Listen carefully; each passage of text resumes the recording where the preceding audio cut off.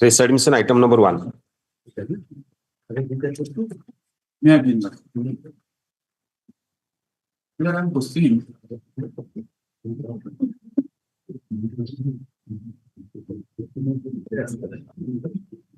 Yes, what is the Here I am questioning the order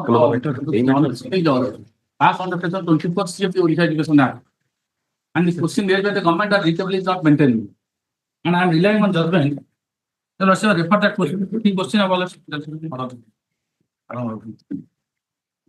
can you see your losses last order? In the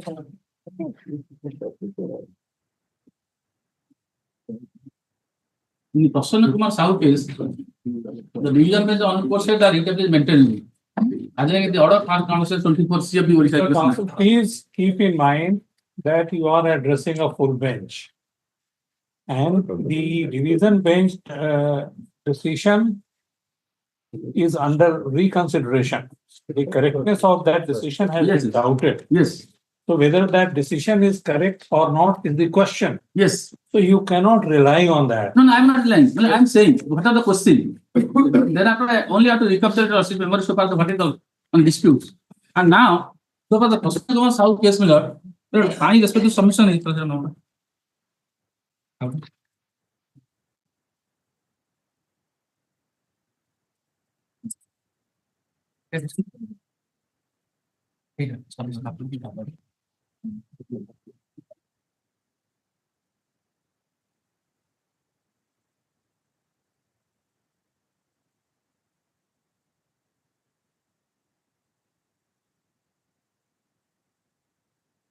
Yes. Here I am relying that Prasanna Kumar Sahu's judgment of the honorable division bench, and you are referring this matter to the pillars of the larger bench. Now that same issue is pending for the honorable Supreme Court, and the matter is posted to 9/1/2025 for final hearing. This is the order. So in that context, only I bring the losses notice, and so far the maintenance working process that government will address. That's all. Miller. Right. That the very judgment written first source is 660 to 223. That judgment for the reliance, and you are referring that matter to larger bench. Now that's the issue is now pending for the honorable apex court. Where is the issue? Self-same issue. Whether that Where is that retable as 24 is maintainable or not. All right, we will decide in the You meantime. not decide. This is the matter only I bring the lawsuit notice. So do you have to make any other submission? No. So far the maintainable the government will similar. My case is maintainable in view of that. On in the light of this Prasanna Kumar Sahu case. Because under 24C, this is the special judgment. And so far other judgment that is not under 24C. All right, you may be correct, but what about the full bench decision? Is that This is not under 24C. That is my respective submission. That is not under 24C. That is under 227 redo it. Just under the special statute. But here under section 24C, the writ appeal order was passed. That is the specific case in 24C. Writ appeal order was passed, or the order of the tribunal was passed under 24C? No, the honorable single judge passed the appellate order under 24C. That original is 24B. The Okay. appeal is under 24C. Yeah, 2009. Oh, FAO. FAO. And under 24C, whether it appeal is maintained or not, in Prasanna Sahu case, Yes, the honorable court yes, said yes, it is maintainable. No, But so far the full bench is concerned. Yes. The Prasanna Sahu judgment, let us see. Yes, no. That's out of the proceeding under 24B. 24C. Nothing will be decided. Full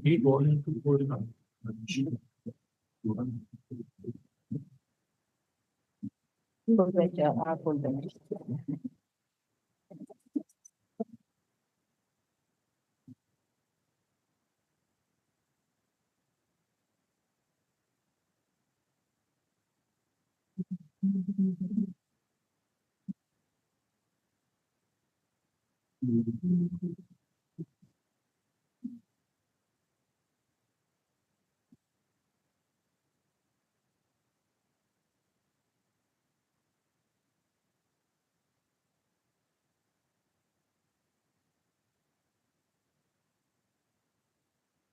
ଦେଲେ edition ଟା ଦେଲେ ପୁରା OLR ର citation ଟା 2008 volume That's volume 2 LR. OLR 725. You have that Mohammed Saud judgment? Yes.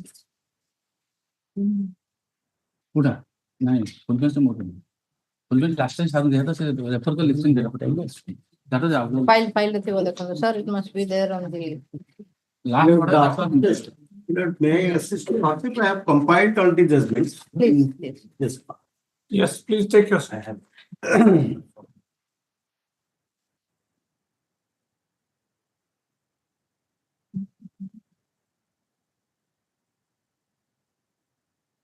Before closing, may I take your lordship to the provisions of section 24B and C of the Orissa Education Act. It's a special statement.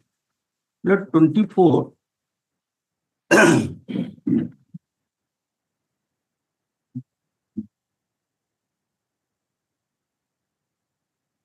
Thanks. 24A, Miller.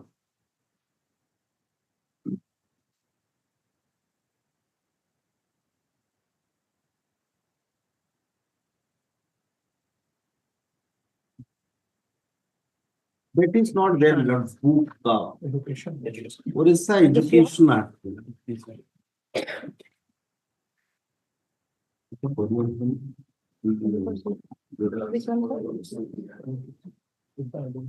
Page 162.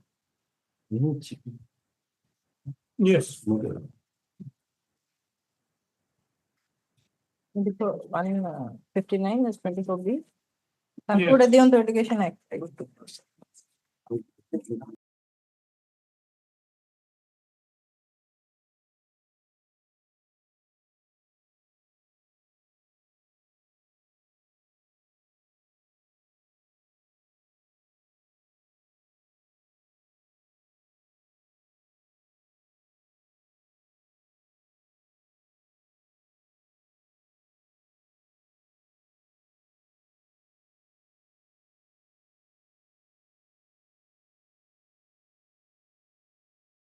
But I have also All right. told them to bring 2 books from this office. May I read it, Miller? 24 capital A deals with the constitution of the tribunal for the adjudication of disputes with regard to the employees and the management, etc., of the aided educational institutions of the state. Let the state government may by notifications constituted one or more tribunals having been local, having such local jurisdiction as may be specified in the notifications. The tribunal shall consist of one person only to be appointed by the state government from among the officers of the Odisha Superior Judicial Service Senior Branch. The tribunal shall have the power to call for the records of all proceedings relating to the dispute and shall, after giving the parties concerned a reasonable opportunity of being heard, dispose of the appeals preferred to it. In disposing of an appeal, the tribunal may make such consequential orders and issue such directions as it may deem necessary for giving effect to its decision. The decision of the tribunal shall be final and binding on all parties and shall not be called in question in any court of law. The order passed by the tribunal shall be enforced under the Code of Civil Procedure in the same manner as if it were a decree of the civil court, because this is important. So that the trappings which has been given to an order or award passed by the tribunal, that is, Milord, are the trappings of a civil court decree. So, Milord, your lordship may now kindly turn to 24B, adjudication by the tribunal. The tribunal shall have jurisdiction, power, and authority to adjudicate all disputes and differences between the managing committee or, as the case may be, the governing body of any private educational institution and any teacher or employee of such institution or the state government or any officer or authority of the state government relating to or connected with the eligibility, entitlement, payment, and non-payment of granting aid. Any person agreed by an order pertaining to any matter within jurisdiction of the tribunal may make an application to the tribunal. These are the procedure bill. Your Lordship may kindly turn to the appellate provision under 24C. Only 6 your Lordship may kindly, that is important. Yeah. All the proceedings before the tribunal shall be deemed to be judicial proceedings within the meaning of section 193, 219, 228 of the IPC. Subsection 6 of 24B. So for the applicability of the CPC, that's a procedural law. They say that the natural justice is to be complied, parties are to be given opportunity to adduce evidence, etc., in support of their case, and after compliance with the principles of natural justice is to dispose of, and the award has the trappings of a civil court decree. It is to be executed in the same way. 24C, that is the appellate power of the High Court. It's a statutory appeal. Any person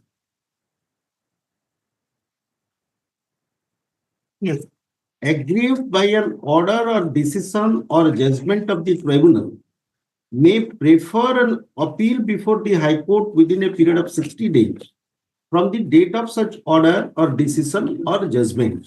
That the High Court here may not exercises an appellate jurisdiction. So therefore, may I take your Lordship to the High Court rule, the latest patent, the provision, chapter 8, what is that? No, I have made the copy.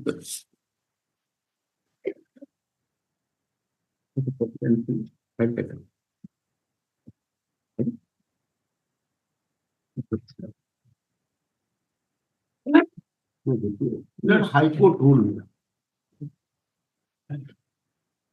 That the latest patent 1948 what is a High Court order, it is not there, but I am relying on rule 2, procedure before admission. Subject to Article 12. Just. Yes.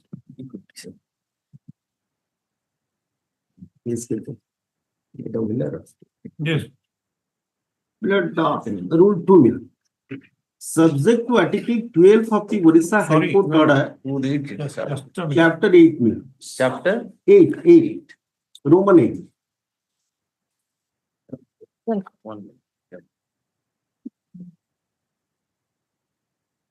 If you are holding the Wheeler book, that would be at page 49. 49. Yes.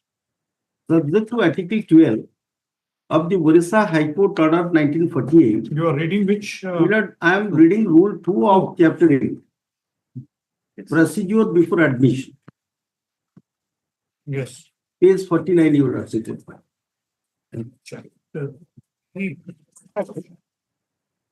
Orissa, rules of Orissa High Court, chapter Roman 8. Yes. That deals with procedure before admission. Yes.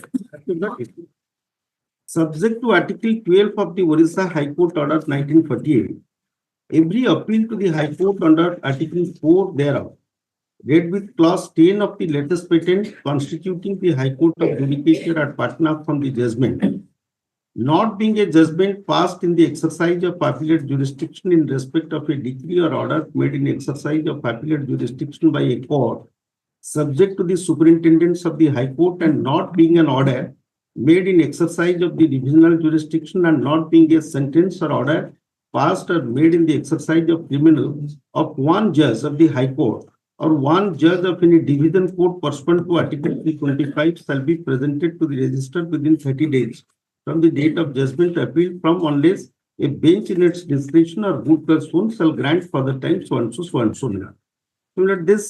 this is not latest patent. This provision says, this rule says, if the single judge either exercise the appellate jurisdiction or supervisory jurisdiction, Right. no patent, letter patent lies. So will lie.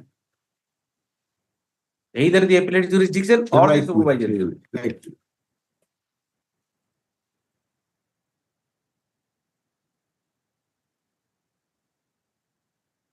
not being a judgment passed in the exercise of appellate jurisdiction. So I'm on that. So that this is basically a statutory power vested by a special statute. And so far the earlier full bench judgment is concerned, your lordship may kindly look at page 36, Milord, para 47. Compilation I have given here.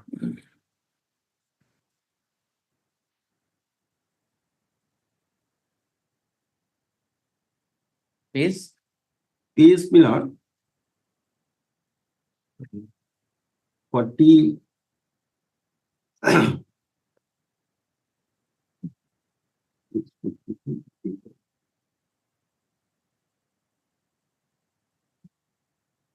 2035. No, we are para, we are concerned with 45 and 46.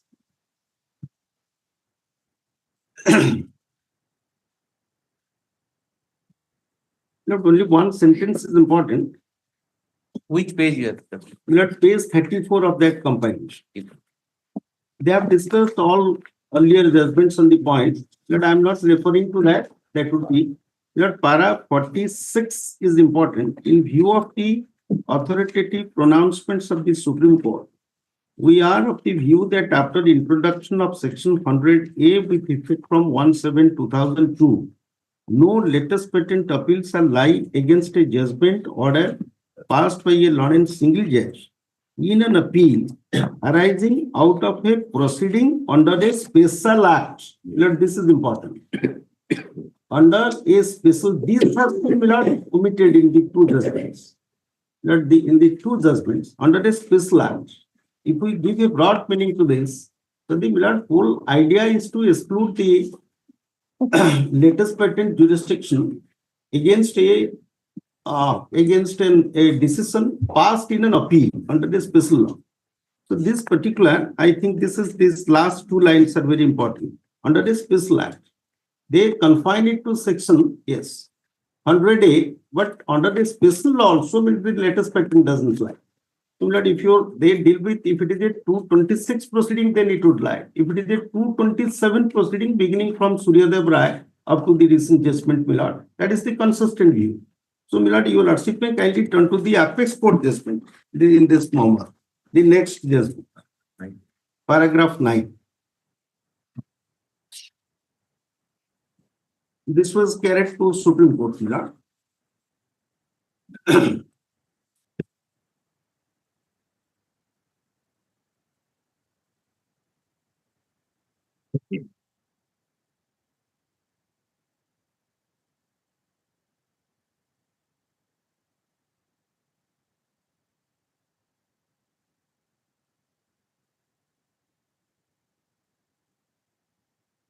Yes.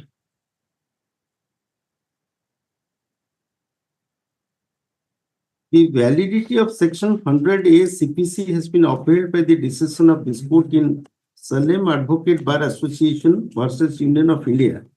The full benches of Andhra Pradesh High Court filed Gondla Panala Gulakmi versus AP State Road Transport Corporation, the Madhya Pradesh High Court in Lakshminarayan, Siblal Gujar, and one of the Kerala High Court in Kesava Pillai, Sridharan Pillai versus State of Kerala, have held that after the amendment of section 100A in 2002, no litigant can have a substantive right for a further appeal against the judgment or order of a law and single judge of the High Court passed in an appeal.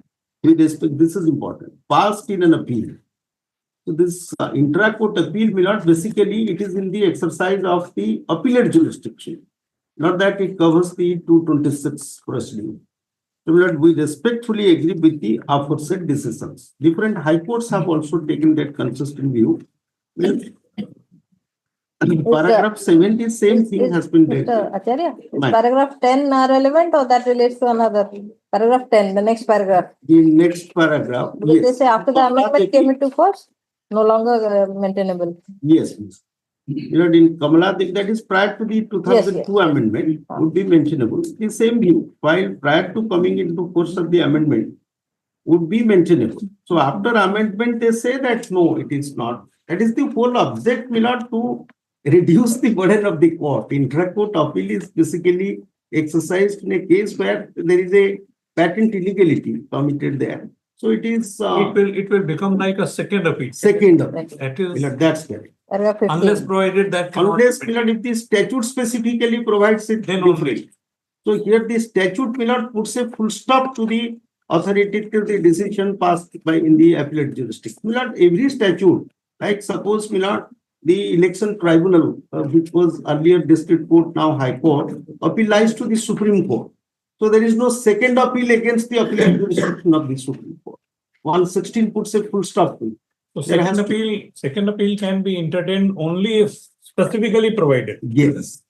It is so therefore, this that was the view prior to the learned counsel for the appellant. However, next paragraph, section 108 doesn't bar an LPA against a judgment of the learned single judge who has decided an appeal under Order 43, Rule 1 against an interlocutory. We are not concerned, Paragraph 15. Paragraph 15. To resolve this conflict, we have to adopt a purposive interpretation. The whole purpose of introducing section 110A was to reduce the number of appeals. This is exactly reduce the number of appeals.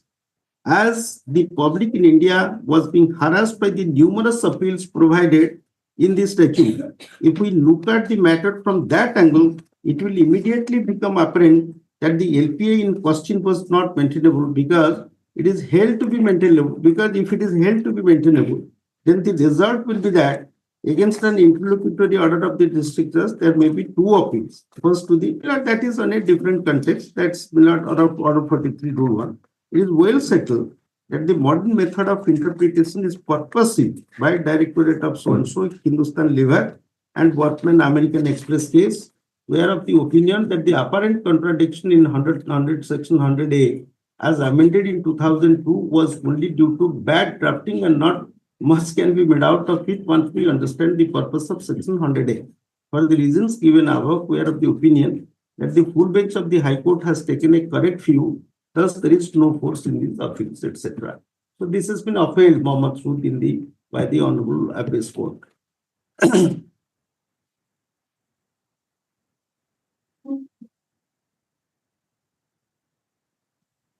Yes. So I think other decisions they have referred Now to here. come to page 18 of your compilation. Yes, 18. Now this is the para 2 you lordship is referring. It is No, seen but from it the seems that this writ appeal, right. was not against an order passed under section 24C. 24C. It was It was a writ petition. a writ petition. It was a writ petition. And 227 is exercise. No, exercise mention is made. No. No, your lordship is correct. Only because mention was there. It was mentioned in the cause title.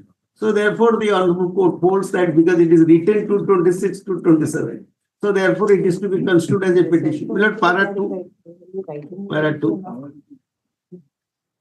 See, it appears, Mr. Acharya, that this writ appeal Yeah. was filed against an order passed in a writ proceeding. It It was not against an in a order passed. 24C proceeding. Your lordship is correct.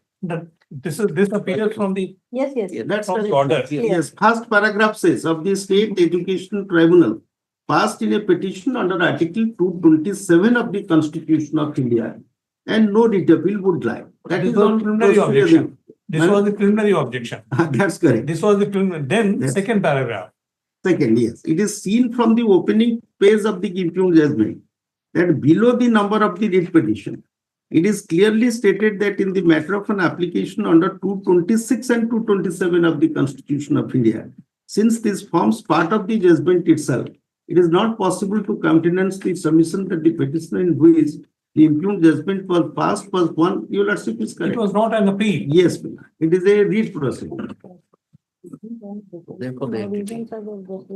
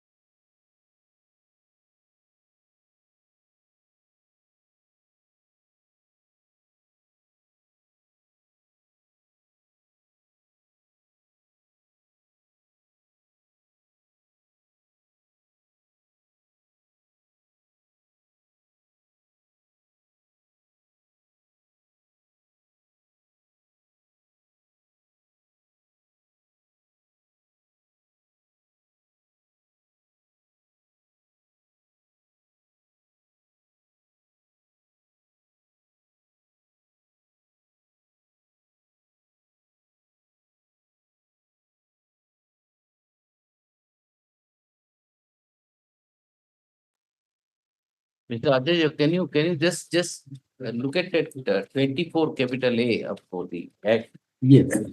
Right. Education Act. 24A, subclause 4. Right.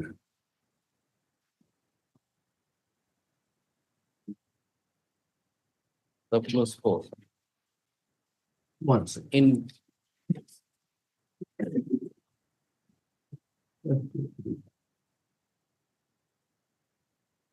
Yes. in disposing of an appeal, the tribunal may make a consequential order. Does the tribunal have appellate power also? Terminal? Does the tribunal has appellate power also? No, no, no. He refers to which appeal then? In disposing of an appeal, they said this appeal.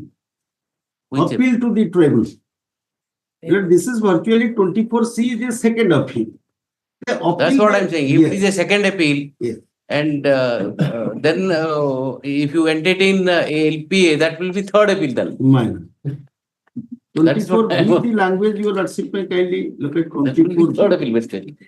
24, this subsection 4 of 24A is to be read along with 24B. Yes. 24B says, Page number 2 of the other is the same thing.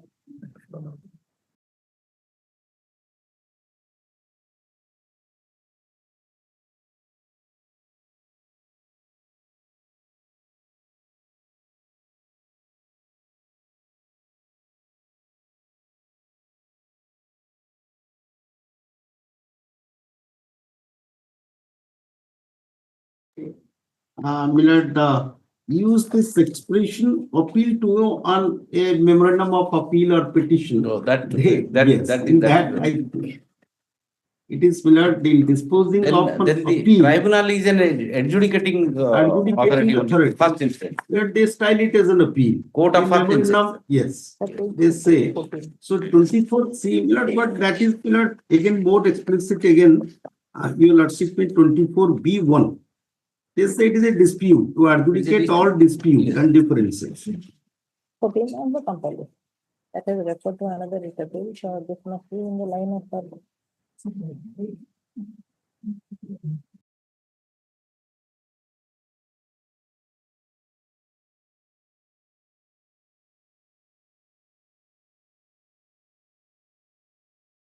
The Panda, that has also been referred to in para 18. This Prasanna Sahu case, page 16 of this synopsis. So Acharya, there's also a mention to another case in paragraph 14. Have you checked that? Paragraph 14. 14 of Aurobindo Millard. Yes. No, not Aurobindo. This Prasanna. Prasanna. Prasanna. Basant Swami.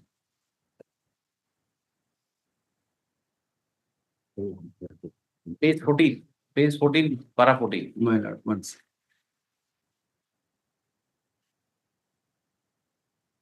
Vasanta Kumar Das. Yes. I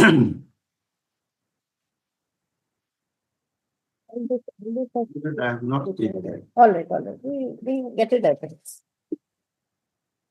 More lagin na printer lagi. You have to read to Christian 1%. Set at the on to what I reference that they want to get it. After I would take judgment of the coil. I think we had seen it referring it is similar to this Aurobindo. No, Millard, that is the 143. Millard, para 14 is the same judgment. I'm sorry, Aurobindo Panda. Millard, you would accept me kindly. This they have not mentioned the party's name. Millard, that has been further reliance has been placed by Mr. Das, appellant Prasanna Kumar Sahu, on the order passed by the division bench of dispute in WA number 143 of 2016. That's the. Oh, thank you. Very good. All right. But in which the maintainability of yes, the yes. judgment of the law, that has again been referred to in para 17. So relying on 18. that, the same thing. Same thing. All right, It's all the right. same Aurobindo Panda's case. All In right. para 18, it has again been referred to. Having heard counsel for the parties and keeping in view the fact that the coordinate bench of dispute in WA number This Aravinda case, Miller, 143 of 2016, relying on the judgment of the full bench of this court in Mohammed Sood, has already entertained the writ appeal, holding the same as maintainable. This court is not inclined to take a different view than the one already taken on a scrutiny of the decisions rendered in Ravindranath, Yoshna, and Shraddhakar Mohanty, on which reliance has been placed by the Law Council for respondent number 4. It appears that the same have been rendered under the special statute for which such decisions will, in these cases, deal with this special statute. But I have also brought a judgment to that area. No, in fact, in case of Sahu, Prasanna Kumar Sahu, Minor. a submission was advanced. Yes. It's come to paragraph 12. 12. Sorry, page 12 of your Minor. compilation.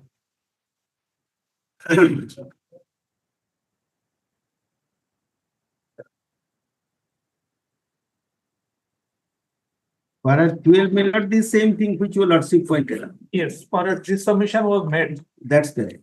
That And is the full maintainable. bench- And contended that in view of the full bench decision, the writ appeal is Maintainable. Then Mohammed Saud has been discussed. discussed. And then 13.4 at page 14. Right. This court came to a definite finding that writ appeals shall lie against the judgment orders passed by a Lawrence Religion in a writ petition filed under 226 of the Constitution of India. Because that is not That is that's again yes, submission. in a writ yes, that is again But the an full old. bench, but the full bench has not been discussed in the by the revision bench in case No, of. it has not. 13.1, 13.1. No, it has been discussed. Only quoted. No, full your lordship is correct. It has not been discussed. 13.3, The only discussion is in paragraph 18. Paragraph 18. Correct. 13.3 or just quoted. 13.3 Paragraph and 18, 13.4, they sir. say that because Aurobindo has taken this view, His view. so we are persuaded to accept that view, can take a different view. And they say that decision is rendered on the basis of Muhammad Sood. Muhammad Sood Milad says otherwise. That if it is an appeal, It's a clear. Yes. Sir.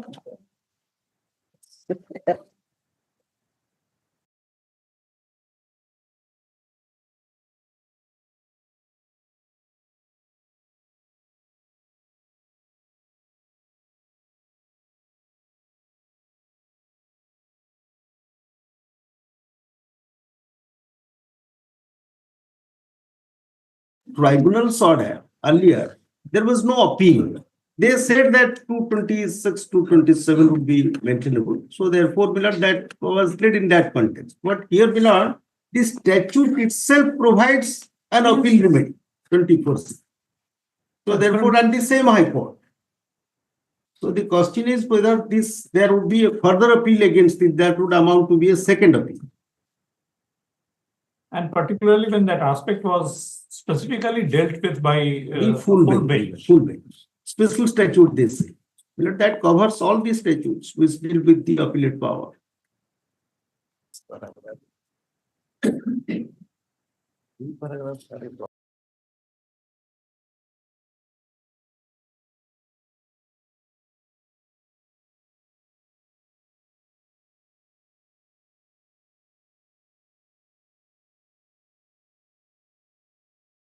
Or see, So not a speaking. it says it's a writ petition filed against the tribunal. Sorry. So in that event, it may be held to be, it was Maintainable, a yes, maintainable, whether. different domain altogether. It doesn't cover a 24 CFP. Full bench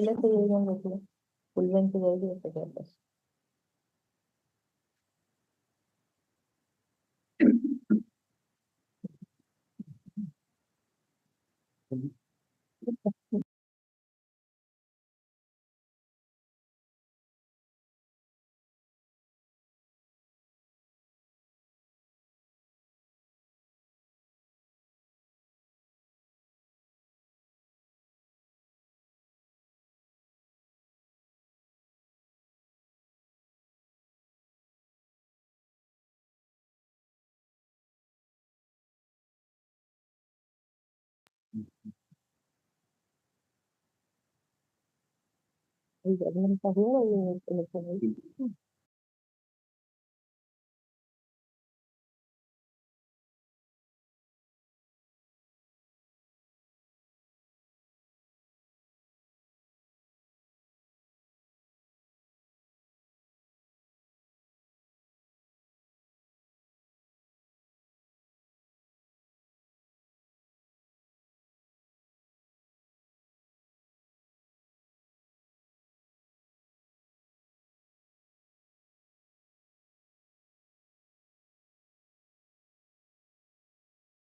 Basically was decided at the admission stage. I was asking my friend to verify what happened finally to all those writ appeal. This is a pending, I think. The last requisites for issuance of notice to respondent number 3 in each of the as shall be filed within 3 days. This was the last order. I think those cases have to be also. No, we will be laying down the That's laws correct. on the That's correct. maintainability. Other rate appeals will be That's- decided accordingly. That's The correct. division bench. Russian Assau is not a final order. This is an interlocutory and they say that Even the Funda is that's a maintainable. even Funda is a That's an entry model. That's entry.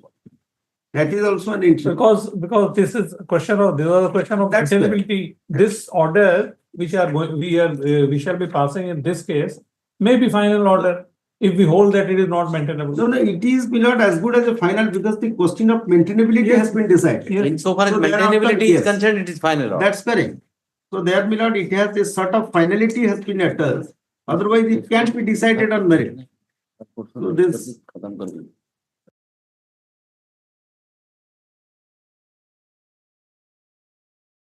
May decide following this full bench. No, the full bench once we hold Yes. the rate appeal not maintainable, then That would follow. That would.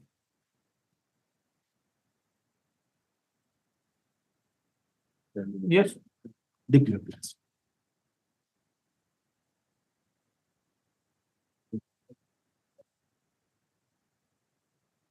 Yes. Lord, only one thing I can say, Lord, for Justice, the query of the Justice Misra.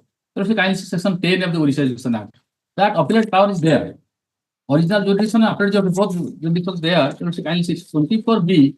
That is the original jurisdiction. And so far that 10A, appellate power is there. That is in different context. Just posing the question whether the appellate power is there or not. That is also there. Appeal to the tribunal. Appeal to the tribunal. Tribunal also in some cases appellate authority, in some cases the original authority. What will happen to an order passed under section 10? 10A, Again, 10A, 24C is available. 10A, In that case also. if the 10A order will be passed, as per the honorable division bench judgment, the writ lies, not appeals. Not 24C. Does it? No, 24C is not in that context. Mr. Counsel, the only question which we are addressing in the present appeal is whether a second appeal will lie, whether a writ appeal will lie against an order passed under section 24C. That's all. That's the only minute. On that, I do follow Lordship query, and this is only my reply is minute. That is the only judgment that question of sub case. So far the 24C, whether the writ appeal lie or not, that's the only judgment, and other judgment that is in a different context. This is my that is a special statute, but so far the 24C is concerned, this is the only judgment. And that matter is pending for the Supreme Court for final adjudication. And the matter is coming on 9/1. Sir, Mahapatra, you have very fairly submitted. And No, this I is think the approach of the members of the bar also. We have very fairly submitted that there is only one decision which holds that writ appeal will lie. That is the case of Prasanna Kumar sir, 24C. 24C. But others are in different countries. Others are in In different. special statutes. That is You also make common merit, that is not matter. But my dispute submission, so far as law is concerned, that no one can dispute. Yes. After the amendment, 100 days, that so far law is concerned. That. But that is a special case where I am dealing this. That speaks of your fairness.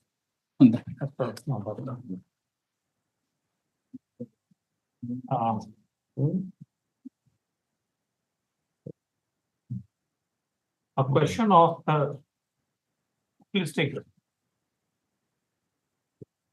The present intra-court appeal has been referred against a judgment and order dated 9/5/2024 passed by a learned single judge of this court in FAO number 119 of 2024 by the Secretary Higher Education Department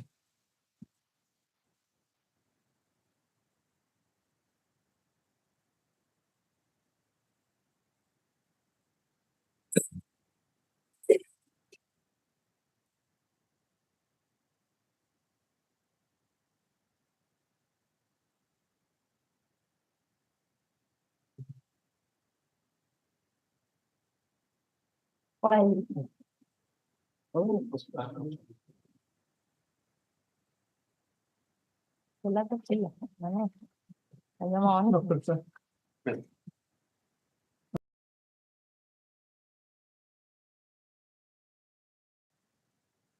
present intra-court appeal has been referred against a judgment and order dated 9/5/2024 passed by learned single judge of this court in FAO number 119 of 2024.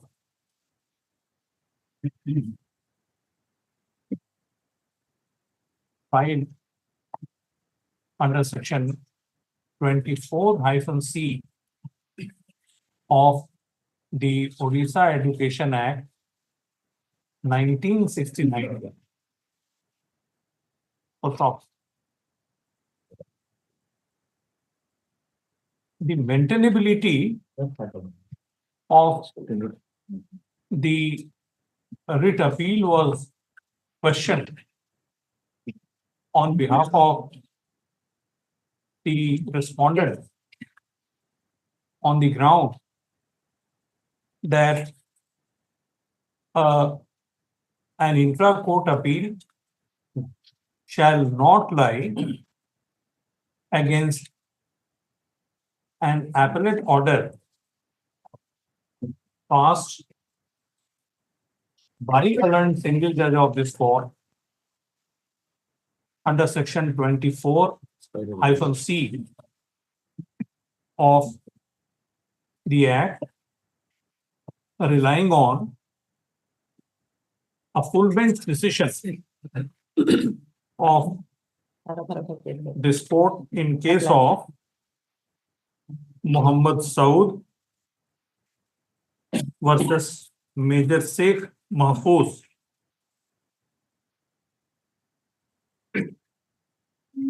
Reported in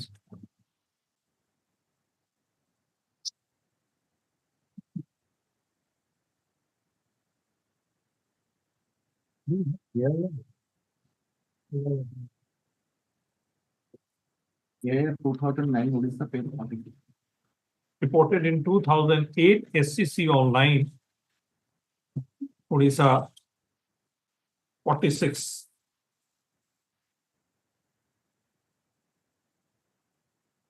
So top. Here भी दे सकते हैं. In Here को भी दे देंगे. बाद में कर देंगे.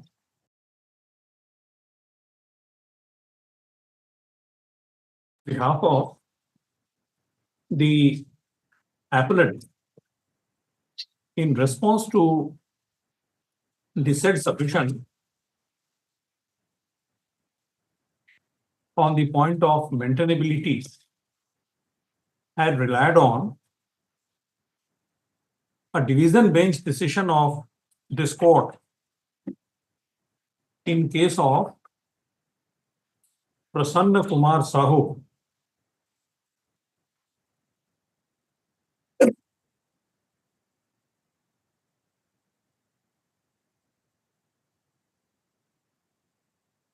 versus State of Odisha and others,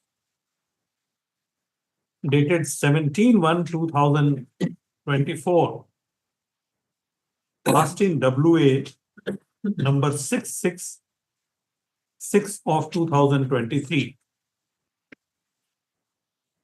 So top. In case of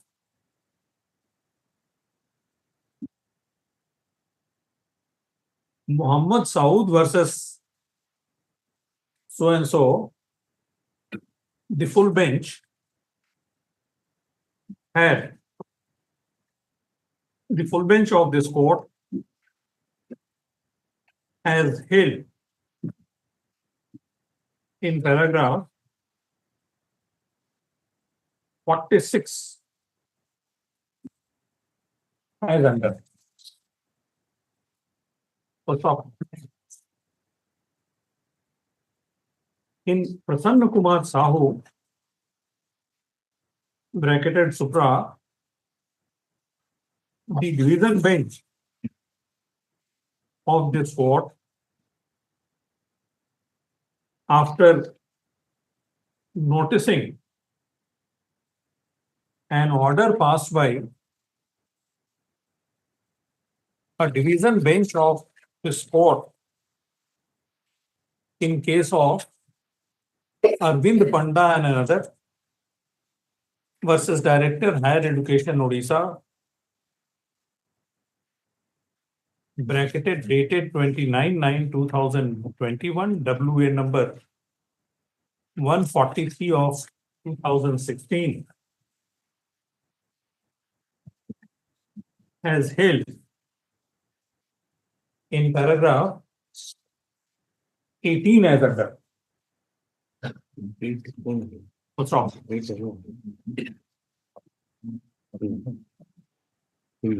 The division bench, in case of the order, it would be apt to reproduce at this stage the order passed by division bench of this court in case of Arvind Panda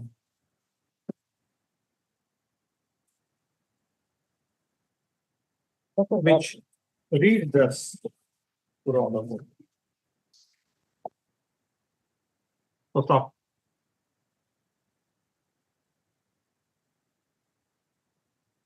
It may be noted that the decision in case of Muhammad Saud was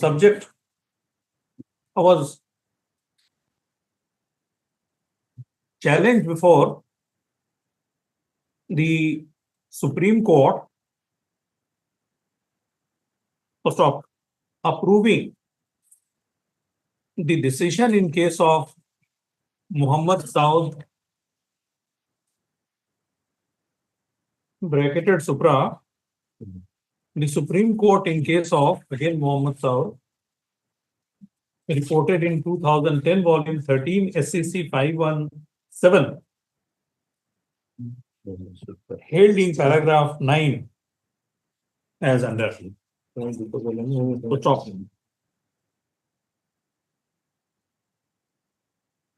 Being prima facie of the view that the division bench in case of Prasanna Kumar Sahu on the question of maintainability of a writ application, writ appeal, the intra-court appeal against an order passed under section 24-C of the Act,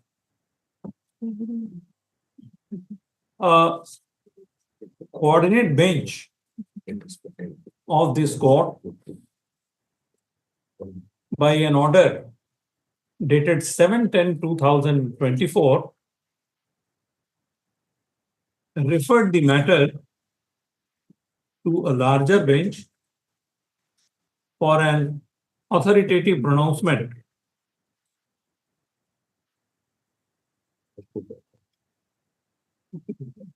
Six.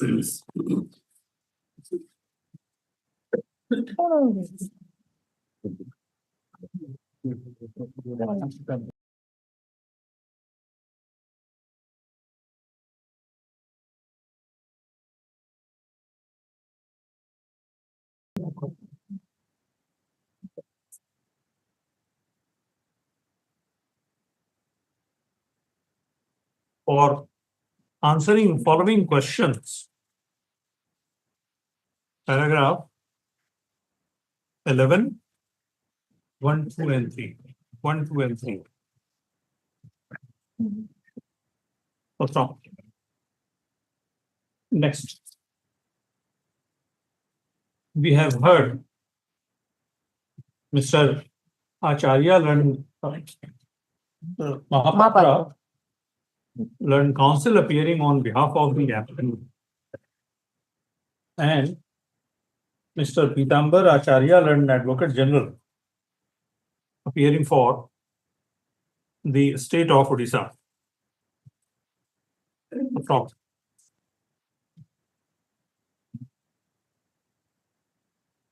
Mr. Acharya learned Advocate General has taken us to the provisions under section 24-A, 24-B and 24-C of the Odisha Education Act, which read thus. So stop. He has submitted that the what are the powers of the tribunal? What is which are different?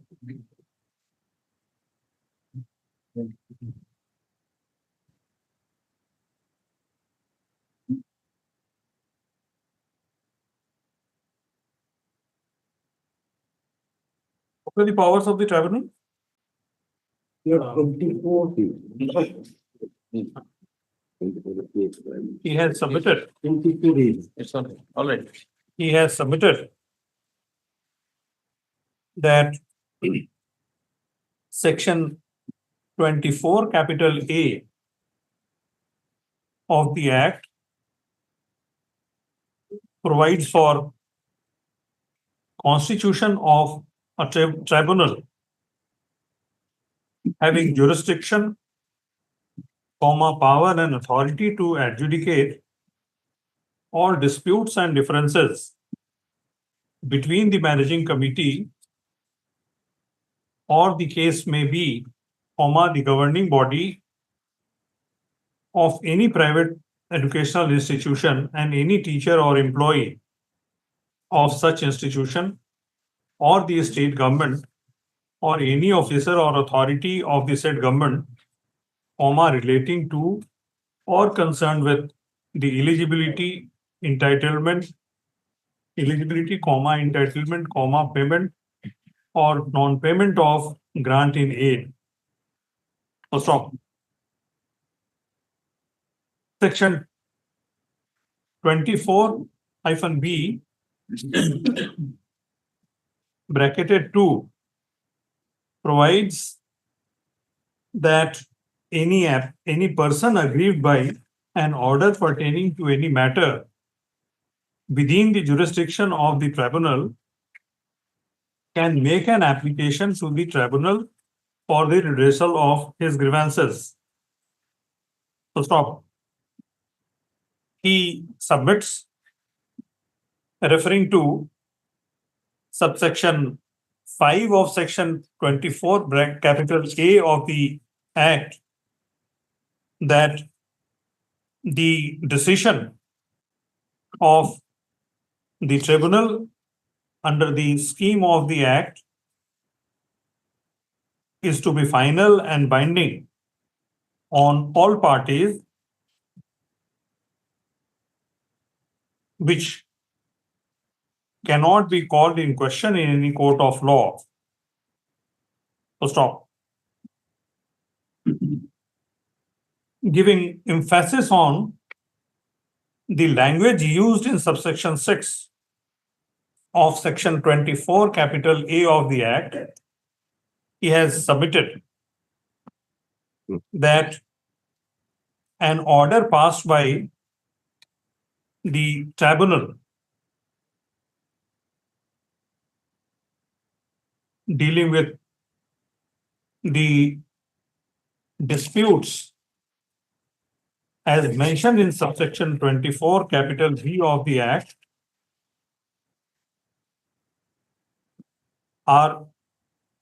is enforceable under the Code of Civil Procedure, 1908, in the same manner as if it were a decree of civil court. So stop. He has submitted that section 24-C of the Act enables a person aggrieved by an order or decision or judgment of the tribunal to prefer an appeal before this High Court within a period of 60 days from the date of such order or decision of the judgment. So stop. He has thereafter taken us to Rule 2 of Chapter 8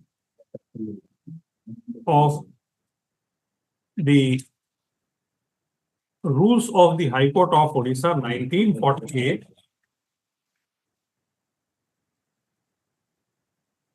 and has referred to sub-rule, referred to Rule 2. Rule 2.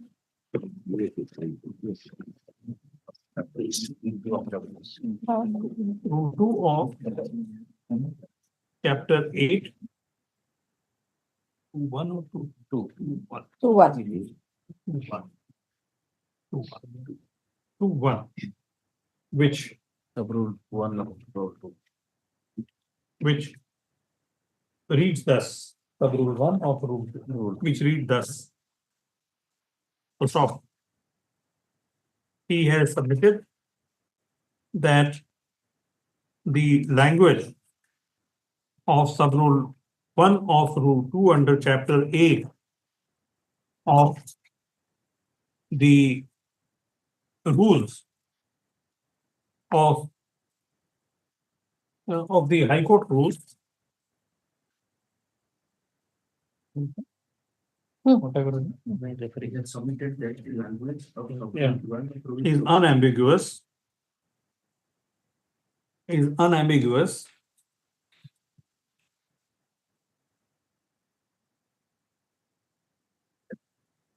And accordingly, no intra-court appeal can be maintained against an order passed by this court exercising appellate jurisdiction or revisional jurisdiction under Article 227 of the Constitution of India. single judge of this. Single judge of this. So stop. He has submitted that the decision in case of Prasanna Kumar Sahu does not lay down the correct law for two reasons. So stop. Firstly, a reliance has been placed in case of Prasanna Kumar Sahu, bracketed Supra, on an order passed by a division bench of this court in case of Arvind Panda. So stop. The said order in case of Arvind Panda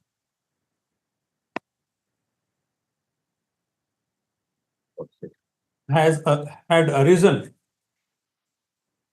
out of an order passed by this court in a proceeding under Article 226/227 of the Constitution of India.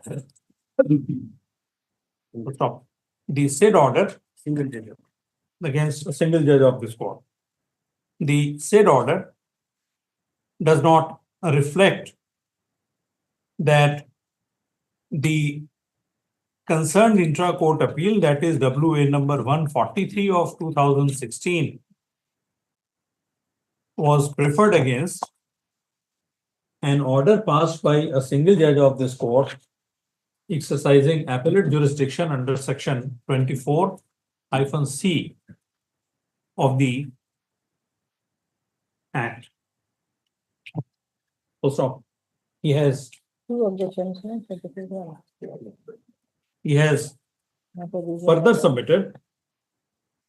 He has secondly submitted that the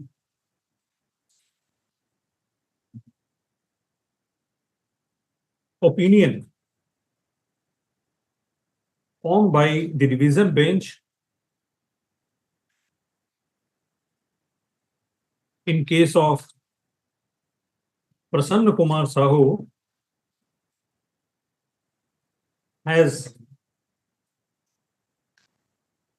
does not duly take note of full bench decision rendered by this court in case of Muhammad Saud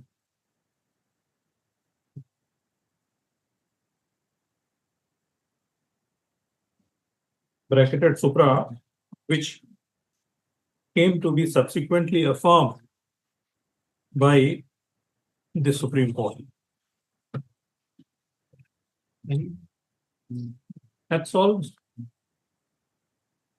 Mr. Mohapatra,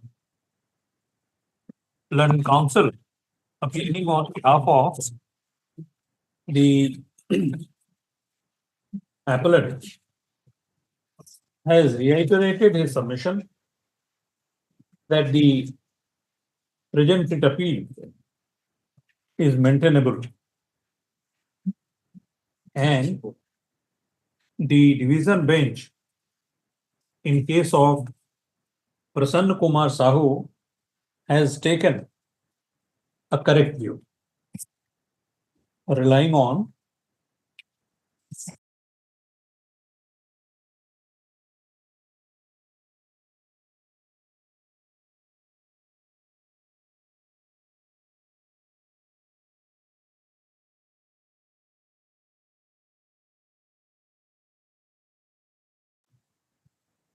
correct view.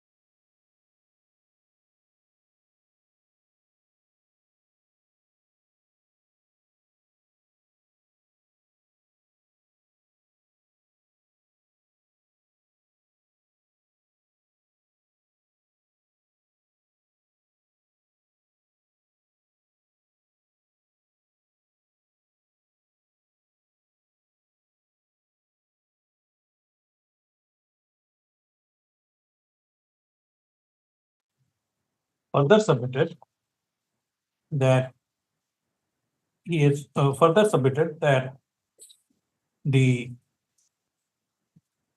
decision, how do you say that that order is under challenge? No, The order passed in your case is under challenge? no. No. No, my case is my case. This is the Prasanna Sahu case, relying on the judgment. Said it is maintainable. But that judgment now implemented for the Honorable Supreme Court, and that is pending. The same issue. Now the arguing for lordship. He has further submitted that the legal question as to whether a writ appeal is maintainable or not against an order passed by a learned single judge in exercise of power under section 24-C of the Act is maintainable or not is pending consideration before the Supreme Court. First off, he has, however, not brought to our notice any issue on this point framed by the Supreme Court in any order. Though he has produced before us an order dated 29/2024, passed in That we can write it. But thereafter there is another SLP order. Civil Diary T9994 of 2024, bracketed Sanjay Kumar Nayak versus State of Odisha and others, whereby notices have been issued. And next order is there. Thereafter another order. Another order is there.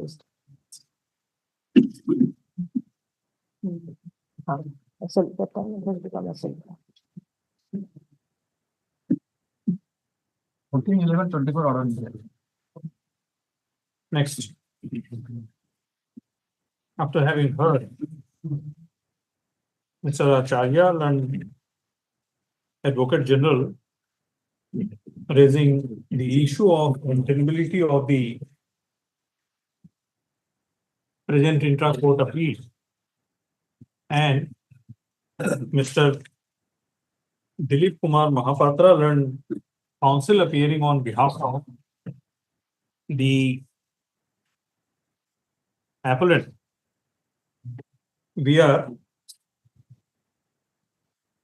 of the view that in view of the law clearly laid down by a full bench of this court in case of Mohammed Saud. Mohammed Saud, bracketed Supra, an intra-court appeal against an appellate order passed under section 24-C of the Odisha Education Act, which is a special act, is not maintainable. The 9. Is not maintainable. So stop. In case of Muhammad Saud,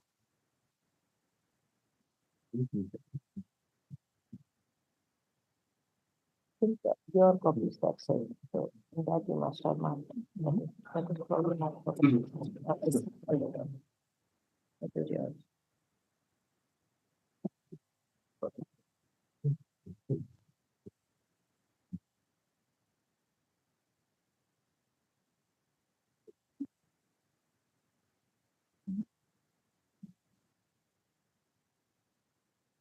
The 9:50.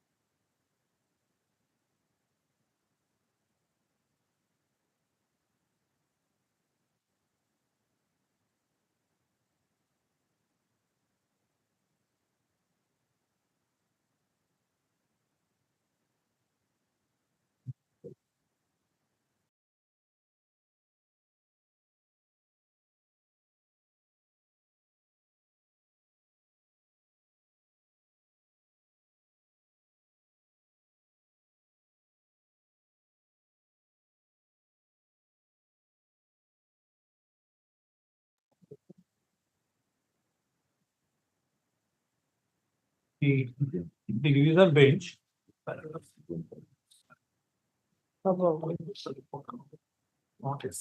Yes.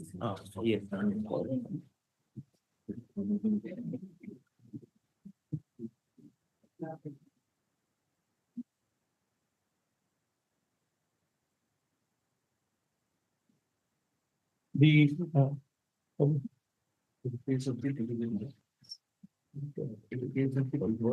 in case of Muhammad Saud, the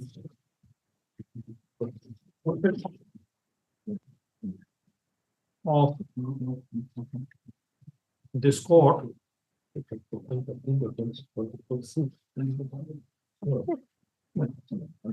of this court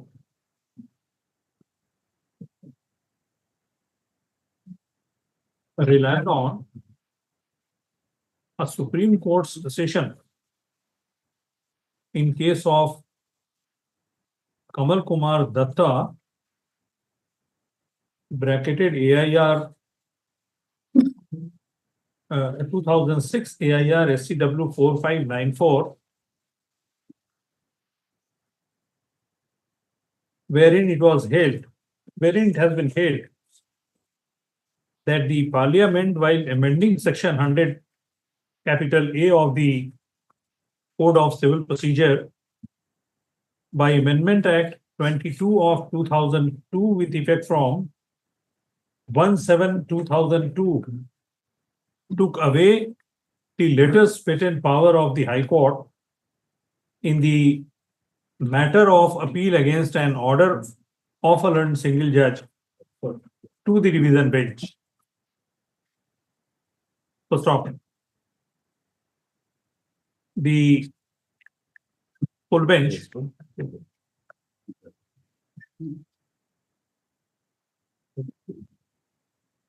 noticing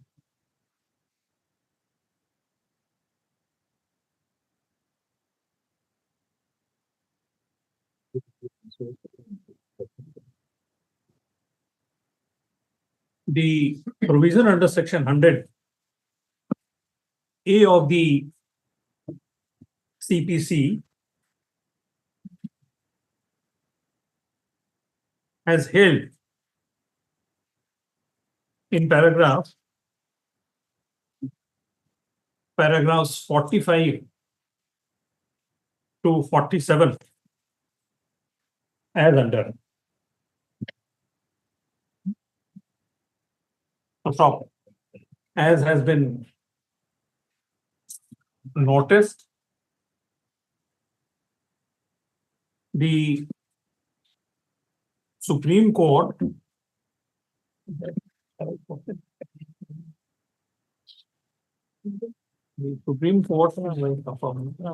while affirming the full bench decision in case of Muhammad Saud This should. has ruled Emphasis.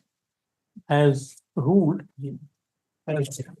ruled in paragraph 9 as under.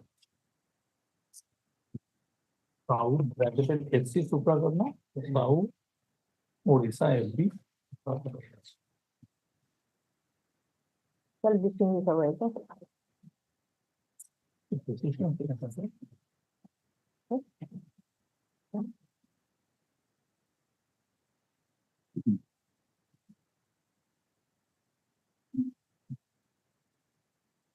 We are of the considered view that the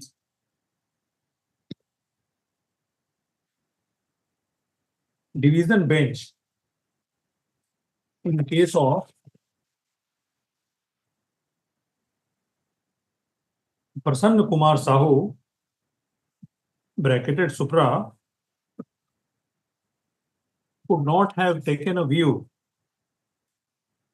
contrary to the law laid down by a full bench of this court in case of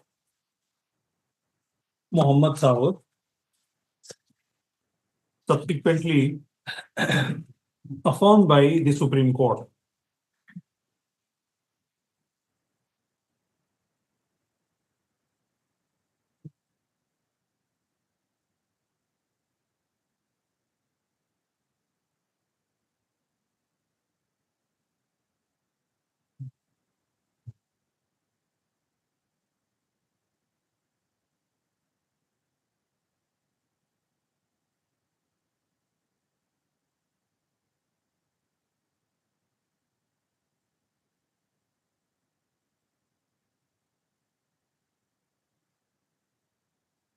In our considered view,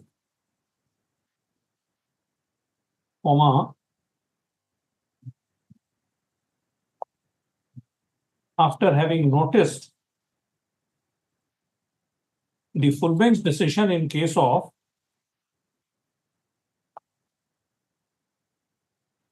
Muhammad Saud,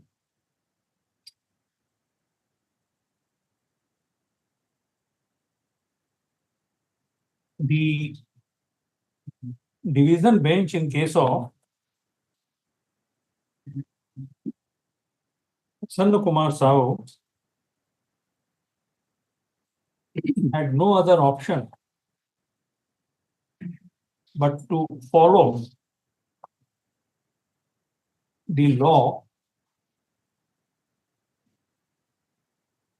laid down in no uncertain terms in case of Muhammad Saud, bracketed supra. Stop.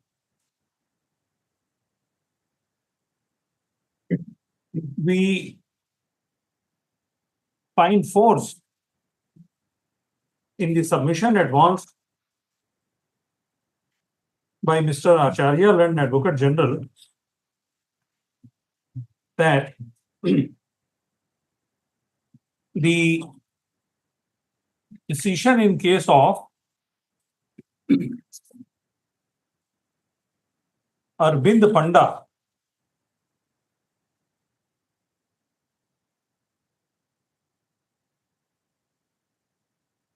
was order in case of Arvind Panda, bracketed supra,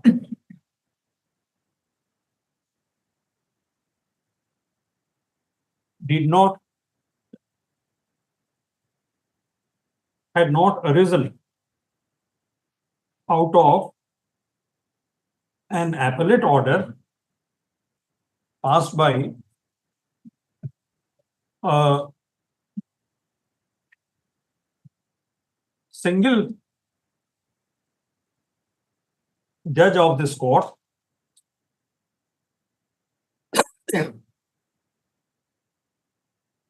exercising appellate power. So stop. From the order itself, it appears that the writ appeal had arisen out of, intra-court appeal had arisen out of a writ proceeding. So stop. The proceeding which was filed under Article 226/227 of the Constitution of India. So, in the said background, the division bench in case of Arvind Panda had rejected the challenge on the point of maintainability, since in the petition, quote, Article 226 unquote was also mentioned. So stop. In any view of the matter, the order in case of Arvind Panda does not dilute in any manner the effect of law clearly laid down by the full bench in case of Mohammed Saud. Muhammad Saud bracketed Supra. Full stop. Next, if the division bench in case of Prasanna Kumar Sahu was inclined to entertain the writ application, rejecting the plea of maintainability, Writ appeal. comma, Writ appeal. writ appeal. The proper course ought to have been to refer the matter to a larger bench as has been laid down in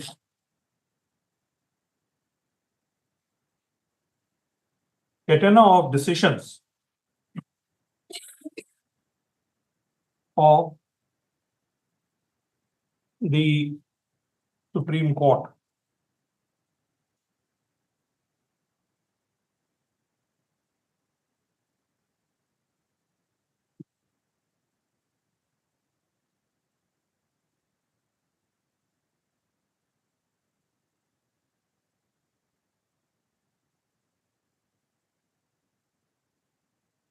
We will be referring to few of the judgments, Mr. Acharya. Mine. What should be the proper course when A division bench disagrees with the views of a Yes, full bench. this is But I very- had also. You have brought. If I have good judgment, but I have that this is, no, I am not carrying it, I was preparing on that point. Proper. But I'll honestly prove this, it is your.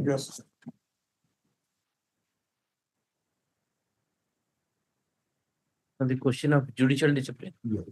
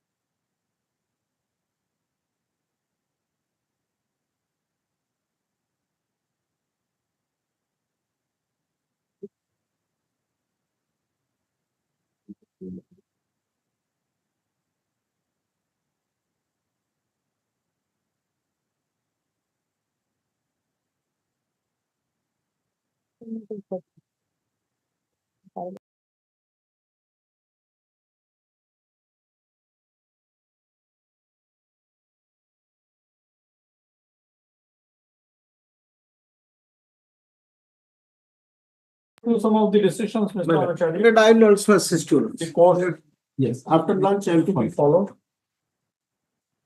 Just give us the citation I will give the citation. with paragraphs. Yes. We in view of the above noted discussions, we are of the considered view. We answered There are four references. the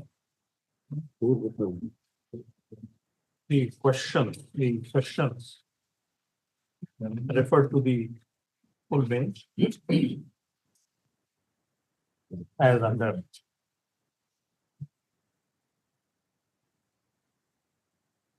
One,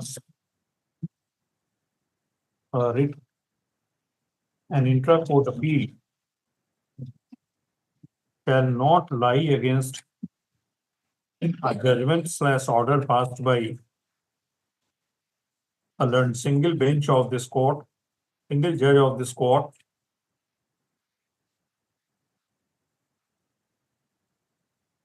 on an appeal under section 24C of the Odisha Education Act 1969, Which is a special act. Which is a special act. You let's see. which is special act. So stop. Next. The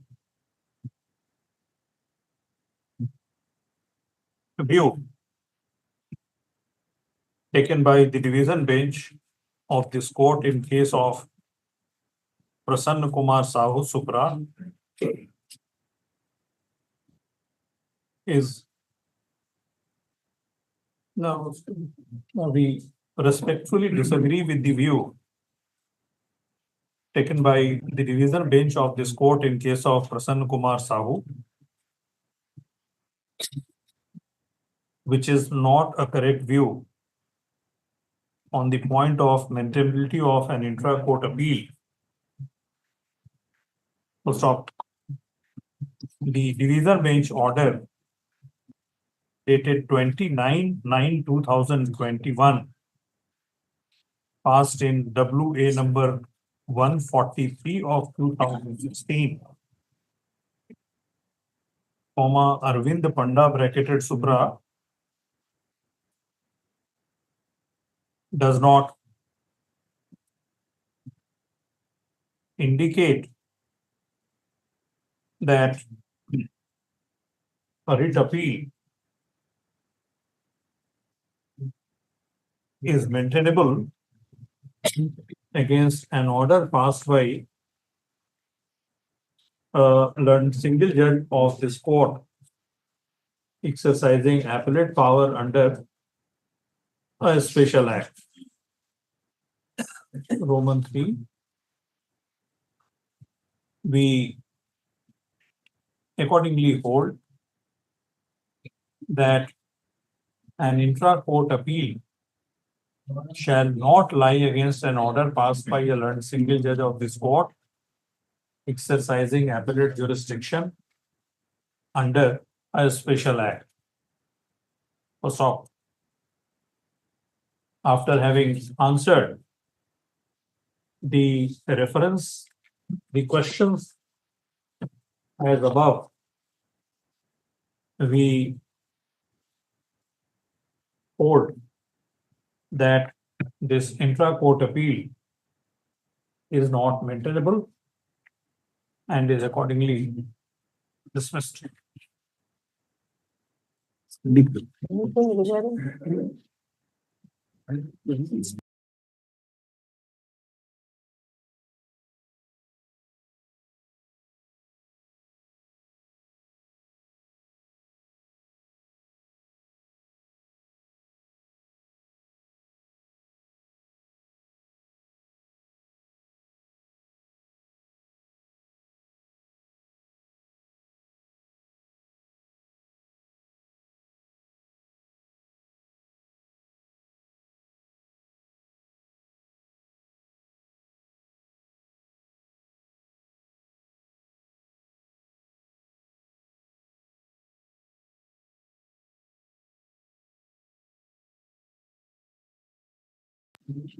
We'll take up those two matters. I pray your answers to take up the number matter. Item 3 first, then number. Number And 3. tender matter. Number, all right. Tender matter, Miller. All right. I will argue first, then number. All right, we'll take up.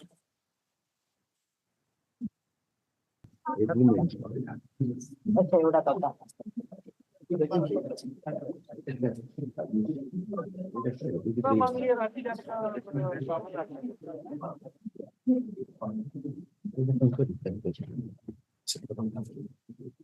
Item number 2. WA 2491 of 2023.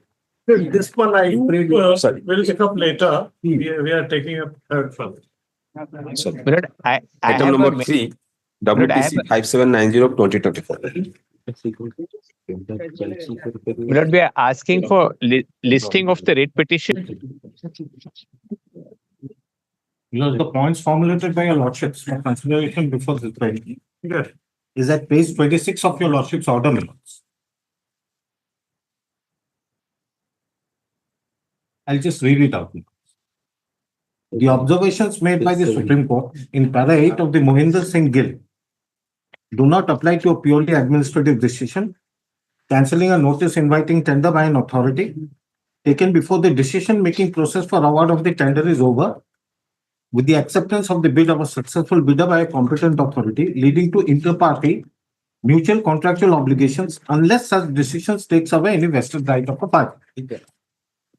2. There is no necessity of giving an opportunity of hearing or a prior notice before cancellation of tender to the highest lowest bidder on any other successful bidder, as such bidder does not acquire any vested right to have the auction confirmed in his favor on that basis alone.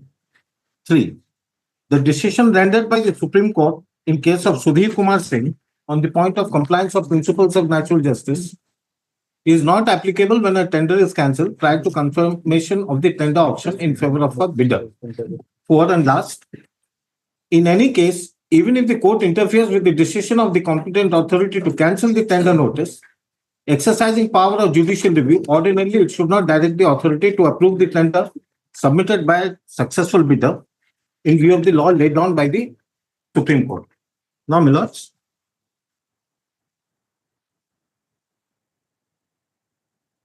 First and foremost, I place before your lordships a judgment of the Honorable Supreme Court, AR Online 2015, Supreme Court 490. I have given a copy of the citations. I have given 3 copies of the citations. AIR Online 2015 Supreme Court 490.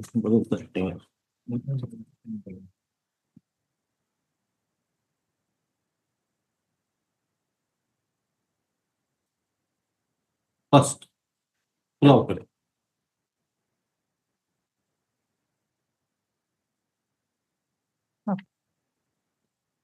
Yes.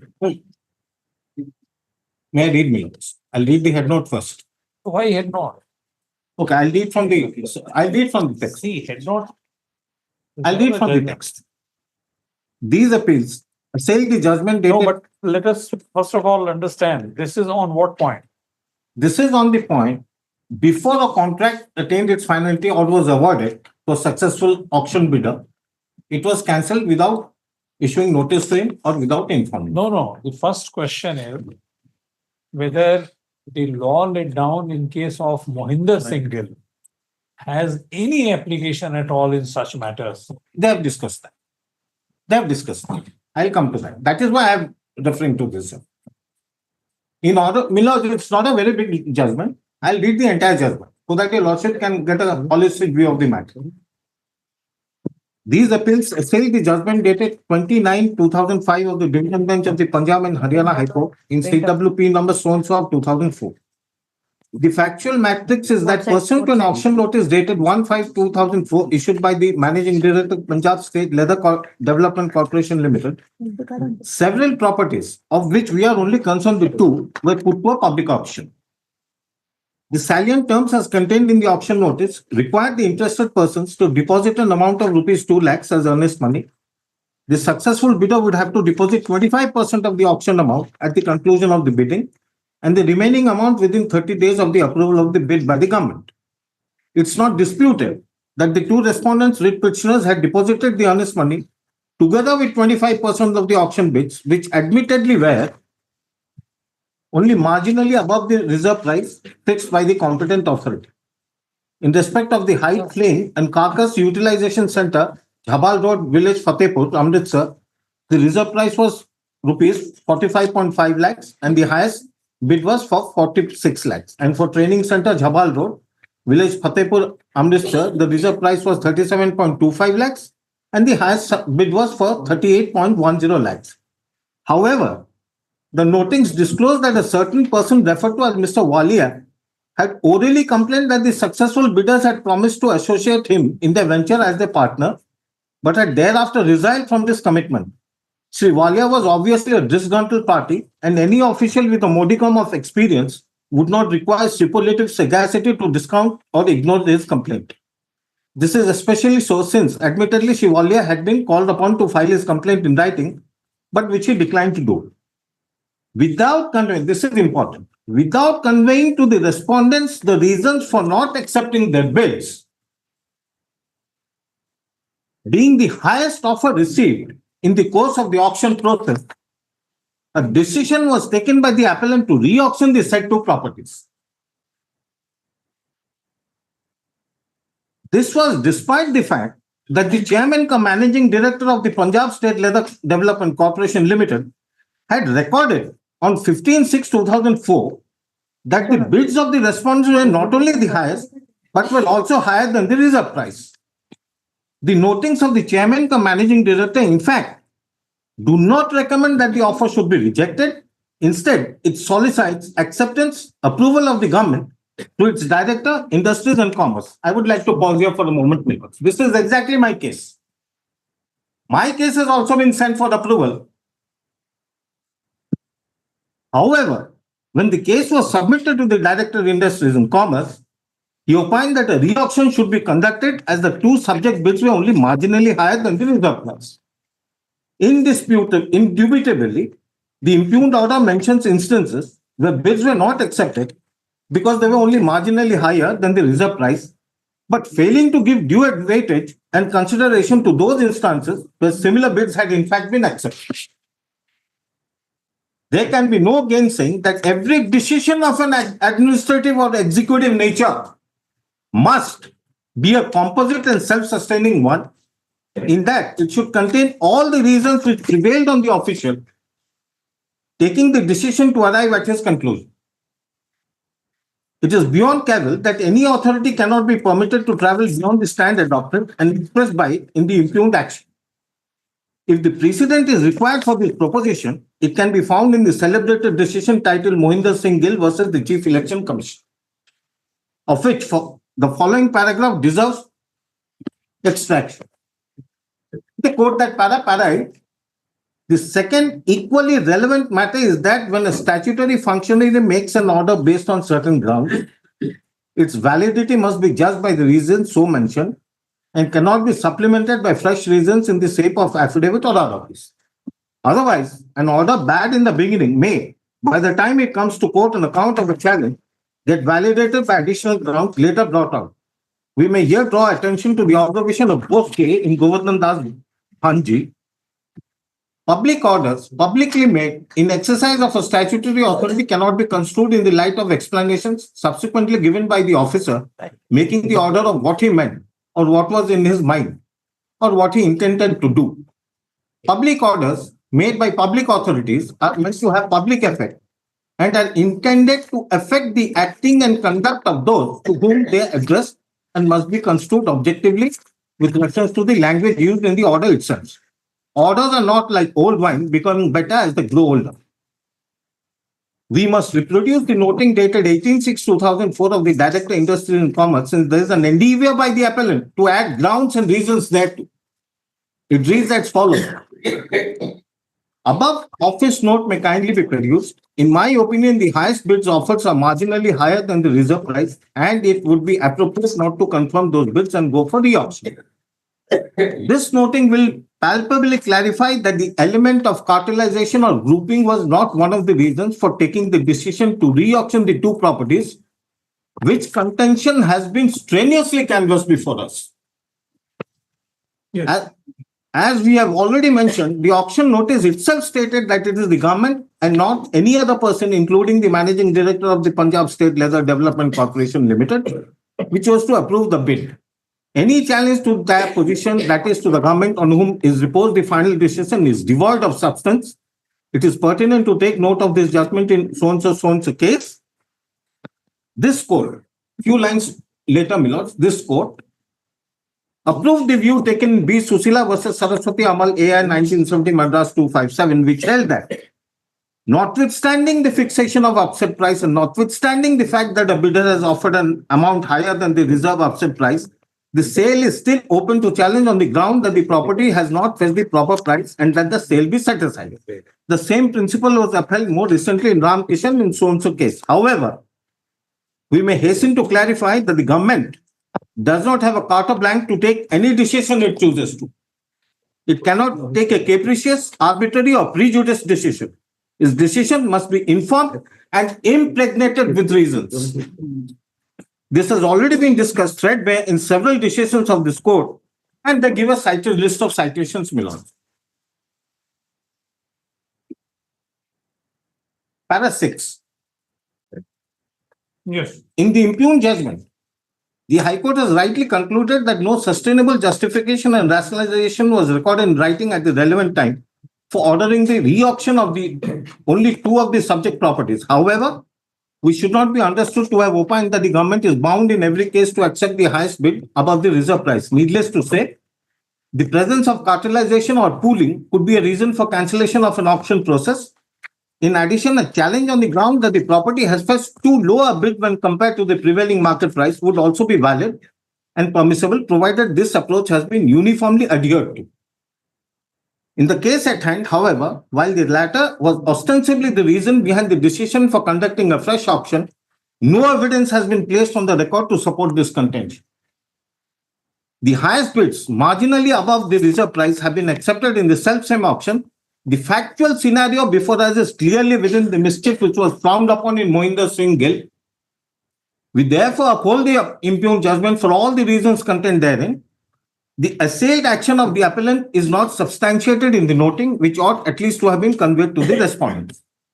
Now, I would not like to go below, my lords, because taking into account equity, the Honorable Supreme Court said, they're giving you an offer, you meet the present price, and take the auction. They agreed and they disposed it off accordingly. Yes. Now, the mischief that has been played here, my lords, has been discussed by this. So you have judgment. answered the first question. Yes. Yes. Anything else about on this aspect?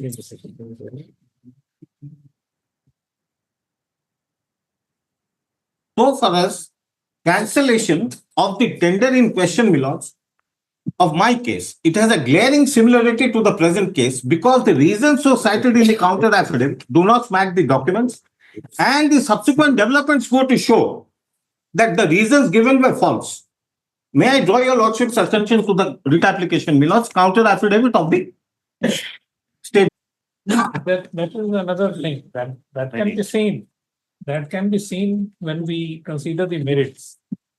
First question is whether Mohinder Singh Gill's case applies in such matters or not. You have answered that question by referring to this decision. This done. Now, second point, my lords, as per the points framed by your lordships, whether principles of natural justice can apply to administrative orders. Yes. Now, my humble submission is, my lords, catena of judgments of the Honorable Supreme Court says, whether it's a judicial order, whether it's an order passed by an authority. Where is the second question? My lord, second question is whether there is any requirement of giving an opportunity of hearing or prior notice to the highest lowest bidder before cancellation of tender notice, keeping in mind the settled legal position that such bidder does not acquire any vested right. My lords, in my humble submission, That may is I the say question. these 2 questions are answered. These 2 points are answered by that judgment. Very good. Because that also no finalization had taken place. Now, the third and fourth, Yeah. whether Yes. the tender process is cancelled, Sudhir Kumar is applicable or not. No, that is for your lordships to decide, because as far as Sudhir Kumar is concerned, he was a working contractor under the 2-year contract. After 1 year, the work was withdrawn from him without prior notice. That is a separate story altogether. I would not like to go into that, my lords. Now, again, point number 1, my lords. No, do you have to add Yes, to your submission? I'll have to add point number 1 because your lordships have formulated 2 points. One is Mohinder Singh Gill. That is one part. Second part is that whether the observations made by the Supreme Court in para 8 of Mohinder Singh Gill has application to test the correctness of a purely administrative order by an authority. which is a state within the meaning of Article 12 of the Constitution of India, cancelling a tender process before acceptance of the bid of a tender. So here comes the question. When an administrative authority passes an order, whether the principles of natural justice should be complied with in the process of granting a tender, which has not been finalized. Now, your lordships have also formulated a point during my last course of arguments that Mohinder Singh Gill is different because it exercised quasi-judicial powers. No, that was not the observation, and you have been able to meet that point to a great extent because while formulating that question, we were under the impression, we in view of the language used in case of Mohinder Singh says statutory authority exercising statutory power, and finally what happened in Mohinder Singh? Finally, Result, Milos, we are not. Milos, Ramana versus International Airport Authority, Milos. It's an exhaustive judgment. It's a landmark judgment still being followed by the Honorable Supreme Court. But what was the resultant effect? yes, What was the resultant effect? Now, these judgments lay down the law, Milos. right. These judgments lay down the law, irrespective of the result that they come to. Now, so far as the statutory powers of the, I would like your lordships to draw one attention to an order passed by the CVC. I need not say that the CVC was constituted in 1964 to be as a watchdog, to keep a watch over government corruption in government departments. In 2003, the Parliament enacted a law conferring it with statutory status. Now, the CVC is a statutory body. Immediately after becoming a statutory body in 2003, it passed an order regarding notice inviting tenders. This order reads as such. I've given a copy for your lordship. The order is dated 24th March 2005. No, but what for? You are referring to that order. Yes. Notice reason for cancellation of a tender. That is why I am referring. It purely deals with that. No, but you have already answered that question by referring to this state of Punjab versus Bandit Singh. Milord, I am That supplementing. will apply even in administrative order. Milord, yes. And only because the CVC has statutory character, therefore decision of the tendering authorities should also become statutory in character. That is, No, I am not on that. Since the CVC is a statutory authority, this is my submission. Milord, Yes. it's open to acceptance or rejection. yes, Since the CVC is a statutory authority and a watchdog, yes,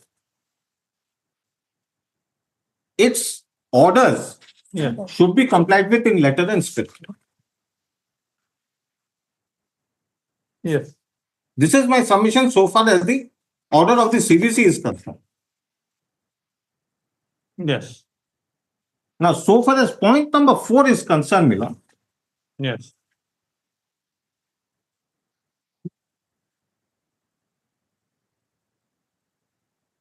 page 26 of your lordship's order.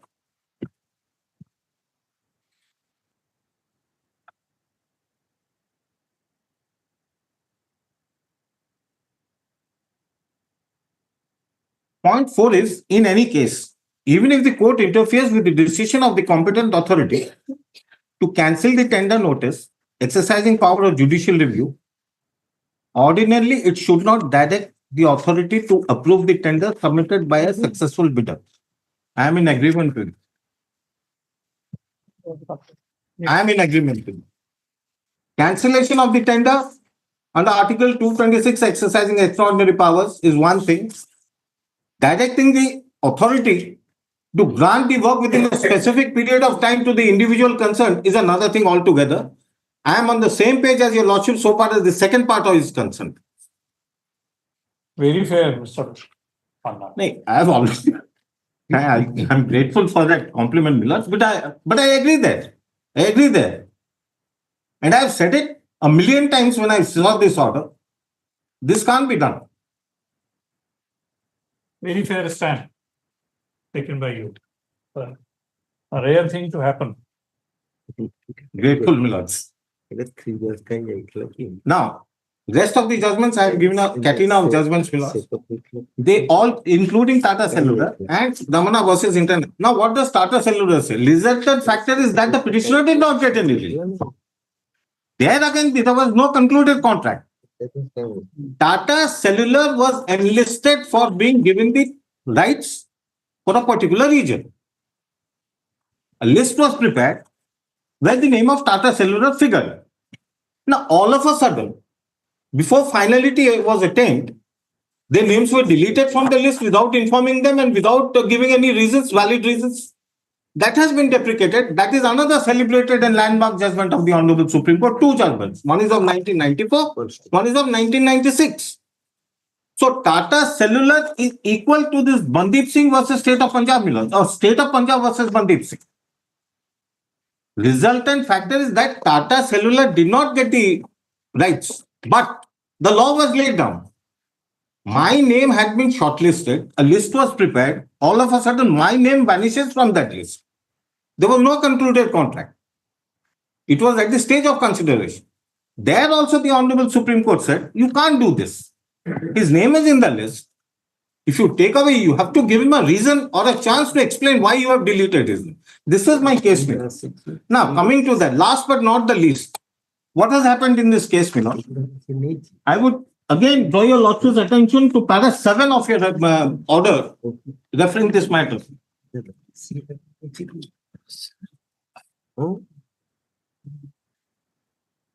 Para 7 mil.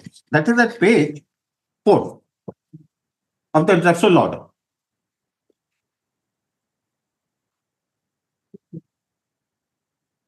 Got it, Lords? Yes. I've given a counter affidavit has been filed on behalf of the state opposite parties wherein it has been stated inter alia that the government in the works department had requested to re-examine and submit a report regarding the condition of the road for which tender was invited, as the said road was either developed under World Bank assisted Odisha state road projects. Upon re-examination and during the visit of the departmental principal secretary, engineering chief, Odisha and other officials, it was decided to take up 4-lane work of the total length after availability of the encumbrance-free land. Accordingly, a proposal was made to cancel the IFB, whereafter the IFB was cancelled. Now, this has to be taken true. The state being an ideal litigant, Milords, what has transpired? Lordship may kindly come to the writ application, their counter affidavit. Yeah. Page 3 of the counter affidavit, Milords. Yes. Para 6, I am reading the counter affidavit. Para 6.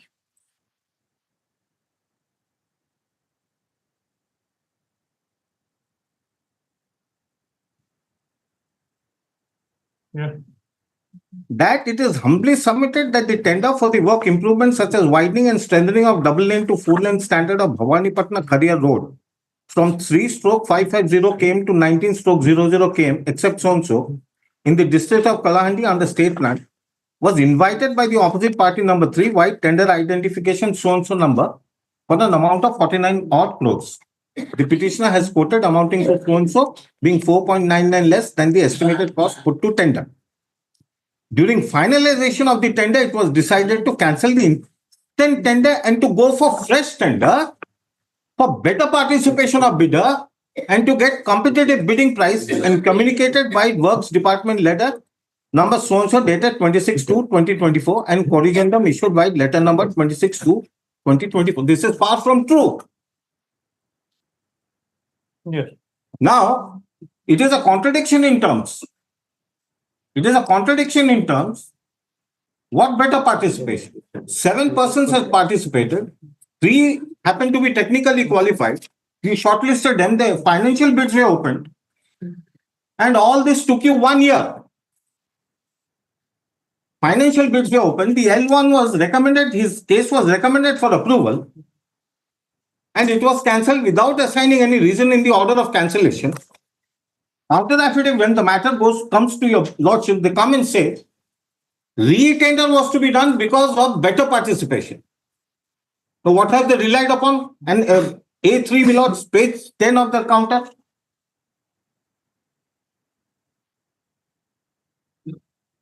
Yes,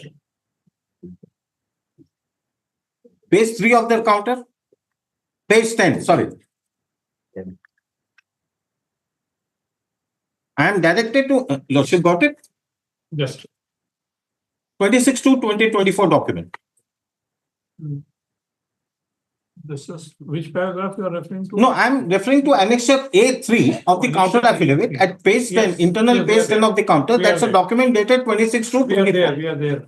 Got it, Mills? Yes. Okay. I am directed to invite a reference to a letter number so-and-so dated 23/11/2023 and letter number so-and-so dated 22/1/24 on the subject noted above. And to say that government, after careful consideration, have been pleased to cancel the instant tender and go for fresh tender after availability of encumbrance-free land for the total length to take up 4-lane work of the road. Now, this does not speak what the counter affidavit says. Yes. Now, encumbrance-free land, Milords. The OPWD code and the procedures mentioned therein are binding on the state government authorities and the works department so far as floating of tenders and the conditions mentioned therein are formulated. Unless and until the land is acquired and compensation is paid, you cannot float a tender for that particular purpose. Now, have they stood by this? Annexure A3, or have they stood by that? Amendments made in the counter affidavit at para 6. The answer is an emphatic no. Lordship may kindly come to flag A, where I have filed an interim application.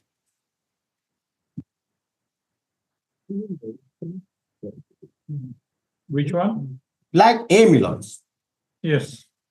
where I have filed an interim application. Yes. Look, I'm just getting it.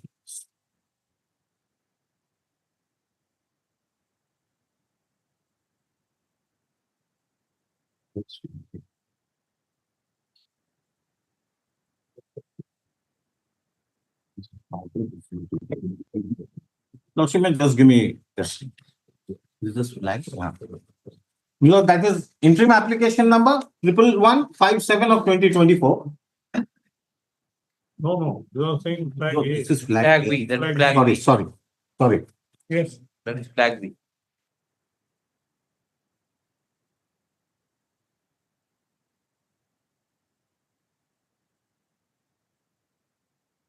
Yes.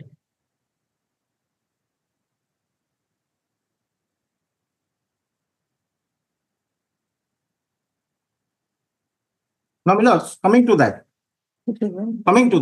flag B. I have annexed a letter which is annexure 7 dated 31/7/2024 of the opposite party number 1. That is at internal page 6.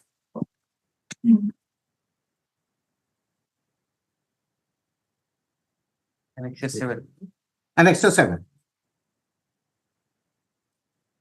Yes.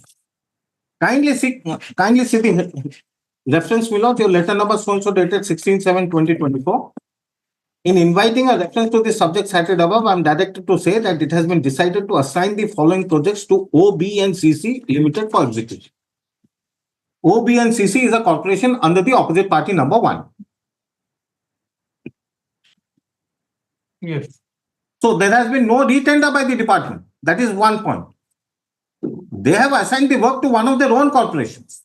Now, column 6, pertaining to that work.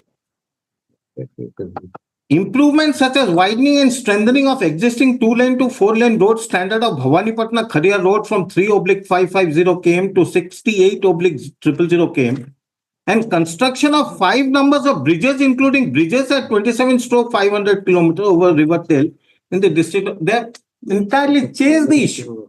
It is a worth of 600 crores. No contractor in Orissa can be eligible for this work. From 49 crores, we go to 600 crores. And they say this work will be returned. Yes. Now, I have filed another interim application, Milords. Now, this is also not correct. they do not stand by this also. Milord, kindly come to flat C. Interim application number 14679. Lordship got it? Yes. I have annexed a document dated 30th September 2024, that is annexure 7A.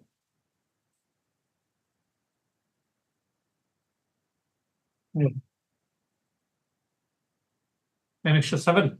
Annexure 7A. A. Yes, Lordship got it, Milord? 30th Yes. September 2024. yes, Serial number 1. Lordship got it? yes, Widening and strengthening of double lane to 4 laning of Bhawanipatna Kharia Road, SH 16. From 2/00 came to 70 came in the entire work is changed. yes, The entire work stands changed.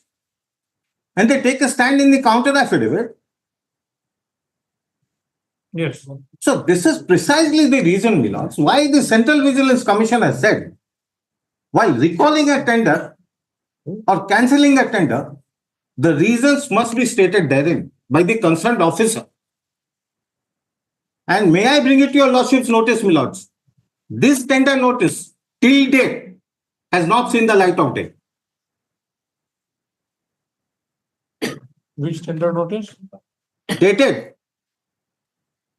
This tender notice, Milords, dated 30th September, has still not seen the light of day. We are 3 months down the line.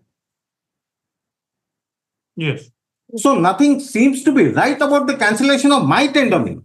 There's an oblique motive that was behind cancellation of my tender. August 2023 tender was floated. November 2023, financial bids were opened. And 4 months later, it was approved, sent for approval, and within 1 week, it was cancelled. Just a minute. You are relying on this communication 24/3/2005 of the CV center. Yes. Please read it. This is not regarding cancellation of tenders.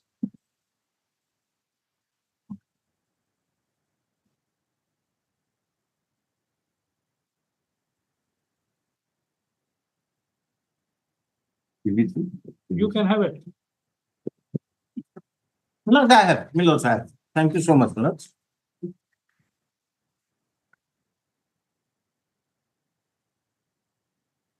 Yes, para 2, Milords. I'll just, at the cost of not meeting your Lordship's query, I may be successful in convincing your Lordships. Para 2. The Commission has discussed the issue and it is emphasized that the above clause in the bid document does not mean that the tender accepting authority is free to take any decision in an arbitrary manner. Now, which is the clause referred to? Every tender clause has a clause. The authority has the right to cancel any tender without assigning any reasons. Now, this clause has been severely deprecated by the Honorable Supreme Court as well as the separate high courts of the country all across. Then it says, he is bound to record clear logical reasons for any such action of rejection. Because cancellation is some kind of rejection. Recall of tenders in the file. Yes. Read paragraph 1. Okay. Read paragraph 1. 1. The Commission has observed that some of the notice inviting tenders have a clause that the tender application could be rejected without assigning any reason. This is the rejection of tender application. My tender has been rejected. I mean, non-acceptance, what does it amount to me? That is my humble thought. This clause is apparently incorporated in tender inquiries to safeguard the interest of the organization in exceptional circumstances and to avoid any legal dispute in such cases. Not rejection or cancellation. Tantamount to say. Of course, if I am rejected, I have a cause to challenge it. If I have a valid ground. Anyway, it is open for your Lordship. This is my line of argument. Now, all the other judgments, category deal with it.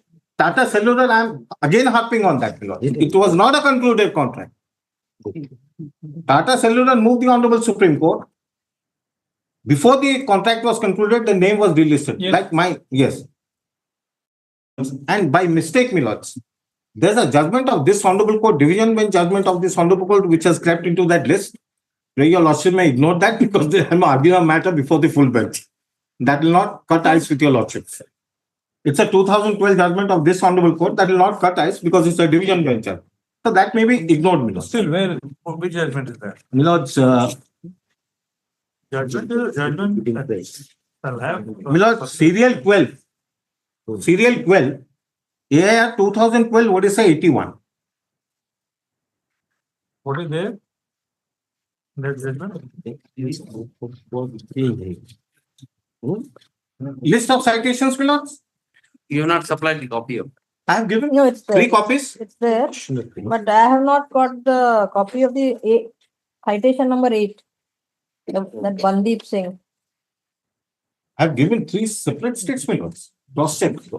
Lordship want a copy, we'll give it, my lords. Want a copy means what? Lordship, hey.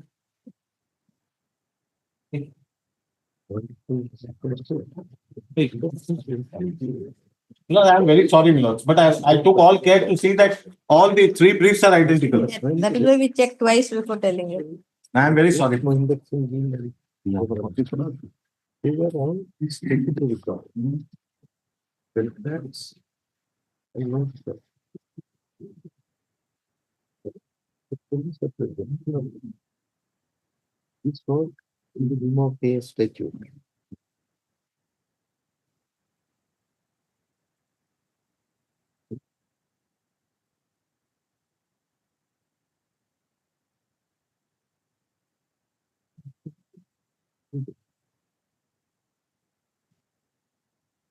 Yes. That 2012 judgment is a division bench. It also says that reasons and it may be, that may be because I am arguing before a full bench. Now the question arises, my lords, and all the other judgments, my lords, I leave it to your lordship because they are only save and except 2009 Supreme Court, my lords. I'll just play this.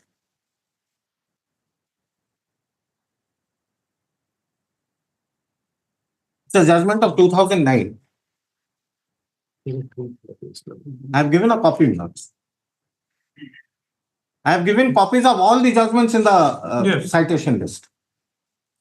Constitution of India, Yes. Article 14, natural justice, rules of can be implied from nature of duty. Natural justice rules apply both to judicial and administrative acts. Yes. I'll take your lordships to para 7 first. Para 7 of that judgment. The expression natural justice and legal justice do not present a watertight classification. It is the substance of justice which is to be secured by both. And whenever legal justice fails to achieve this Solomon purpose, natural justice is called in aid of legal justice. Natural justice relieves the legal justice from unnecessary technicality, grammatical pedantry, or logical prevarication. It supplies the omissions of a formulated law. As Lord Buckmaster said, no form of procedure should ever be permitted to exclude the presentation of a litigant's defense. The adherence to principles, next para, the adherence to principles of natural justice, as recognized by all civilized states, is of supreme importance when a quasi-judicial body embarks on determining disputes between parties or any administrative action involving civil consequences is in issue. These principles are well settled. The first and foremost principle is clear, what is commonly known as the audio alterum partem rule. It says that no one should be condemned unheard. Notice, Out of, Mr. Pandra, whether this arose out of any contractual dispute or what? it is purely on the question of principles of natural justice being applicable to administrative orders. That is That- administrative order, if that affects you adversely, if that takes away your right, Yes. then principles of natural justice. And my lords, all other judgments, I need not go through them. Lordship may, We will see. They are all on the principles as to whether reasons are to be recorded and principles of whether it's a judicial authority, whether it's a quasi-judicial body or whether it's an administrative authority. And my lords, the subsequent developments consequent upon cancellation of the tender, I pray before your lordship may need to be taken into consideration because this has a link for cancelling the tender without assigning any reason. And that fourth point, my lords, I again repeat, I don't stand by Thank you that. so much for that. Grateful, my lords. Grateful.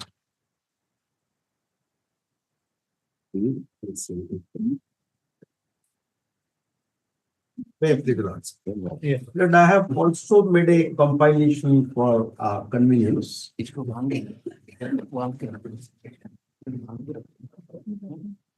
Let the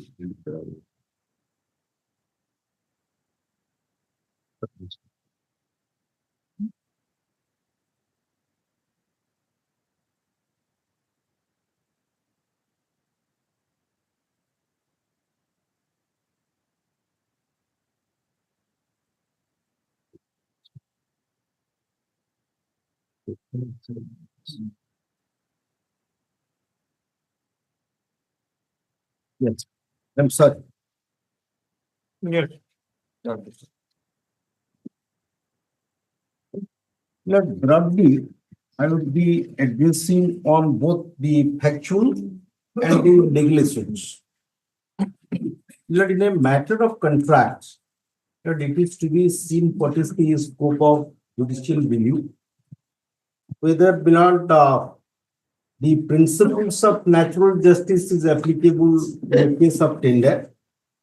And beyond the fourth point, so long as the deed has not been accepted before Milord, whether it can be styled as a concluded contract made so as to come within the ambit of Article 299 of the Constitution.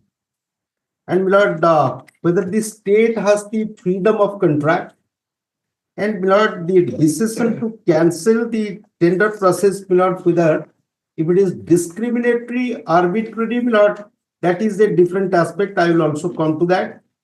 And so far, the other point, whether Mohinder Singh Gill and Gordhan Das Panji, the principles enunciated in both the judgments, so far the setting out of reasoning in the order made by a public authority applies to a case of tender. But these are the 5 broad principles which your lordship have formulated. That on each of the questions, I have an answer with reference to the pronouncements of the apex court. But I have made that heading accordingly. So far, I am starting from the last one, scope of judicial review. Factually, let me, this particular case, here, Milord, before the financial bid was opened, he was the Gale one. Under the public, Milord, OPWD court, public was court. If it is above 10 crores, then the accepting authority is the state government. There is a committee, state government. Before acceptance of the bid by the appropriate authority, it was cancelled. Milord, I don't think my These facts have been that's incorporated correct. in the That order. has been incorporated. So Milord, it is not a concluded contract. Milord, the case, Milord, which was cited, Milord, my learned friend did not read out para 7 of that judgment. I'll come to that. Milord, I'll come to read out. I will answer that particular judgment. But it is, Milord, not a contract which has been fully concluded so that a right would accrue to a party. That here no right has accrued, admitted. Let's to speak of an enforceable right. So that is the broad aspect on which I would address your lordship, given in the fact situation and the general principle of contract. Your lordship, so far the scope of judicial review is concerned, that the Tata Cellular is the authority, of course. So, since it is a voluminous judgment, I did not file along with this convenience for compilation. I may be permitted to refer to the book 1994, volume 6, SCC 651. Not only one, several paragraphs may not be necessary, Yes. but only one paragraph I would not rely upon, para 94 of the report.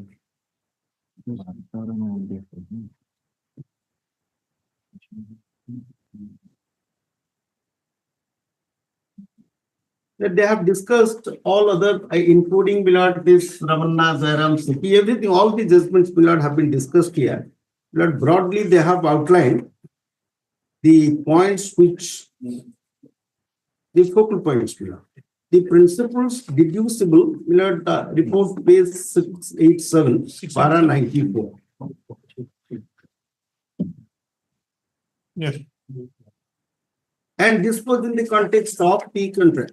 The modern points to judicial restraint in administrative action.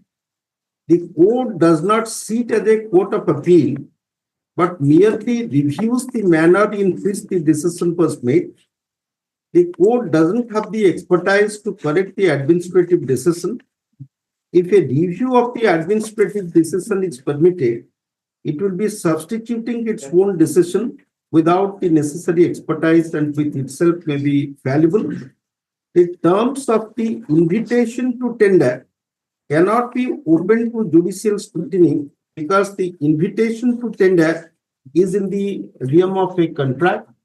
Normally speaking, the decision to accept the tender or award the contract is reached by the process of negotiations through several tiers.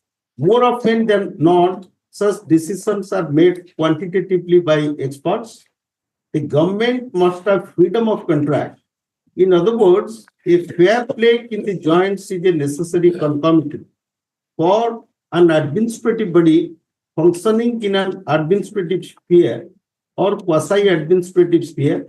However, the decision must not only be tested by the application of Wednesbury principle of reasonableness, including its other facts pointed out above, but must be free from arbitrariness, not affected by bias or actuated by malafide. This is the quasi decisions may impose heavy administrative burden on the administration and lead to increased and unbudgeted expenditure. But here the reasoning we have set out that there was no free land, non-encumbrance land in the area.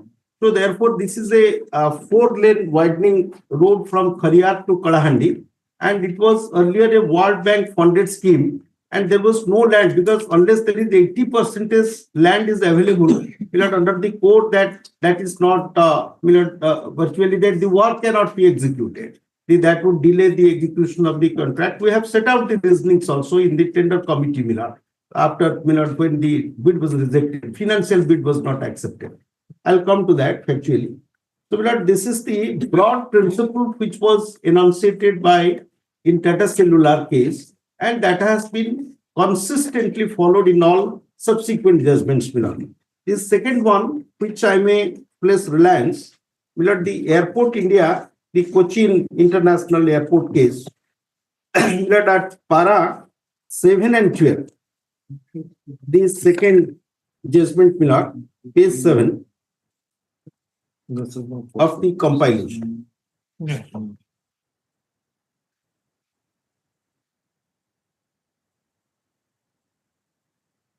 law, may I read, Yes. para 7 at page 7 of the compilation. The law relating to award of a contract by the state, its corporations and bodies acting as instrumentalities and agencies of the government, has been settled by the decisions of this court in Ramanna Dwaram City, Fertilizer Corporation, Kamgar Union, and Dunlop India, Tata Cellular, Ramki, all those earlier judgments they have referred. The award of a contract, whether it is by a private party or by a public body or the state, is essentially a commercial transaction. In arriving at a commercial decision, considerations which are paramount are commercial considerations. The state can choose its own method to arrive at a decision. It can fix its own terms of invitation to tender, and that is not open to judicial scrutiny. It can enter into negotiations before finally deciding to accept one of the offers made to it. Price need not always be the sole criterion for awarding a contract. These 3-4 lines are important. Price is not a contract. it is free to grant any relaxation for bona fide reasons. If the tender conditions permit such a relaxation, it may not accept the offer even though it happens to be the highest or the lowest. But this is important. But no right whatsoever accrues to a person who even comes out the L1 bidder that I should be awarded with the No, contract. Mr. Acharya, the question, the point which he is trying to raise is that he does not have any objection if you decide to cancel. You can do that. But there are two aspects. Right. One should, you should say that why you are going to cancel it, Do it. briefly even. Right. And two, if that decision is challenged, you cannot take a different stand than that what was mentioned in the order. Order, Miller, that's These are that's simple. correct. Mark. It's Even if the answer to these questions are inconsequential for the purpose of any relief to the petitioner, but whether this aspect has been ever dealt with anywhere in the decisions or not. Yes, the last Miller, you will All right, please continue. This was interjection. We right, Miller. Yes. Miller, let me go serially. Yes, That is yes. in the last proposition Please- I have given. please decisions proceed, to Mr. that. Acharya, Yes. in your Yes. as you have. Miller, deeply obliged. Miller, Yes. 7 para, I was reading out. Yes.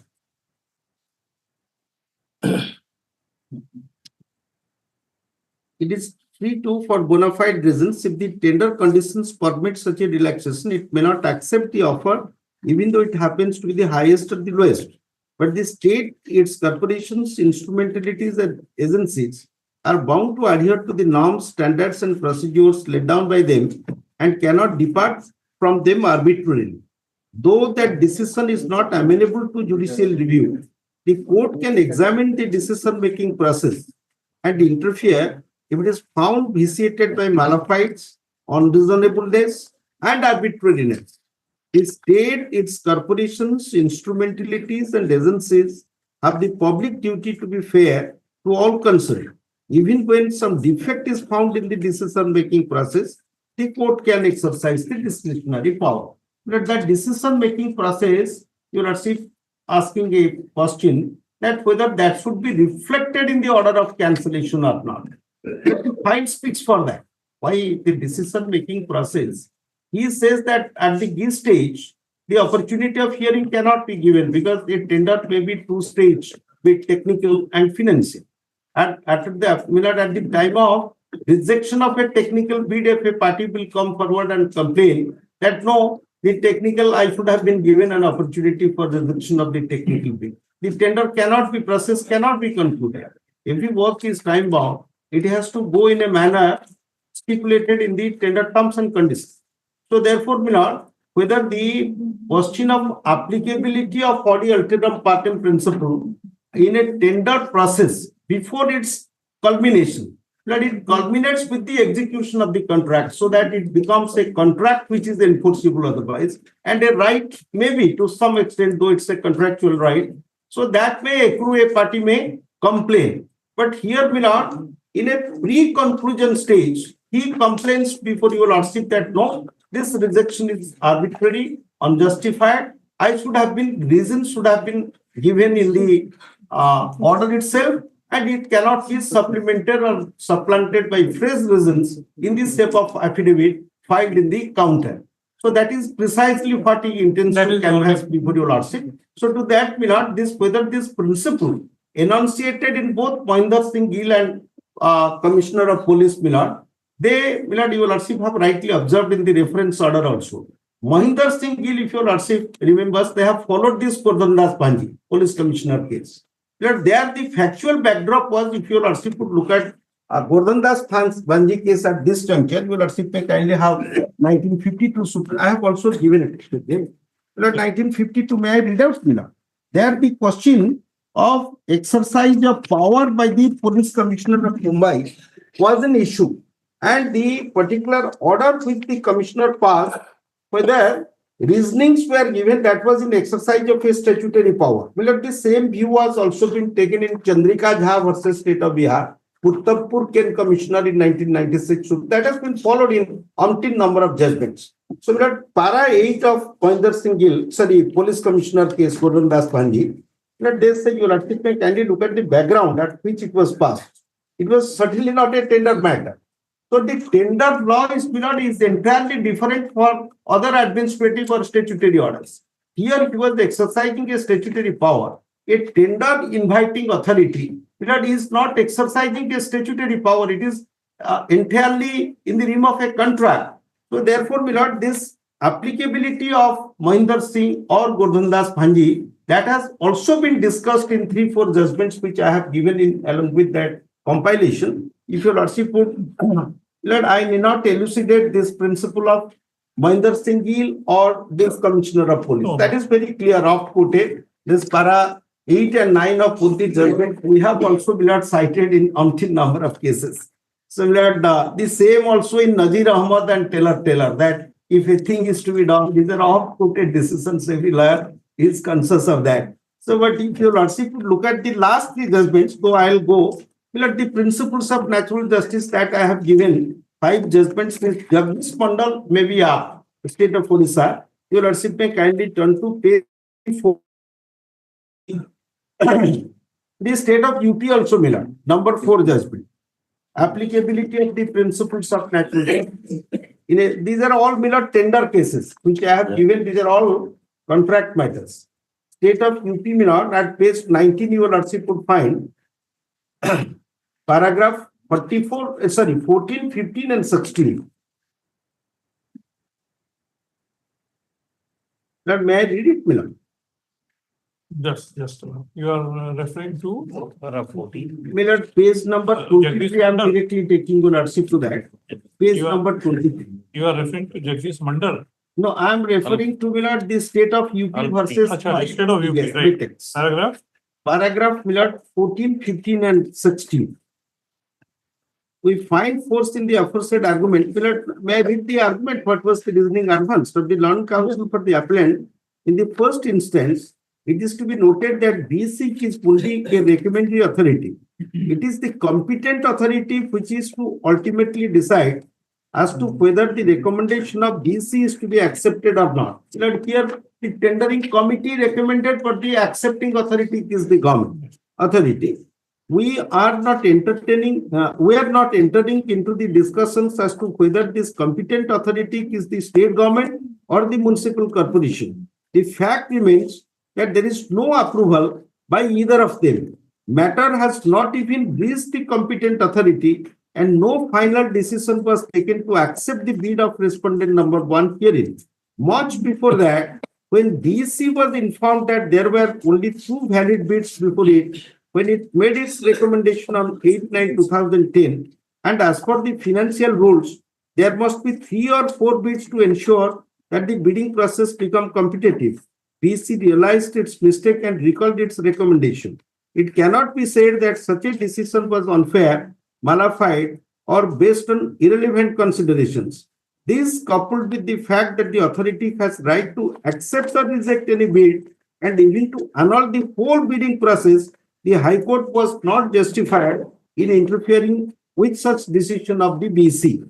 The High Court has also gone wrong in finding fault with the decision of BC by holding that such a subsequent decision could not have been taken by BC without notice to or in the absence of the appellant, when the decision-making process had not been reached any finality and was still in embryo and there was no acceptance of bid by the respondent number 1 by the competent authority.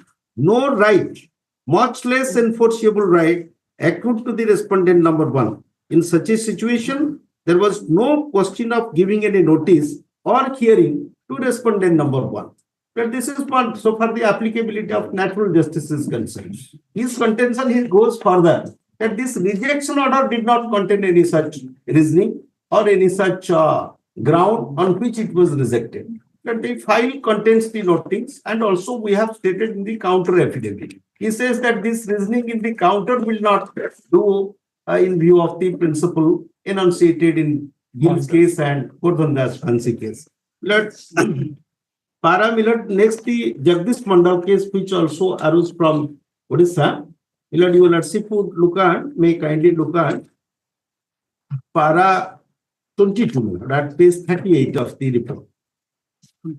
Compilation, I'm sorry. Para? Para Milord 22, Milord. They have dealt with the scope of judicial review in Para 21. If your lordship would look before that.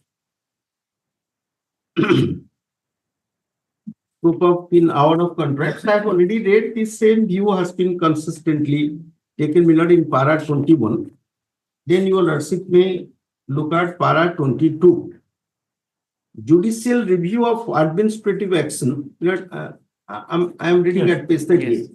Is intended to prevent arbitrariness, irrationality, and unreasonableness, bias, and malafide. Its purpose is to check whether choice or decision is made lawfully and not to check whether a choice or decision is sound. When the power of judicial review is invoked in matters relating to tenders or award of contracts, certain special features should be borne in mind. A contract is a commercial transaction.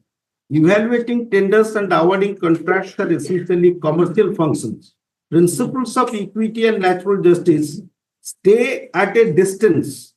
If the decision relating to award of contract is bona fide and is in public interest, courts will not, in exercise of power of judicial review, interfere even if a procedural aberration or error in assessment or prejudice to a tenderer is made out. The power of judicial review will not be permitted to be invoked to protect private interest at the cost of public interest or to decide contractual disputes. The tenderer or contractor with a grievance can always seek damages in a civil court.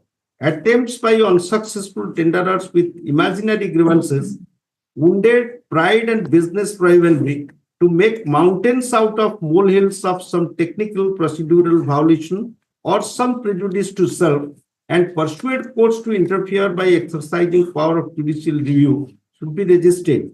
Such interferences, either interim or final, may hold up public works for years or delay relief and succor to thousands and millions and may increase the project cost manifold.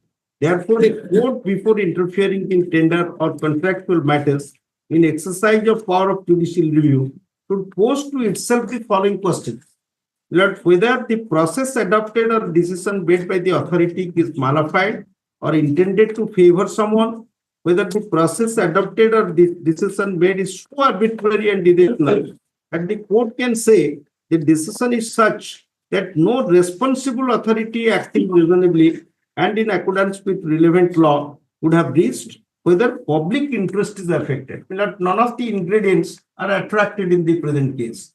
So that your lordship may kindly look at the other proposition which your lordship have also posed here. So long as the bid has not been accepted, the highest bidder has not acquired no vested right to have auction confirmed in his favor.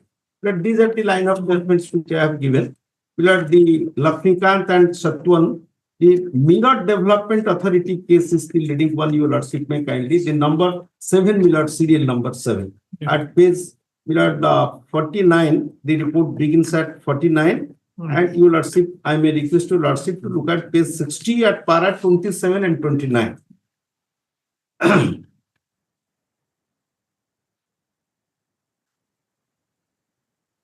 Yes. Yes, Milord, para.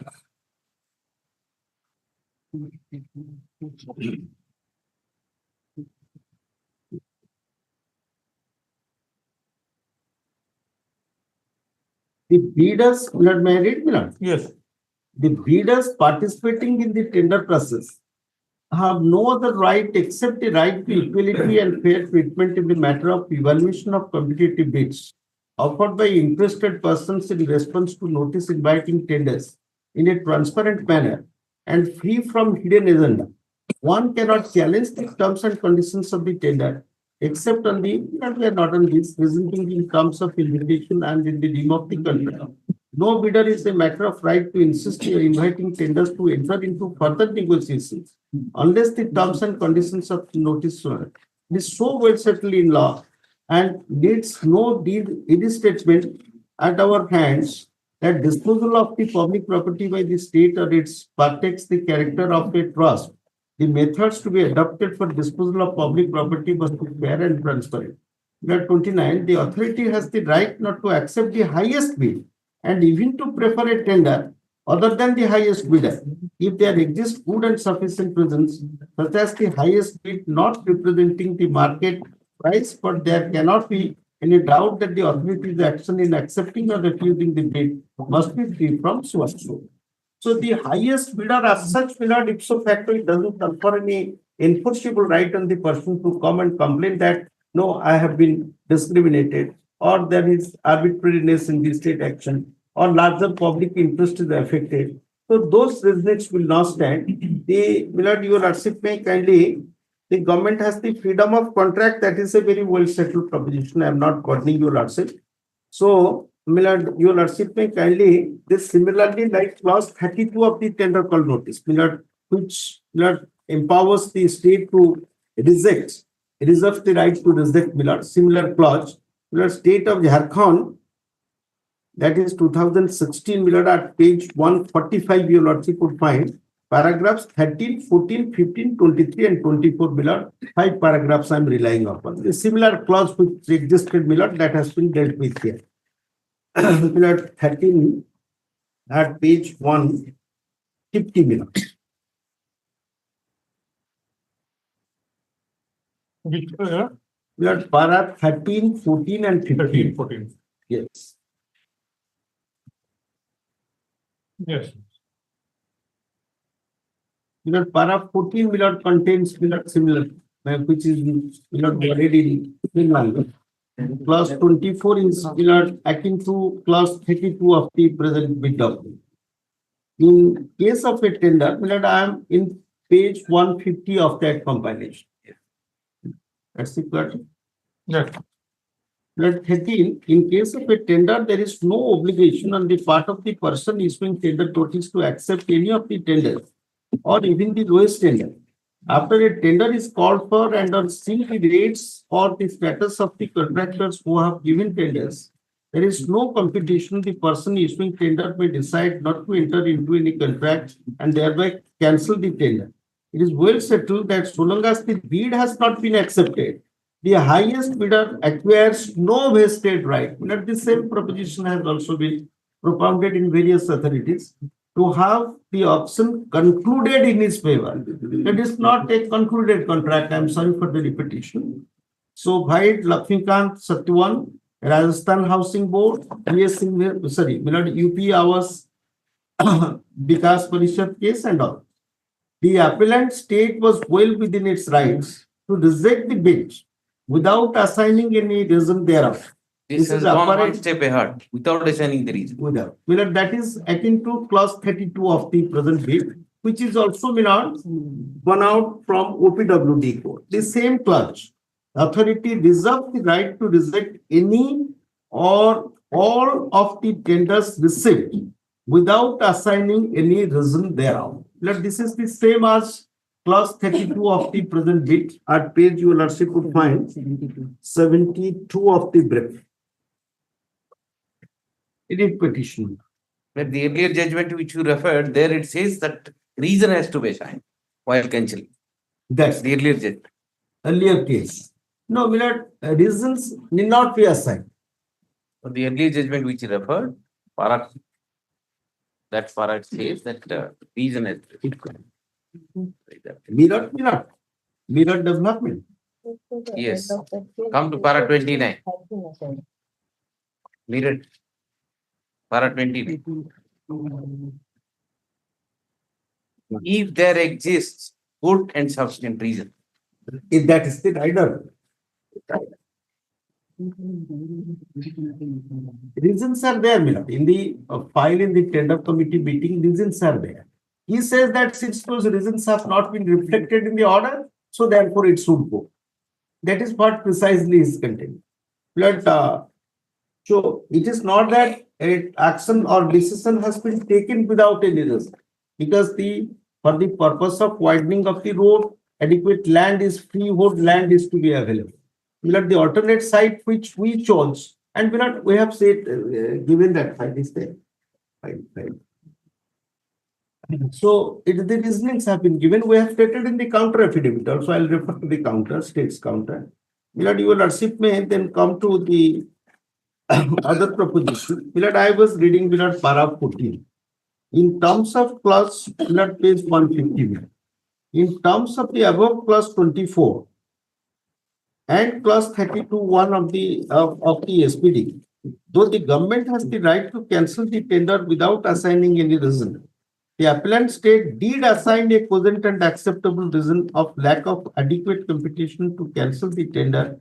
The High Court, in our view, did not keep in view the above clauses and right of the government to cancel the tender.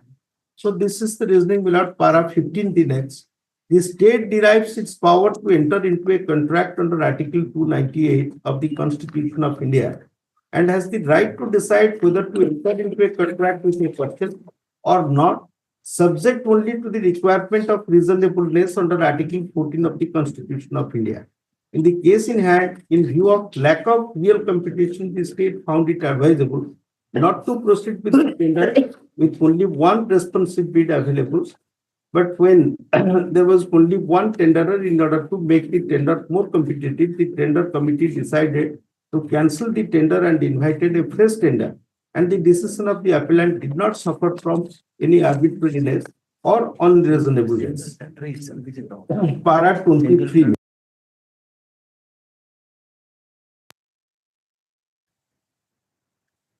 At page 154.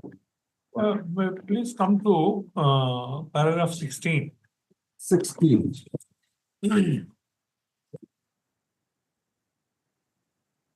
The appellant claims that the decision of Just retendering. see, these are the reasons why a decision to retender can be taken. 4 circumstances, 4 or 5. Offer does not conform to this for Mr. Acharya. I'm just trying to can't say deviate. Is it not possible that briefly a reason is mentioned when a decision is taken to retender or cancel a tender process? Even if it is not communicated, it should be there. It's a public notice. It's a public notice. You notify that the work is to be executed. Now, subsequently, you may decide not to execute that work. You may decide after the bidding process that it is not possible for the reasons. But even one sentence that so as to The petition, I'm guessing.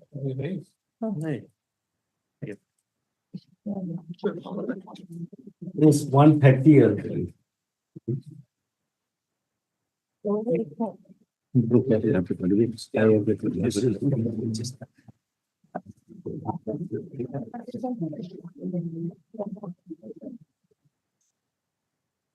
there is actually 21 in the division bench, but can be taken on sheet. we shall continue with this matter post-clutch. Oh, definitely. There are other matters your lordship may adjourn. We don't know. How if you finish the case within half an hour, then we will. There is a matter at Another 2 second p.m. one. I think some. 2 p.m. in fact, Friends was that may be adjourned. that is being adjourned. That will be adjourned. Better at 2 p.m. We think that Matter may- at 2 p.m. we think that maybe. There are some matters we have the respondents. Yeah. If it is adjourned, we don't have it out. I know. I am not going to spare you. I mean, I answer.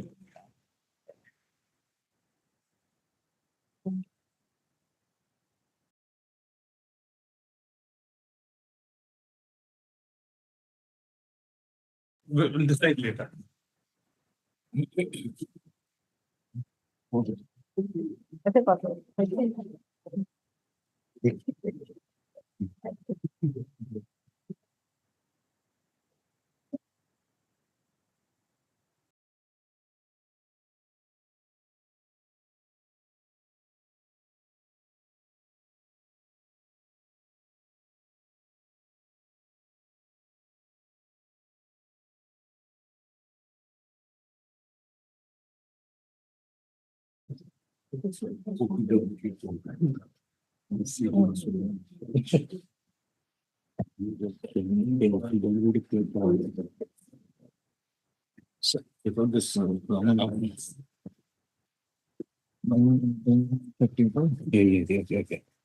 Yes, sir. Item just.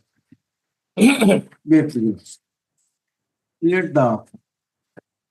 Let's leave the. That was making that note. But Mr. Acharya, we are impressed by this preparation of your compilation, point wise, Yes. whosoever has done. We are impressed with her performance. Every day we watch her. It goes to her. In fact, the way they are assisting me, it's really appreciated. Yes. But I was going through state of Jharkhand. Yes. I was taking the lordship. So, Milord, the next serial number 14, 15 and Milord Dhirendra Kumar Das incidentally to lordship have referred to in the reference. The other two is Punea Mohammed and this Pune Distillery.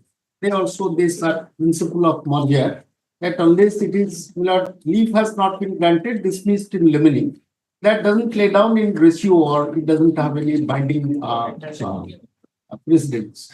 So therefore, Milord, these are three judgments. So therefore, the dismissal of the SLP of Sri Ganesh, which is, Milord, the judgment on the relying upon which the subsequent decisions have been laid. So therefore, Milord, that doesn't have any binding effect on your lordship to decide or to disagree with the proposition. But I was also, the other point just came to my mind. Milord, the clause 32, which I pointed out to your lordship, that the rejection reason need not be assigned. Milord, the OPWD court, which is, Milord, a set of that's under the rules of business of the government. That's a 4 Milord compilation of various instructions That have been taken note of, I think, in the reference. in the also. reference order. In the reference. There are two aspects. Lord, I may respectfully submit before coming to the applicability of Mahinder Singh. The last two judgments that deal with that, I'll come to that little later. Lord, the bidder, whether Milord it is open to a bidder, having participated in the tender, to turn around and question the validity of a particular clause to which he has already accepted. But with eyes open, he accepts the clause 32 of the bid document and participates in the bid. Let's suppose after being unsuccessful, a bidder will come forward to question a particular tender and term and condition that has also been held by the Honorable Supreme Court that he can take a U-turn and turn around to challenge it. Incidentally, Milord, once a judgment national, Milord, I am passing on this, Milord, at this juncture, may I? It's a recent judgment. National, yes. Milord, the clause also which was under challenge before the Honorable High Court, National High Speed Rail Corporation, Monte Carlo Limited. Milord, you lordship may kindly look at the clause which was under challenge at page 414.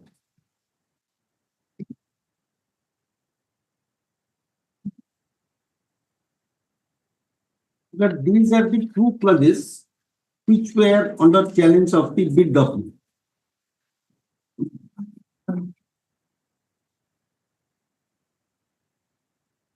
But para 2.2 you lordship may kindly. That the technical bids submitted by various bidders, including the original bid petitioner, were opened by the authority, Milord, on 19/2/21. The original bid petitioner, along with 4 other bidders, were declared unsuccessful. NHSRCL, Milord, that is the authority bidding, tendering authority, informed the original bid petitioner through uploading of technical proposal evaluation summary that the bid of the original bid petitioner, along with 4 others, have been rejected at the technical stage. The bid petitioner sought the reasons for rejection of its bid. This is important. Sought the reasons for the rejection of its bid. In response, by its communication dated 28/4/21, addressed to the original bid petitioner, informed that its bid was not substantially responsive. A reference was made to clauses so 28.1 and 42.5. Information relating to the evaluation of the bids and recommendation of the contract award shall not be disclosed to bidders or any other persons not officially concerned with such process until information on contract award is communicated to all bidders in accordance with ITB 42. Clause 42.5, only after notification of award, unsuccessful bidders may request in writing to the employer a debriefing seeking explanations on the grounds on which their bids were not selected, and the employer shall promptly respond in writing to any unsuccessful bidder who, after notification of the award in accordance with the request, briefing. That these two clauses were challenged. That this turnaround theory you will articulate kindly.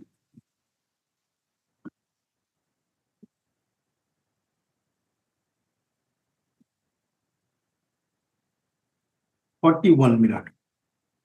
Para.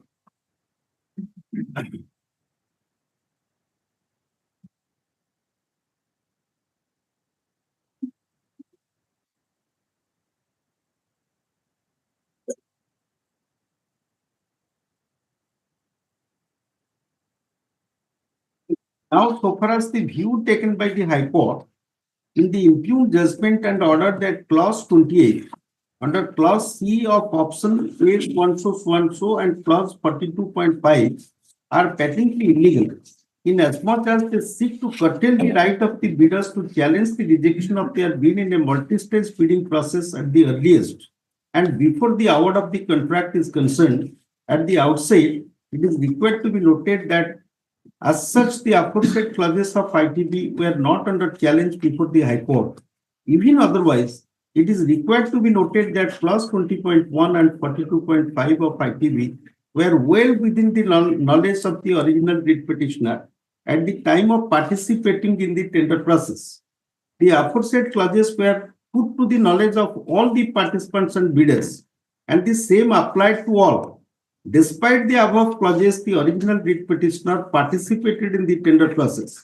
Therefore, once having accepted the terms and conditions of the tender process with the full knowledge of clauses so and participated with full knowledge, thereafter it was not open for the writ petitioner to make a grievance with respect to such clauses. So that he can take an exception to 32 and say that no, it is not binding. Same is the purport of the OPWD code. So, suppose at a stage, if he comes before participation, yes, such a clause is arbitrary. It should not have been contained in the bid document. That curtails my right otherwise. Though in the instant case, the Supreme Court says that no enforceable right is created unless the contract is concluded and the agreement is executed or he is notified that you have come out as the successful bidder. Here the bid has not been accepted. But the answer may be yes. I was asking myself that if it is a concluded contract and it is cancelled thereafter without assigning any reason, your lordship may be right in holding that both the principles should be applicable because the impugned order has to state the reasons. But before acceptance of the bid, whether that principle would be applicable, because it is a stage which is prior to acceptance by the tendering, by the competent authority, not the tendering, by the competent authority under the OPWD code. So that question, Milord, in my humble what opinion, he is trying to converse, that see, you issue tender notice, you invite tenders, someone is the highest bidder, you decide not to give him, cancel then you re-tender someone. This time he may participate, may not. This time also, since the person is not favorable, therefore, without assigning any reason, you can cancel re-tender. So, to introduce some degree of fairness, is it required? Is it required to mention something? Lord, in my humble view, Which should be, yes, there can be circumstance when you should not disclose. You can say that. That it is not desirable to disclose the reason. This is possibly the But suppose in a tender, I'm giving an example. But suppose, Lord, there are multiple participants, say more than 5, 10. If Lord, at every stage, if we communicate the reasons and it comes before the court for challenge somewhere or there. But then, no, we are not on that. We are on your decision to recall the tender notice itself. After almost it attains the finality. Formal decision is taken, you decide to cancel it. Particularly when H1 or L1 is known. And then you decide to cancel. You can. But should you not mention briefly the reason? It's a different matter for the what we do in this case is different. What should be In reason is one thing. And before giving reasons, that is what he says. Principle of negligence. notice we find that difficult. Notice Not very. notice may not be required, but No concluded contract or no right hand. no. So principles of natural justice, we are not very much convinced. But But reasons. we has don't to be know, supplied. that is our tentative opinion. We don't know what will. Lord, one humble submission. Just trying to explore. It's not that something there is. Lord, here we are two issues. The party must establish that he has an enforceable right to invoke 220. No, forget all rights. Let us forget everyone's right. See, you are discharging public function. You take a decision. So why don't you tell the public, let's see this road we had planned to construct. Everything was done because of this Yes. one sentence. The public tender. The public tender is a public tender. That's all. That's all. Since it is a public tender, once you cancel it, it should be in the public domain. Whether it can. Even in future, for the future, whether we can consider that or not. Challenge to this and the questions we have framed. Different matter, but still we are Karsik is correct. If I become Trying to- fair with the honorable court, that every One public sentence. authority should be fair in approach. Transparent also. I don't learn. That's I can't be unreasonable. Are you I saying know. the reason for not disclosing is That's to correct. prevent, That doesn't indiscriminate litigation? hamper the interest of the government. If you that let will the- that will promote the interest of the government. Right. It That should not be. no one shall come to question the decision that they Yes. are not disclosing anything. That's correct. They may disclose the decision itself, but at least for this decision, if they are agreed, they can. They can take a policy decision and then consider taking a policy decision in future. Yes, we may, Milord, incorporate. We are not directing you, but we shall surely. Milord, I got your lordship's point. Consider. That's fair enough. Milord, number 2 is Milord here. What is the difficulty? Here the file deals with it. I was also asking the same question to the ward secretary. So what prompted? These are the reasonings, Milord, they have stated in the counter. In fact, that has been noted in the order also. That has been noted. In the counter affidavit we have disclosed, Mahinder Singh Gill, Milord, it's a broad proposal. Your lordship may kindly look at the last 2 judgments. That may help the ratio. Milord, these are the 3 judgments we have found out. No, that may be on different, not exactly relating to tender matter. But it says that when larger public interest is involved, Mahinder Singh Gill and Gordhan Das doesn't have any application. Let the same judgment which my learned friend was citing, I'll come to that also. Para 7, should be read also. He placed up to 6, I will read para 7. The first Punjab judgment. But you will not may kindly say this 1718 at page 234 minute, para 45 of the All India Railway Recruitment. The ratio of Mohinder Singh Gill and Commissioner of Police, Bombay, may not always be applicable where larger public interest is involved. If these 3 judgments are in that line, we are at the 234 page. Yes. Para 45. 44. 44, they say of this, where also of the view, the High Court has committed a grave error in taking the view that order of the board could be judged only on the basis of reasons stated in the impugned order based on the report of vigilance and not on the subsequent materials furnished by CBI. Possibly, the High Court had in mind the constitution bench judgment of this court in Mohinder Singh Gill, or possibly they had not referred, but the court. Yes, That is there in our mind. that's correct. This is how we have been trained now. That's true. We are of the view that decision maker can always rely upon subsequent materials to support the decision already taken when larger public interest is involved. This court in Madhyamik Shiksha Mandal MP versus Abhilash Shiksha Prasad Samiti found no irregularity in placing reliance on a subsequent report to sustain the cancellation of the examination conducted, where there were serious allegations of mass copying.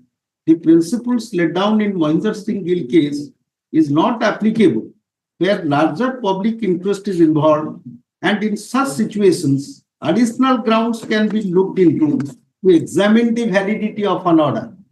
This is very important. So, phrase reasons in the shape of affidavit in the counter which Pilot Gorandas Khandi says public order made by a public authority has public effect. So this would be objectively construed with reference used in the order itself and not by subsequent explanations to be offered by the authority who made the order or what was in his mind or what prompted him to pass the order. They say this ratio will not subsequently they follow in Mohinder Singh Gill's case. Because that was with regard to the reason of conducting a by-poll. There are 2 aspects. One, if they say something in the order, Yes. and if they say something else in the affidavit, Right. then that is That impermissible. is yes. That is not. But if they don't say anything in the order, Yes. but they will have to say something in the affidavit to justify that decision.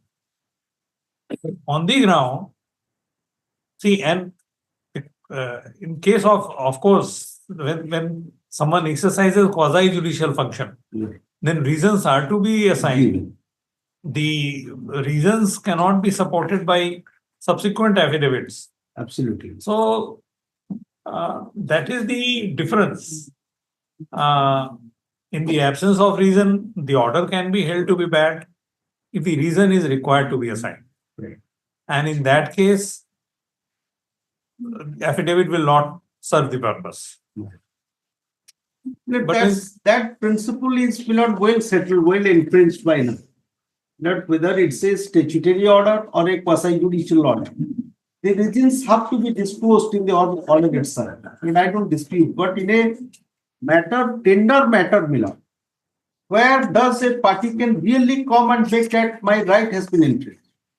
Provided a right has accrued in his favor. My respectfully what I submitted, that had it been a concluded contract after acceptance of the bid by the competent authority, it is cancelled. That is another situation. Certainly the answer would be yes. I will respectfully bow down that yes, the government acted wrong. They should have given the reasons in the order why are we cancelling. But here, beloved, in such situations, before acceptance of the bid, no right has accrued. So that your lordship could invoke 226 to grant such a relief in the mandamus. Yes. So that is a question, larger question. Had he any right, which is complaining of to have been violated, then certainly the authorities are bound to disclose the result. Here there is no right. No right. No right. They are just complaining of arbitrariness. Arbitrary. 14 million, that also they say that, yes.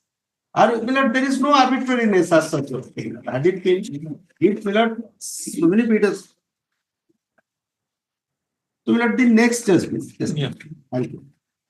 Let the next judgment you have to kindly look at. That has been PRP exports. At page 240 para 8.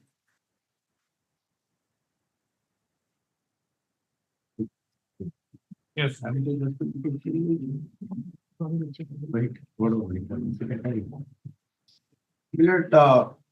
Page 240 minutes. Yes. They have relied upon this judgment.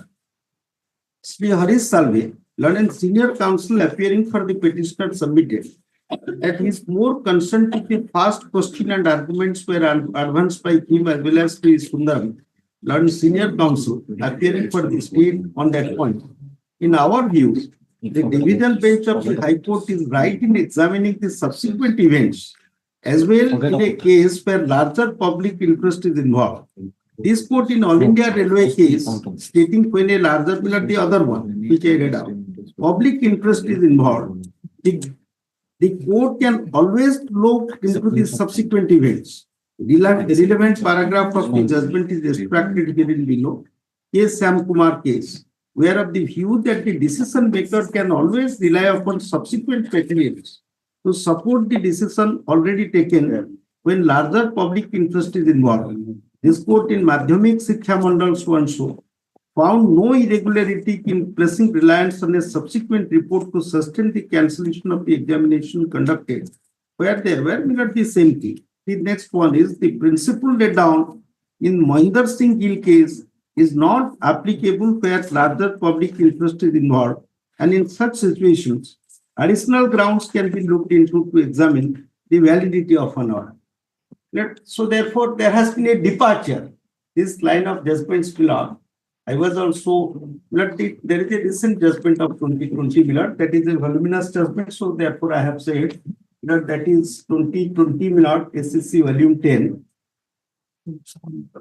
No,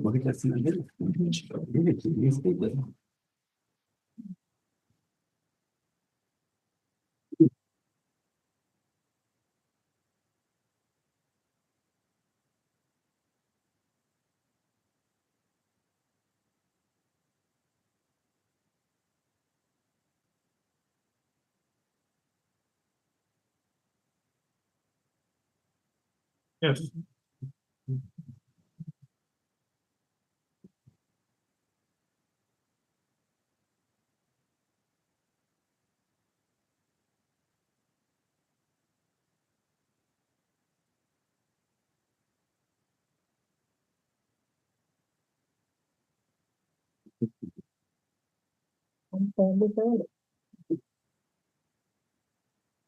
Para 177 at page 371, MS Gill does.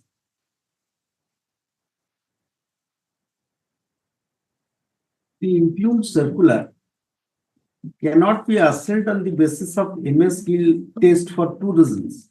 Let this circular. Yes. But it is that, yes, cryptocurrency case. I'll come to that. This could mean that MS Gill test may not always be applicable where larger public interest is involved, and that in such situations, additional grounds can be looked into for examining the validity of an order. This was followed in PRP exports versus State of Tamil Nadu. And in Moons Technologies Union of India, there are also two other judgments. This court clarified that though there is no broad proposition that MS Gill test will not apply where larger public interest is involved, subsequent materials in the form of facts that have taken place after the order in question is passed can always be looked at the latter at the larger public interest in order to support an administrative order. The second reason why the weapon of MS Gill will get blunted in this case is that during the pendency of this case, this court passed an interim so and so, not directing to give parables to the detailed representation by the Milord, they are not. So therefore, Milord, it doesn't have any universal application. Also, fresh reasons can be given In to appropriate justify cases, in in appropriate appropriate cases to circumstances. justify an administrative order. So that answer, I think, has been the first one, has been answered in those cases. There is no universal application. Especially in a tender matter, we are taking a very restrictive view of the court's interference and the power of judicial invocation of the power of judicial review.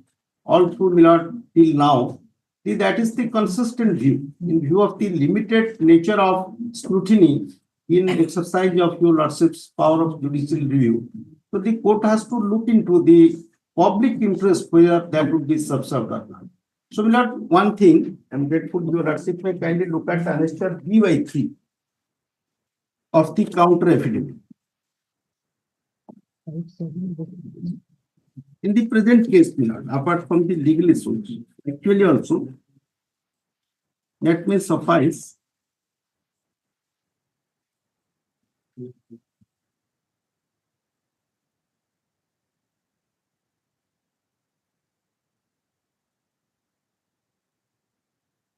And that's the impugned order, cancellation order. The bid for the work improvement such as page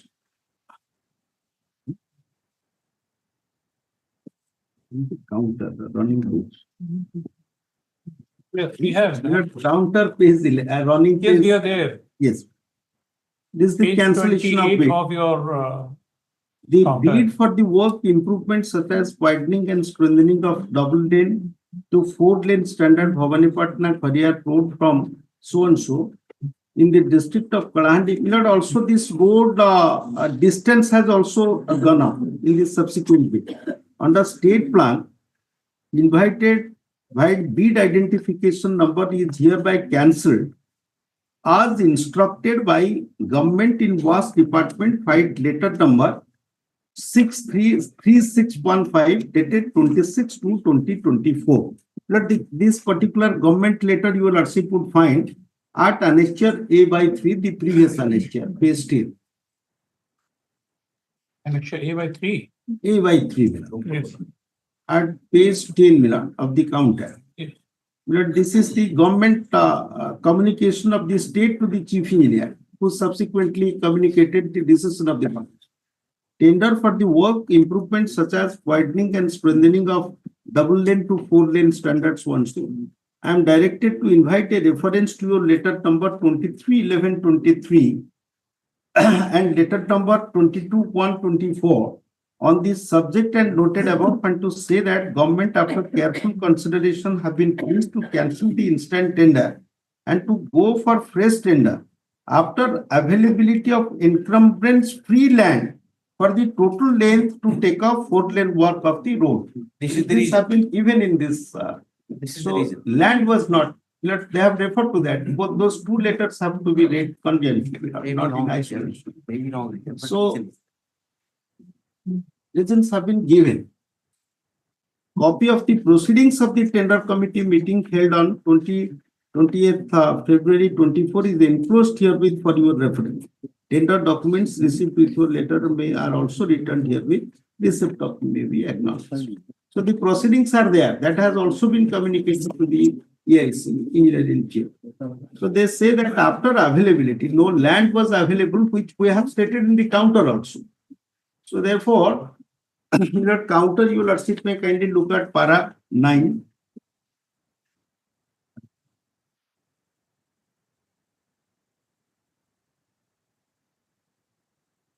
Okay. That the avertments at page 4 below, made in paragraph number 10 of the writ petition are disputed and denied. It is humbly submitted that the government in was department letter number so and so requested to re-examine and submit a report regarding the condition of the road for which tender has been invited, as the instant road was earlier developed under World Bank assisted Odisha state road projects. In response to government in works department letter dated 8/12/23, this deponent requested to CC Balangir Circle to submit a detailed report along with script map regarding the condition of the road. So and so, in response to letter number Balangir, the chief construction engineer Balangir R&B Circle in his letter submitted the detailed report and script map and site plan received from superintending engineer, in which the SC in the report stated that the total length of the road 38.523 kilometer and the proposed length to be widening from 2 lane to 4 lane from so and so, in which top BT surface has been damaged and some area potholes and cracks have been developed. There is no sign of failure of the crust anywhere on the road, and photographs number so and so. During visit of Principal Secretary Government in Works Department, Odisha, along with the concerned CC and SC to the site, it was decided to take up the 4-lane walk of the total length after availability of encumbrance-free land, for which deponent proposed to cancel the tender. The question is whether these reasonings can be looked into while judging the correctness. Let us look at it differently. Like if the order is illegal, let us presume that that notice was illegal. Then what will happen? If that is declared to be illegal on the ground of being unreasoned, then what will happen?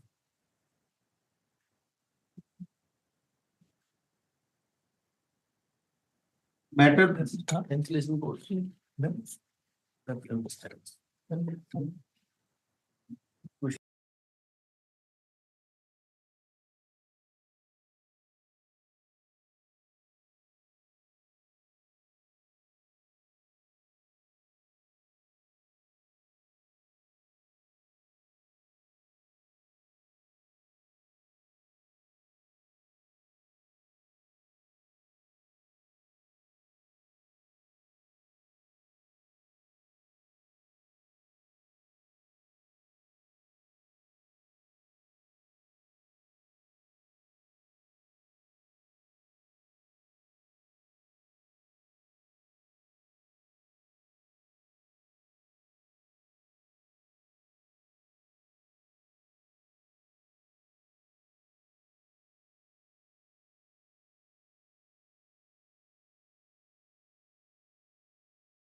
suppose in that event, what the court have done in all those cases, they have directed to award the contract.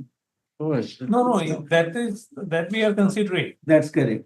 That we So are whether considering. your assessment is The correct, what will happen? Suppose question is that if you take a decision that the works should not be executed in the present form. This is the decision of the government. correct. Either you are going to deviate or you have decided not to execute, and therefore you have cancelled the tender. My lord. The court is of the view that this is unreasoned. So like when a quasi judicial order is passed, which is unreasoned, normally the courts direct them to pass a reasoned order. Correct. Here, what will be the effect of quashing even if we interfere with the? My lord. What would be the consequential order? What will be the consequence? Right. And suppose in this case you have taken a decision that once the encumbrance-free land is available, then you will go for press tender. Can the court say, applying Mohinder Singh Gill, that now you have this is unreasoned, the tender goes, so the cancellation of tender, that order goes, and therefore This case, is the tender, L1. in this case, tender goes, work also goes. That's what. That will lead to a very absurd. But in this case, the tender goes as well as the work is also gone. Gone. That's what you say in your counter and all, everywhere. There is no more work available. So you For which we had asked for write tender. one reason, in your order, one line, and then we are required to file an affidavit. Give that in detail, the reason.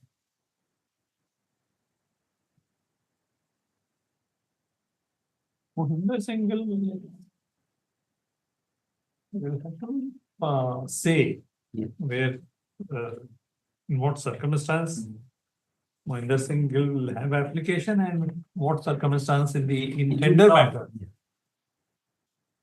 Mahinder Singh will be not, your lordship knows that it was on a different context altogether. Because the SEC's power. But what is your response to that decision for placing reliance?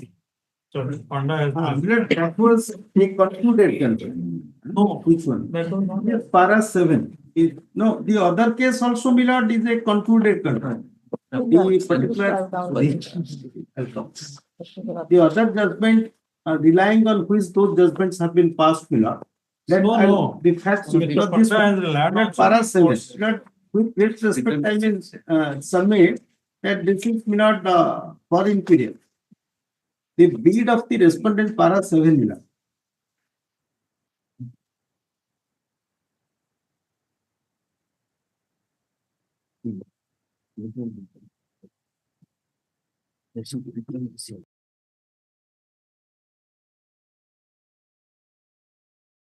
Let this Punjab. Mandeep Singh. State of Punjab versus Mandeep Singh.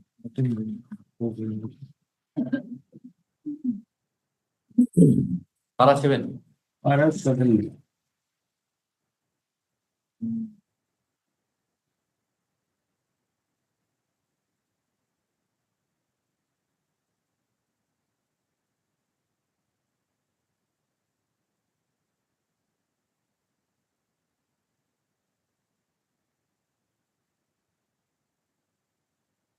The deed of the respondent is already over a decade old.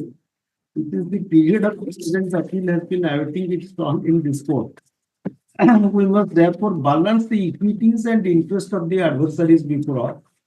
It has been submitted by the non-senior counsel for the respondent that although the appellant had addressed a letter to the respondents purporting to return the sums received from them, the check for this amount was not enclosed with the letter.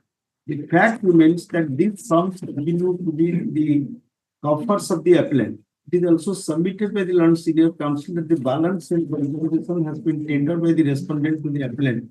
He declined to accept it on the premise that their appeal was pending before, pending in this court. And senior counsel suggested that in the endeavor to do justice to all the parties before this court, we may direct the respondents to pay the price of the land at the prevailing circle rate. Which suggestion has already been accepted by the non-counsel for the appellant.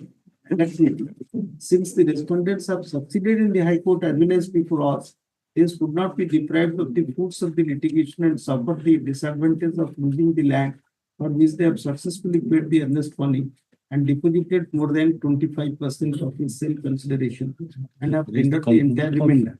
And counsel appearing for the appellant contended that in the facts of the present case, if the respondents are directed to pay the circle rates as existing today, the ends of justice would be made. Accordingly, in the circumstances of the present case, we hold that that is confined. The facts of that particular, it doesn't have any general application. In the facts of that particular case, that is not the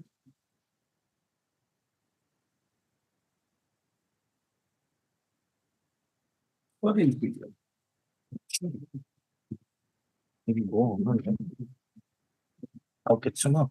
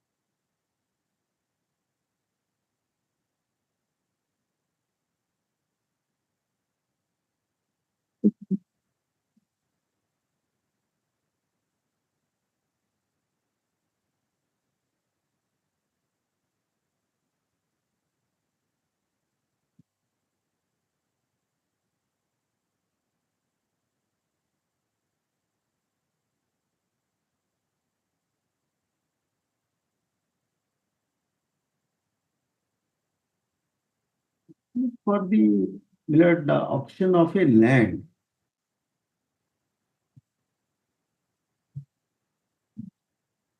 we hold that the tender price of the land equivalent to the prevailing circle rate minus the sums to the appellant. The appellant shall take necessary to convey the land to the respondent within the state.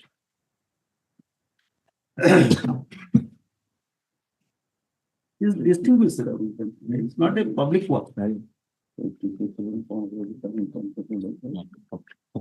a public auction. Land cannot be a public work. It's a public auction, right? Maybe, It's a public auction. maybe public auction and without purchase, sale and purchase of land also without the authorities are putting the land to auction. This Cuttack Development Authority, they also put the land to auction. That is different from a public Yes. work. A public work and a sale or purchase of government land. That's different, Two different things. Completely, that's not guided by this OPWD code. Yes. It's distinguishable. On facts also, my lord, this is distinguishable.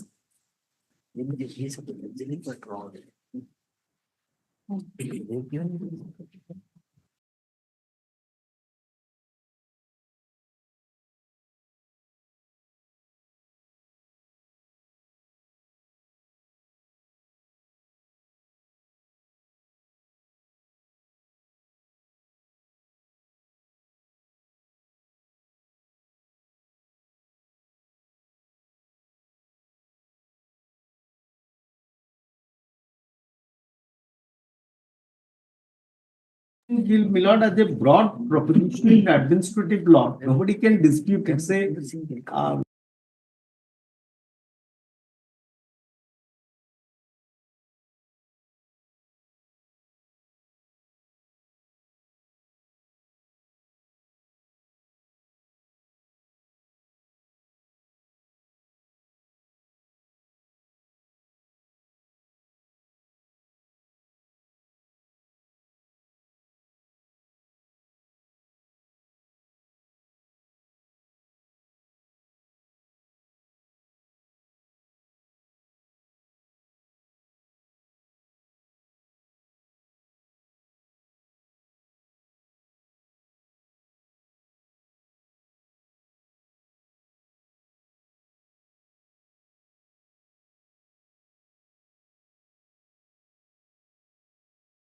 Milord, this with this thing, Milord, your lordship may kindly only look at one paragraph.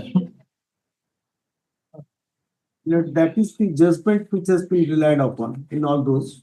Milord, that was a concluded contract. Agreement was signed, para 5. Sudeep Kumar Singh, respondent number 1 in the appeals, arising out of SLP's numbers 1-4 was declared as the successful bidder for Bhawanipur 1 Center, 341% is higher than the other successful tenderers 1-4 respectively.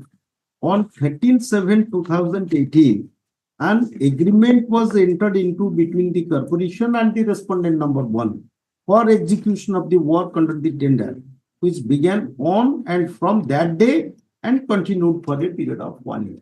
Now, had that been the situation here, then the scenario would have been different. So, results matter. So, Sudhir Singh doesn't not apply. It doesn't apply. So, the court has proceeded on the premise that that has laid down to every contract it would apply. So, my humble submission that there has been no enforceable right. The petitioner cannot complain of violation of any of his right, lest to speak of any enforceable right. There was no concluded contract. The government is free under Article 298, etc. This series of judgments. Mohinder Singh or Gordhan, they do not have universal application to all matters. Press regimes can also be looked into while judging the validity of an order, even though it is administrative. He can take a U-turn and say that after participating in the bid and being conscious of the tender terms and conditions, as would be evident from 32 clause, read with Milord 3.5.18 of the OPWD court, to say that, and that is also not under challenge. The validity of neither clause 32 nor the provisions of the OPWD court are under challenge. He challenges the impugned order, but without questioning the validity of these two provisions, the provisions of the tender terms and conditions, nor the OPWD code, which has a binding effect on the authorities. Not deeply applies. Yes.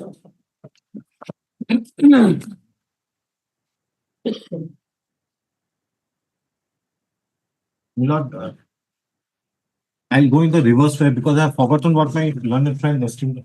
We have excellent relationships outside the court. He's like my younger brother. That doesn't matter. I'll go in the reverse form, Milord. Yes. As of now, he's just stated that the state of Punjab versus Baddeep Singh related to an auction, not public work. Lordship, may I kindly see point number 2 of your referral order. There is no necessity of giving an opportunity of hearing or a prior notice before cancellation of tender notice to the highest lowest bidder or any other successful bidder, as such bidder does not acquire any vested right to have the auction confirmed in his favor on that basis alone. Now, the auction which has been discussed in that case, my lords, was not an auction floated by private parties. It was floated by an instrumentality of the state coming under Article 12 of the Constitution of India. It's not as if a private party had floated it. Yes. That is one part.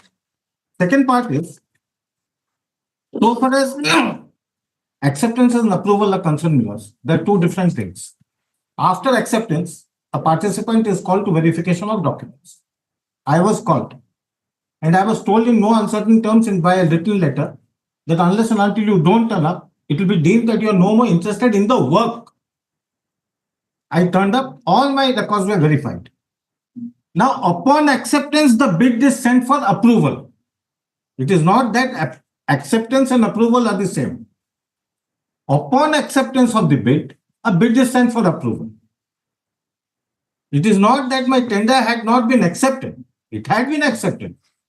My documents had been verified. Now, for a moment, my lords, my learned friend has submitted a lot about the OPWD code, and they are bound by that code. The works department, any department for that state, any floating of tender, they are bound by the provisions of the code, my lords. Clause 3.5.14 of the OPWD code, my lords. Normally, in selecting the tenders, other conditions being equal. 5.14 volume 1. 3.5. 3.5.14 volume 1. Whether that has been quoted in our order. Probably not. Your lordship has quoted clause number 6.15. 6.3.15 your lordship has quoted. Yes. Normally, in selecting the tenders, other conditions being equal, the lowest valid tender should be accepted. Lordship got it?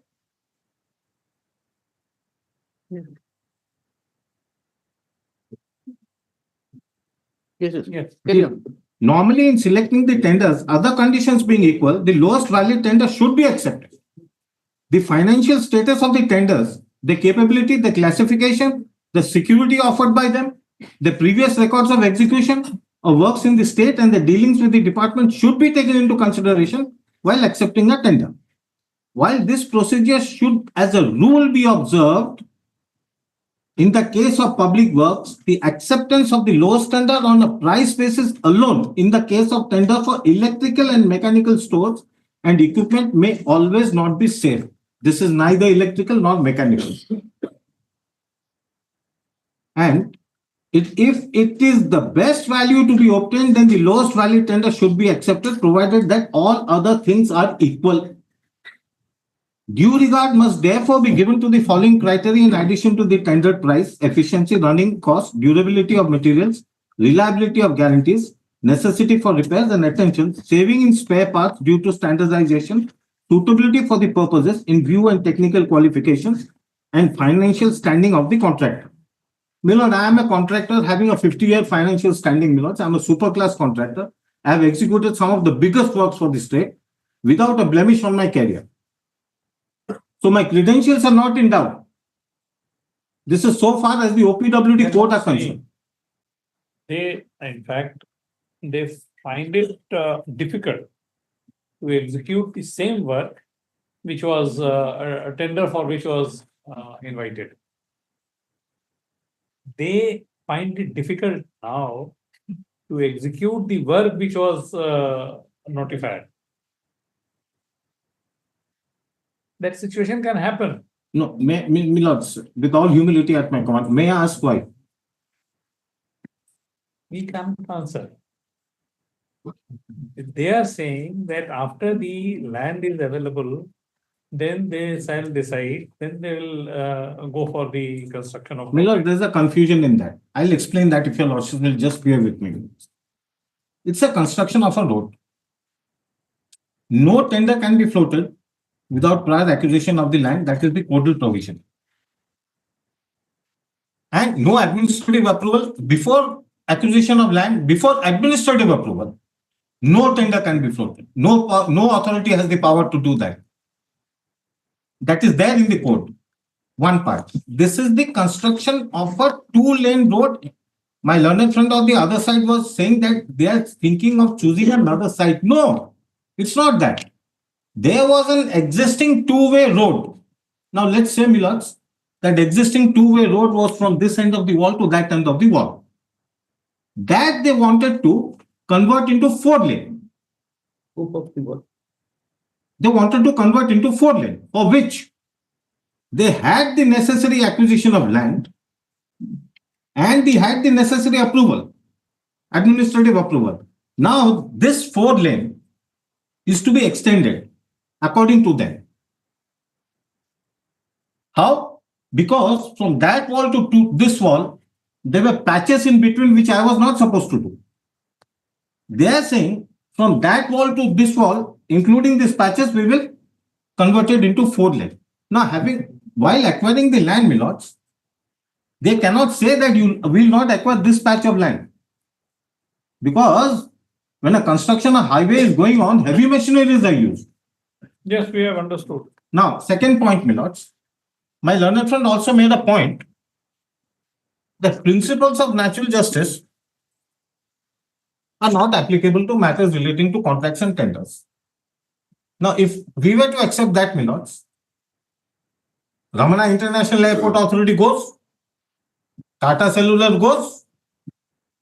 Yes. Government should have a freedom in grant of contract, Milords. What is the law laid down by the Honorable Supreme Court in Ramana International Airport Authority, Milords?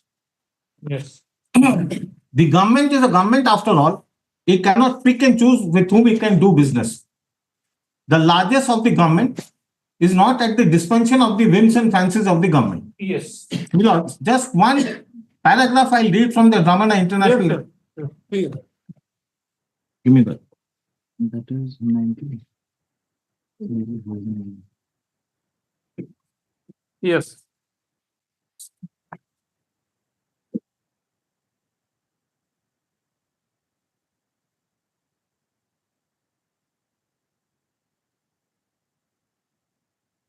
Para 12. Yes.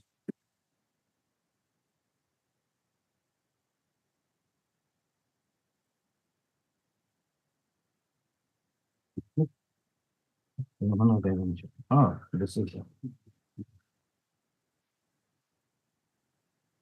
Para 12. We agree with the observations of Matthews J. in V. Yes. Poonam Thomas versus State of Kerala, AR 1969. The government is not and should not be as free as an individual in selecting the receipts of its largesse. Whatever its activity, the government is still the government and will be subject to restraints inherent in its position in a democratic society. A democratic government cannot lay down arbitrary and capricious standards for the choice of persons with whom it will deal.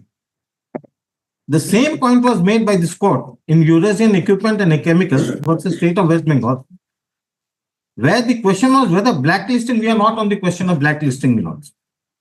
The activities of the government have a public element. Yes. And therefore, there should be fairness and equality. Now, Milords, I pause here for a moment. How is it that assigning a reason in an order of cancellation not public and it is private, Milords? Does it serve the public purpose or does it serve a private purpose? Yes. the state need not enter into any contract with anyone, but if it does so, it must do so fairly, without discrimination and without unfair procedure. Now, the procedure is what is I am questioning after the filing of the counter affidavit and subsequent development. The Lordship has also noted that ostensibly that tender was cancelled because it was going to be converted into entire stretch was going to be converted into a 4-lane.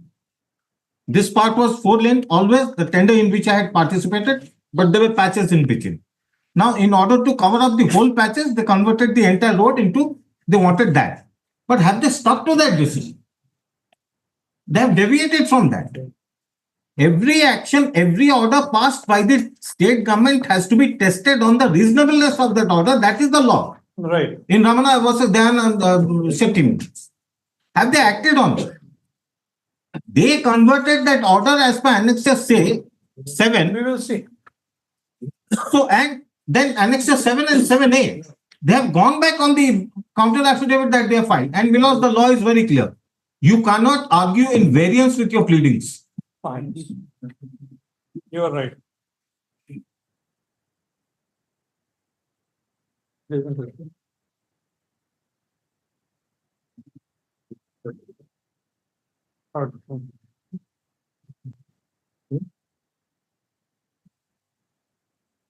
Yes, Mr. Acharya, can you argue the third case? The second one. Third case, we have something. Up to date. We candidate before 23rd is not successful. Before 23rd, it is impossible. So January, January, we can. January. But may I only draw one subsequent event in this case, but I am not supposed to give further reply. But in his IA Miller, one thing I may point You out. can give your short No, but notes. Short this work, note we will give. this work. Because if my learned friend says something.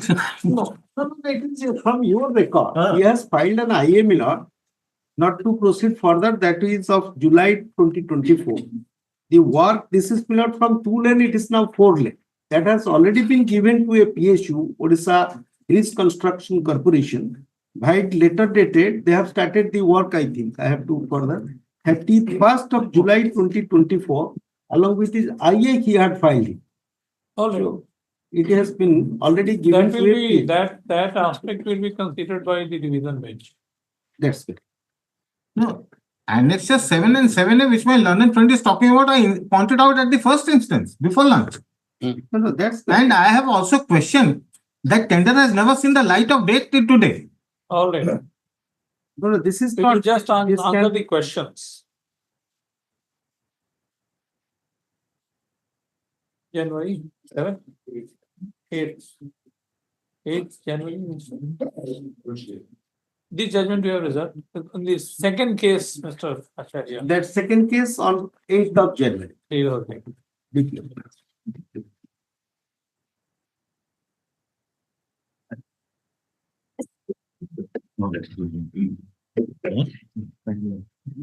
Yes, Mr. Chulli. Yeah, coming back. Let us. Let us. We'll come back. This is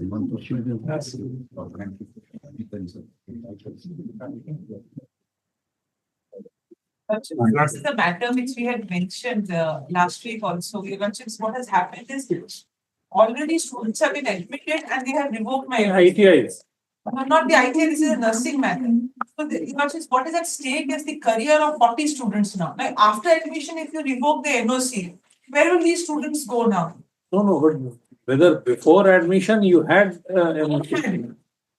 That's the problem now. And that is again without any show cause. And the basis is some that I had some issue with some in some other course in some other institute. Fresh admission, you want Fresh admission. fresh matter. If this matter can come. Memo mention. Give you a slip. Give you a slip also. I have, The tender time should be 11 AM to 1 PM, but it beyond the time period is continued to 3 PM. That's why my lord, amount is more high, my lord. It must be checked out the time of tomorrow, my lord. Pardon me, Lord. This matter was already, director was not taken up in past 5 cases earlier. Because the question land of the Adivasi people is grabbed by the government land and what you take. Give all slip. Any My notes of submission. Milord, may I make a mention? Milord, I have a mentioning item, Milord. Migration matter, my lord. The medical student will suffer from cancer. Yes. Milord, with your permission, can I mention a matter? Give your slips. No, item 34 is a board matter. Yes. So I pray today or tomorrow fast case matter. No, why? We can take up today. Today. This is migration from which college to which college? No, from Caesar Medical College to AC Medical College. That the fellow who is suffering from cancer. Yes, ma'am. Yes, ma'am. How, what can be done? Law doesn't permit. We'll take up tomorrow. Fast case. It will be taken up tomorrow. Make a mention in the morning, we'll take up. Milord, may I mention a matter with my lord's indulgence? Yes. I have, yes, Milord, we have mentioning item 1, Orissa sponge and iron. It's on your lord's mentioning item for listing of a early date. Milord, Oh, we it has come, Mr. Jain, this has been listed for fixing a date of hearing. yes, Milord. Let me. Milord, only humble request is this. We already have a grant order. Only the formal execution of the mining lease remained. So I had argued it on several occasions, but it could not be completed. I'll take less than half an hour. If my lord could have it on any earliest date, by the watch half an hour. If that's too much, I can even finish in 20 minutes. No, but who is for the other side? Milord, the state is for the other side. They have been. Who is appealing? Who will appear? Just seek his consent. We don't have any problem. No, we are the union opinion, but we have a limited rule, my lord. Who has limited role? This union opinion has a limited rule, my lord. The Yes. state is Or the state? Bimbisara Das is going to appeal. Please, Bimbisara Das, the state. Mr. Bimbisar Das. Can we take up this matter on Monday? Yes, my lord. Kindly have it on Monday. Monday? Grateful. Very well. What is the urgency, Mr. Jain? This. My lord, if the lease is not executed, my tenure is being truncated. Grant order will also pass. I'll take 15 minutes by the watch. Please have it on Monday, my lord. I'll be grateful.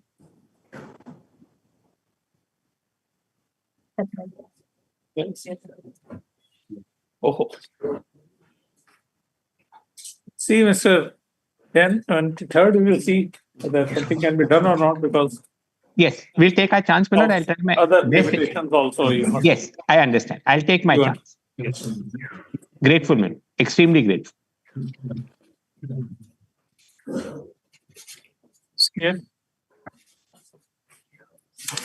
21. Implementing that.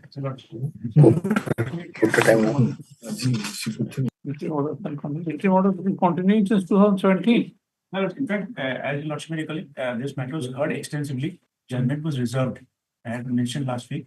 Thereafter, since Honorable Your Lordship predecessor retired, thereafter it was released from that judgment. And No, before he retired, it has been released. yes, before.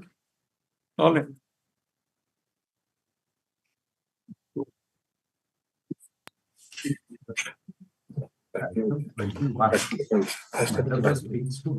What is this?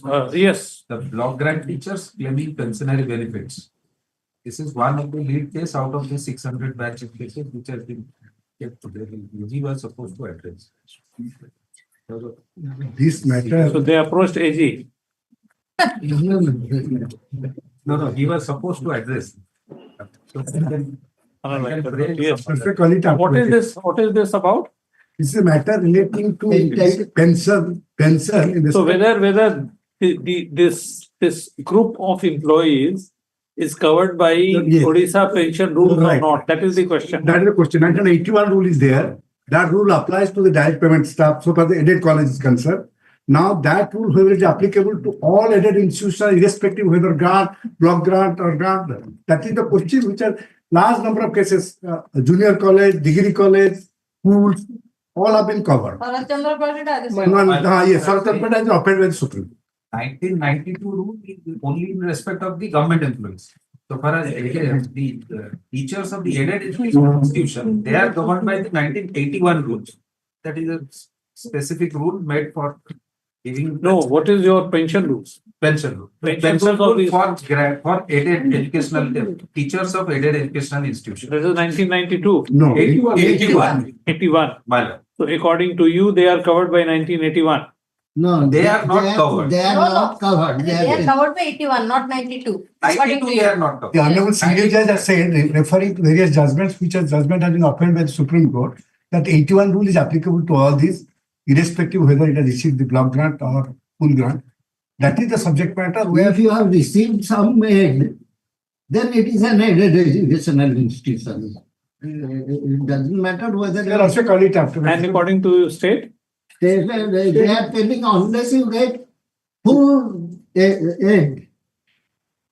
That Because the word that- direct payment system has been included, that particular statutory provision. Like all payments are direct now, Yes. cashless payment, it is directly going to. That will show you. But you also take it up. By direct mail, you need to say that it is fully aided. Fully aided. It is not so. So that is their stand. Let it come after vacation. Several councils are there. several councils and I will be finding it difficult to write judgment on. Yes. The second week of January, Man. second week of January. May I please your lordship? Thank you. May I please your lordship? My lord, Malad had disposed of some rate petitions, batch of rate petitions in regard to nursing matter. My lord, the order has still yet not been approved. Which date? 25th November.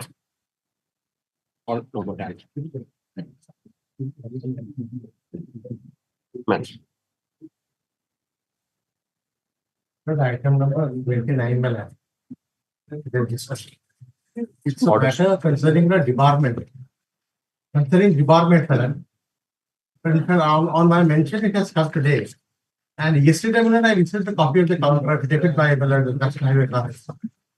And So let the matter be called, ask someone to be here when the matter, ask someone to be here when the matter is called. I'll do it. I'll do it. No, why should you ask your junior to be here? Why you should wait for this? What I'm saying, madam, it can be taken up in the first week of January, madam. In the meanwhile, I can file It will be taken up. the rejoinder, madam. All right. Matters under the heading for orders. Item number 18. You have Mr. Bimbisha that there are delay of 482 days. If it creates a promotion to the section officer wrongly, so there is a reversion without notice, that is the point anyway.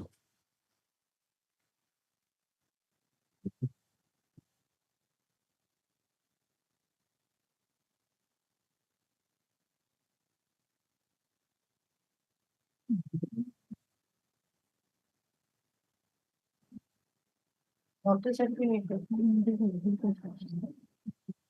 Has been issued. It's in the term of the day and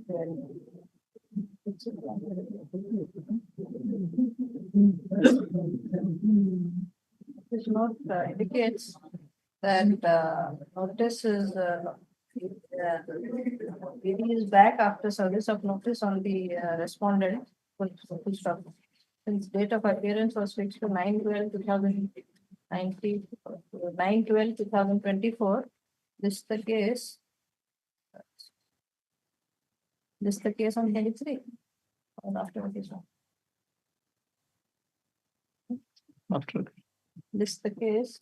January or January. 7th. This is the case on 7 January 2025. Registry to verify the counsel and appear on behalf of the respondent. Yes. Item 19. So it's delay of 293 days, my lord. This is WA 2191. Yes. Yes. Like vigilance case was pending, so decision kept in Issue notice. issue notice to the respondent on the question of delay. In question of condemnation of delay, returnable within 4 weeks, by registered post, returnable within 4 weeks. Requisites of which shall be filed within 1 week. List. 4th February. Yes. Item 20. On behalf of Bimbisha Dasmana, there is 38-day delay. Matter relating rule 3 of 81 rule regarding family patient to examine. This is other connected matters. Sarachandra matter, Polita case is covered. It is fixed to January matter. When is the 21, item 21 posted? 21. 9th January. Alright. But this has notice been issued. No, notice No. has to be issued. Issue notice. The question of condemnation of delay. By registered post, public speed post with AD returnable within 4 weeks. This the case of February 9. 4th February. Data connected matter vachi. So All short the- short date kar do. All the connected 600 matters are clear. That this matter is ready matter. Matter split out of that for the 187. So others are kept to February. Or just line over. Yes, all right. What is what date are you saying? 4th February. 4/2/2025. Item number 22. But I am appearing for the opposite party, bank, upon the notice being received, there is a delay of 56 days. But the appellant has not given any sufficient cause, nor the day-wise delay has been explained. It is a very frivolous matter, my lord. 49,000 KCC loan, and which has not been paid. For against that bank, he has a deposit of 36,000 something odd in savings bank account. So bank has withheld it. Bank has not appropriated. So single judge, honorable single judge has said that the said you may go to the any other forum. You are for the bank. Bank, my lord. I am for the opposite party appellate respondent. Present today. Present Keep it to another date. Your lordship, fix On another. appeals, the appellant when the matter is called. That's 22 lordship. Yes, 22. We are condoning the reliance for 56 days. My lord, that is not the what my lord. Thereafter, There. what you are saying will come up thereafter. Yes, condemnation of delay, what do you have to say? How have you explained the delay? In fact, lordship, I have given the extension lordship. Yes, In fact, what is the explanation? has to be a rustic village lordship, because lordship, the region lordship, order was not uploaded, in fact, lordship, that is the fact. But the order was passed. The order was passed, lordship, very late lordship, we got the order. And lordship, the plant is staying in a remote village, lordship, poor farm. Lordship, They have not explained, they have said unavoidable circumstances. 56 days. Heard Mr. S.K. Dalil and counsel on behalf of whom? Petition, appeal. No, you are not appearing. That is why I am asking on behalf of which counsel? Mittu Kumar Biswal. On behalf of Mr. Mittu Kumar Biswal, learned counsel for the petitioner, and Mr. Dilip Kumar Mahapatra, learned counsel, appearing on behalf of, there is only one respondent or only one? Only one. Behalf of the respondents, considering the reasons. Two respondents, for both I am happy. Okay, for One the and two. respondents, considering the reasons stated in the application and the period of delay, we are satisfied that this is a fit case for condonation of delay, for condoning the delay in filing a writ appeal. The delay in filing the writ appeal is condoned, the application is allowed and disposed of. Have you served a copy of the appeal memo? You have a copy of the appeal memo? Yes, I am received. Here on merit or keep it another day? Admission. When? When? This the case for fresh admission on reopening, what date? 7/1. On 7/1/2025. So next time when you file a writ appeal, then we will apply law of limitation restriction.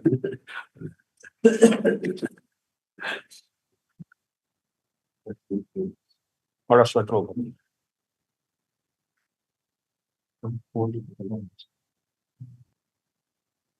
Item number 4. Item 4, last occasion, as you may remember, this the PCI officials has appeared before the court and assured that file the affidavit. Today we received the instruction, my lord. Let's may keep it to after vacation. We will file the affidavit. Instructions, Mr. Padi had been received on that day itself. No, subsequently. That is why we didn't grant any interim order because the instructions we had received. Tomorrow we can file, or shall we keep it Yes, after? yes, yes. Yes. Mr. P.K. Padil and, sorry. Mr. P.K. Padil and DSGI submits that he shall file the counter affidavit on behalf of Pharmacy Council of India. the pharmacy. 1 and 2. Common order for the, on behalf of the opposite party 1 and 2 by tomorrow.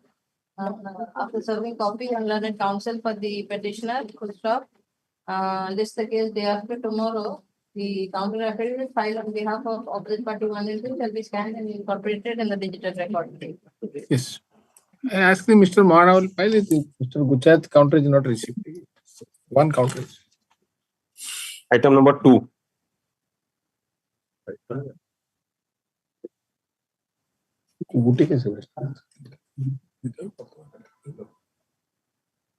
We'll file both the case, we'll file one same order. Item 2, you had sought for time, I think. No, my lord, I am not. So they had sought for time. My last, as the last order, CDMO was, Okay. Regarding the, My lord, as per my lord's order, the yes, CDMO, yes, correct. CDMO convened the meeting, but it could not be held on yesterday. It has been posted to 9. Could not be held, you could not be present or the doctor could not come. Because the my lord, the CDMO issued letter on 11 to the Synergy. Synergy did not intimate the date, they intimated only at 2 p.m. yesterday. So then why are you not disclosing? It's part of synergy. Oh, my lord, that is not as part of. As per my instruction, Miller, that the institution it was intimated on yesterday, that is on 16th. Morning, Miller, first half 16 Miller. All right, this is the next 19. 19. Yes. What is the position? On 19th, the records of the petitioner that was checked by the medical board, and that initially the notice was issued on 11th for a meeting for the meeting to be held on 16th. However, on 16th, as the petitioner was not available, and fresh notice was issued today morning only for the consideration of his application on 19th. And this notice has also been received by the petitioner today. Petitioner has called for It was supposed to be held on 16th. Yes. No, it was supposed to be held on 16th. Yes. You could not appear. Because of the intimation that I got that intimation at 2 p.m. That On 16th. On 16th. Okay. Directing that you appear Okay, before okay. at 3 p.m. I was at culture. It is stated by the parties that on account though the medical boards was to convene on 16/12/2024, but due to some unavoidable circumstance, the meeting could not be held, for which the next meeting is fixed to 19/12/2024. Full stop. And the petitioner already received that notice. The case on 23/12/2024 within first to be taken up within first 5 cases. Item number 3. See, పిల్లవాళ్ళ నా లెక్కది ఈ copy original లెక్కకి last లో Epilogue had on 10th of December, in view of the direction of this organization, epilogue had by the sub-collector. But since no order is passed, whether order is passed or not, my client applied certified copy of the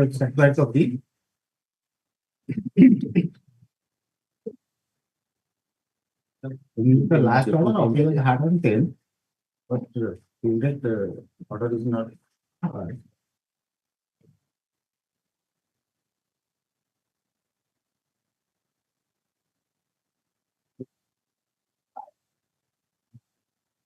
Yes, who's appearing to the state? Item 3.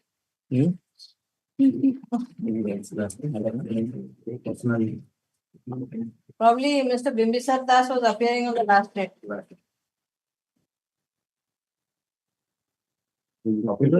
There is no representation of the state of Orissa.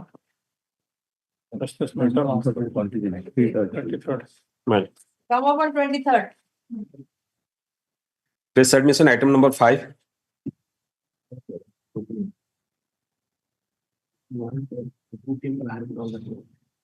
Yes. Mostly appearing on behalf of the state of Odisha. Odayananda certification. 95. Das is appearing. Has gone out it has partisans with. And in some cases we are using that probably.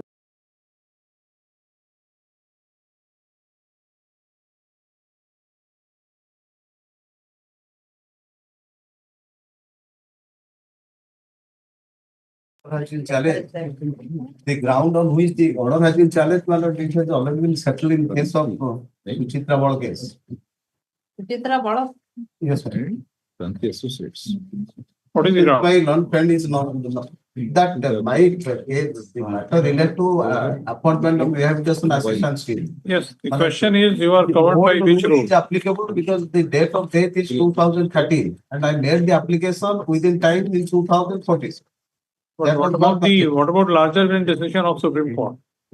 That. But the impugn order says you are covered by Malayalam Sethi, not Suchitra Bal. That came. No, but the order which they are challenging, it says you are covered by Malayalam. Malayalam. We can decide it right now. If my friend is not there, you know.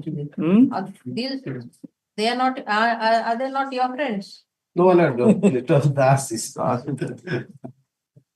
Mr. Das is not the. But they are also representing the state. They are also arguing cases on behalf of Malayalam Sethi. What am I saying?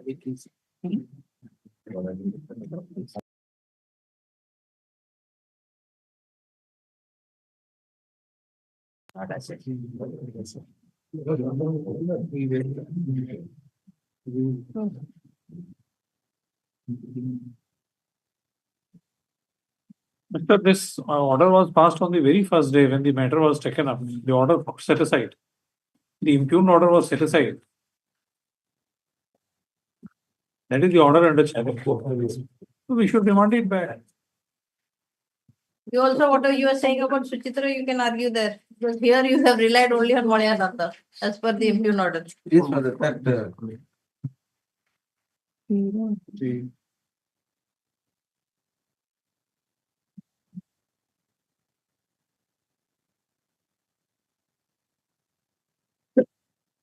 Did I say Malayalam?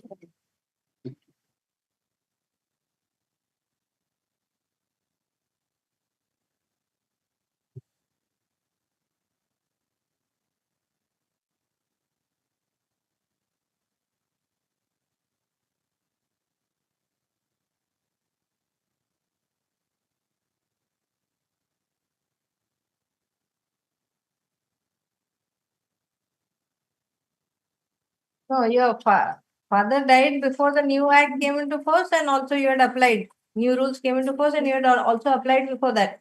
No, prior to that. So before doesn't mean prior. Prior to new rule. You're saying no? No.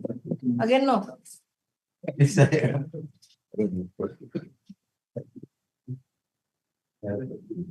person who said I'm happy with that order because as it is, I'm.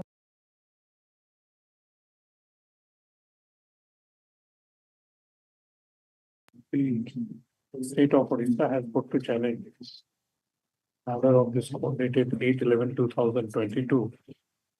Last in WPC number 30112 of 2022, whereby applying the decision in case of Malayalam Sethi versus State of Odisha, reported in so and so, the learned single judge has passed an order dated 16/6/2022, whereby the respondent's application to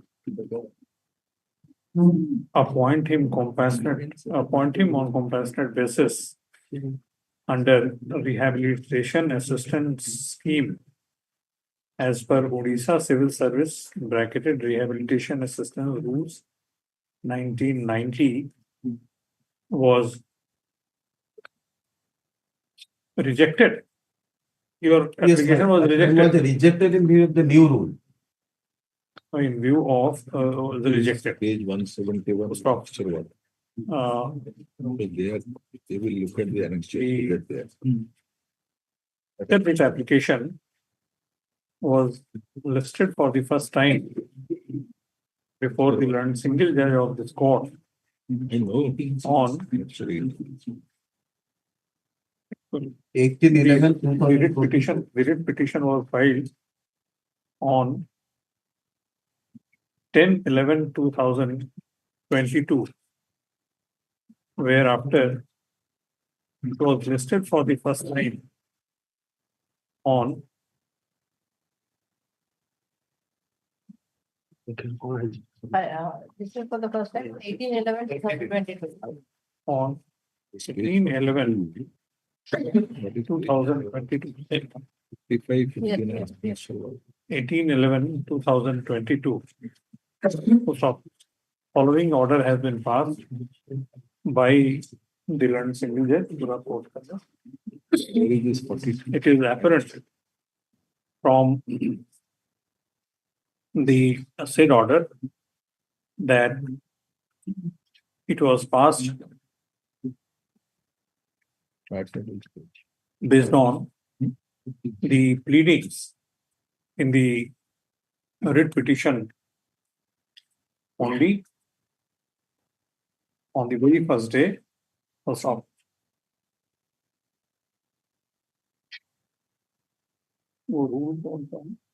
very first day. And what is Oh, yeah. 15? The state of Odisha did not have the opportunity to file a counter affidavit, and High Court Rules, Chapter 15, Rule 9. 70.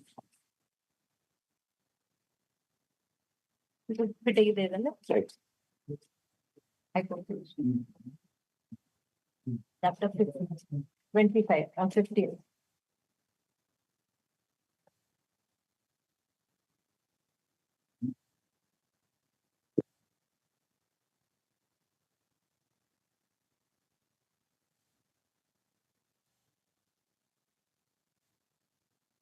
Rule 9 of chapter 15 of the rules of High Court of Orissa 1948 reads thus. First off, in our considered view, the order passed by the learned single judge. In our considered view, the procedure prescribed under Rule 9 of Chapter 15 of the rules of the High Court of Orissa was not followed.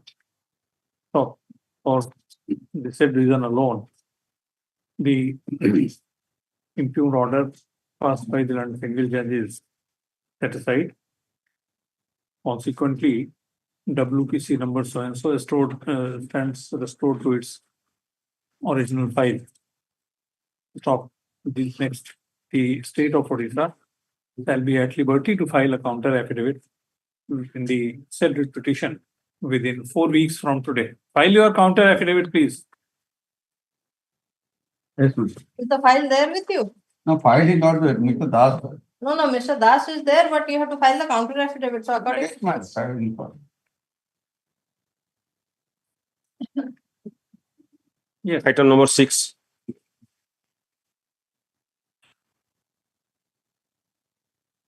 Just to remind my lords, it's that permanent Lok Adalat matter. The Lordship passed a order on 3rd of December 2024. We did not pass any impugned order, Mr. No, speaking order. Okay. I'm sorry. Yes, where is that? 3rd of December 24, order number 8. An award dated 19/7 that may continue to place it. Yes. An award dated 19/7/23 was passed by the permanent Lok Adalat Balashwar on section 22E of Legal Services Authority Act 1987 was put to challenge the appellant by filing so and so, which has been dismissed by a judgment dated 19/4/24, which is under challenging the present intra-court appeal. Yes. So your Lordship has taken note of the point Primarily, the learned counsel for the respondent submitted that the restriction which was filed before the honorable single judge. But since it did not include a statutory state or within the meaning of Article 12 as a party, such a writ petition is not maintainable. And under Article 227, only the order has been passed. That is how the writ appeal will not lie. It's a question of maintainability of the writ appeal. But I had cited that Bar Council of India judgment 2012 Supreme Court, which said an award passed by a permanent Lok Adalat can be challenged under Article 226. But in this case, since the Lok Adalat was not implemented as a party, they are saying that this writ is under Article 227, not 226. I'll have to answer that. Now, if a lordship would see, such a plea was never taken before the honorable single judge. They have never taken such a plea before the honorable single judge that this writ is not maintainable under Article 226. Number one. Number two, but I have found out, I have made little homework on that also. There are two judgments today, Joginder Singh and other referring to Umaji Kesava versus Radhika 86 Supreme Court. If a lordship sees 2015 Supreme Court, that says where a statutory authority is even in 226 proceeding, statutory authority is always not required to implicate as party. Adjudicating authority are not required to implicate because they are not supposed to defend their order. Where an authority is supposed to defend the order, they are required to implicate as party, not in all proceedings. If a lordship would kindly see that paragraph on it. No, but the dispute was between whom? Dispute was between the bank and the borrower. But it is at a point of time when we have bank is private party. Bank is a national bank. I say I'm so sorry. I'm so sorry. Private bank. I'm so sorry. And the other side is also private. Private party. And the writ was to be issued to whom? It's not a question of issuance of a writ to a private party.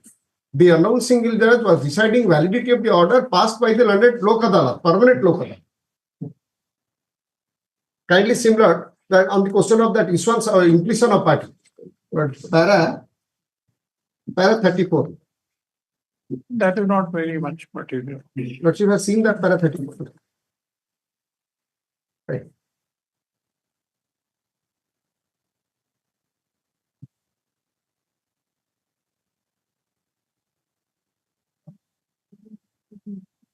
Yes, para 34.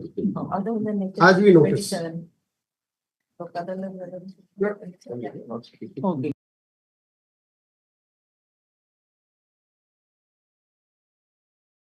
Please see para 34 of that Joginder Singh judgment. But I have given a copy for my lord's convenience. As we notice.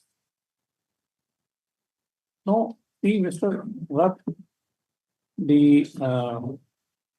an order of Lok Adalat may be challenged under Article 226 as the Supreme Court lays down. But it is not that every order can be challenged under 226. There can be a situation where if you file a writ petition, that should be treated to be an application under 227, not 226. Absolutely. That will depend on the facts of each case. That will depend on the nature of dispute. Correct, sir. Nature of the contesting parties also. Absolutely correct. But here your lordship is to examine, whether non-impletion of that permanent Lok Adalat. No, forget that. The other order which says that it is maintainable. Yes. Against the Lok Adalat. That is 2012, madam. 2012 8 SCC 243. Kindly. Para 33. I had given it if your lordships are having it. So it's not we are leveling up a petition under any article will decide the issue. No, you're right. Right.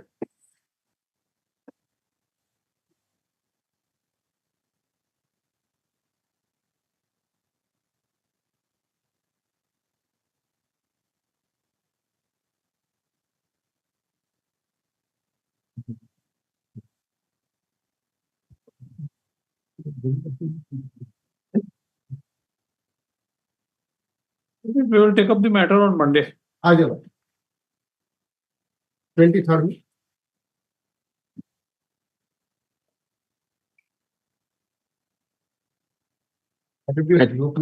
I'm so sorry, Lord. Can it be reopening?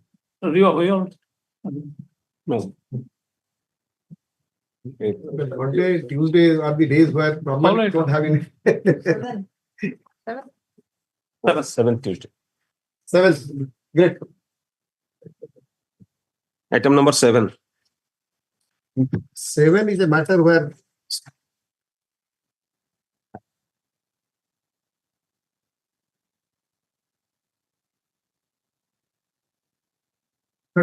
primarily your lordship is to examine the section 62 of the Cooperative Society Act, Rule 58.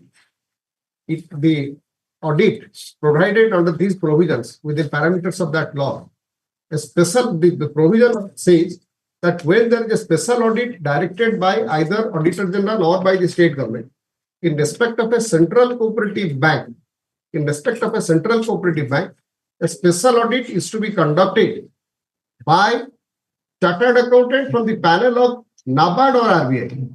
That's an exception to the main provisions regarding audit. Only in case of central bank and state cooperative banks, special audit has to be conducted by chartered accountant from the panel approved by the NABARD or RBI. But here in this case, people actually will see that there are 4 types of audit. Audit is normal general audit. So who are you? But I am the board. I am the ex-president of the board of the Central Cooperative Bank, Sundargarh. I have also challenged the second Writ appeal. Other members of the board. Member of the board. Audit is already over and 4 crores and 56 lakhs irregularity has been found against them, the committee and president. That's right. And surcharge proceeding has also to be initiated for the realization of the amount.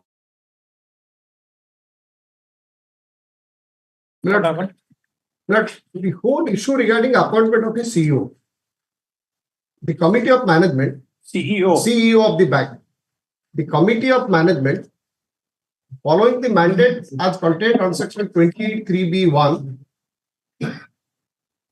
read with section 33A of Cooperative Societies Act. Yes.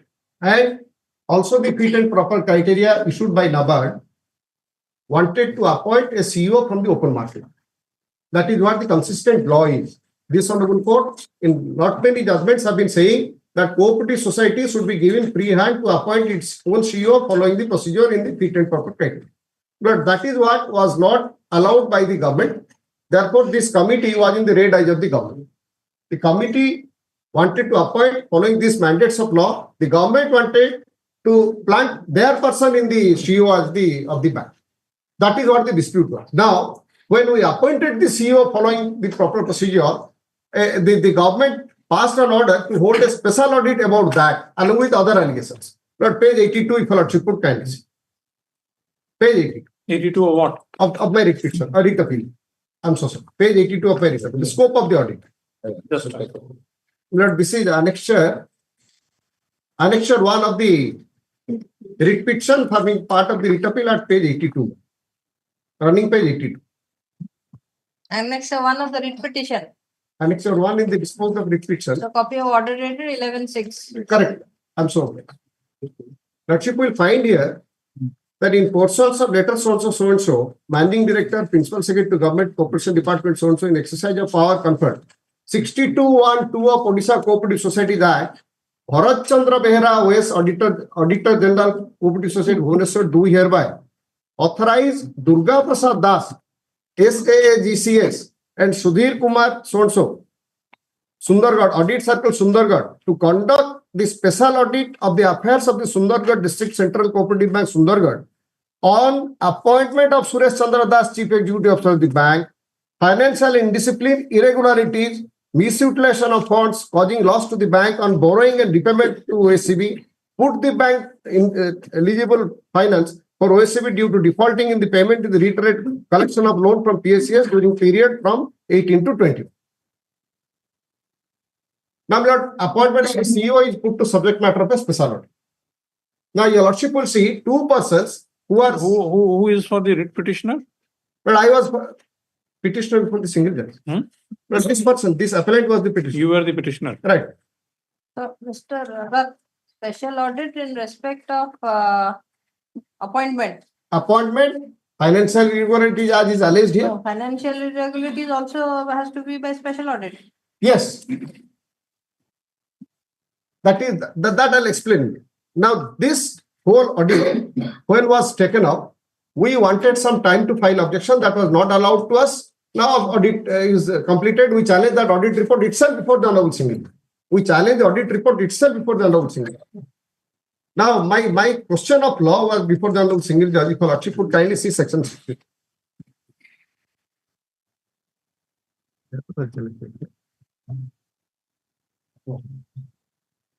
Kindly see. Section 62. May I be permitted to place it?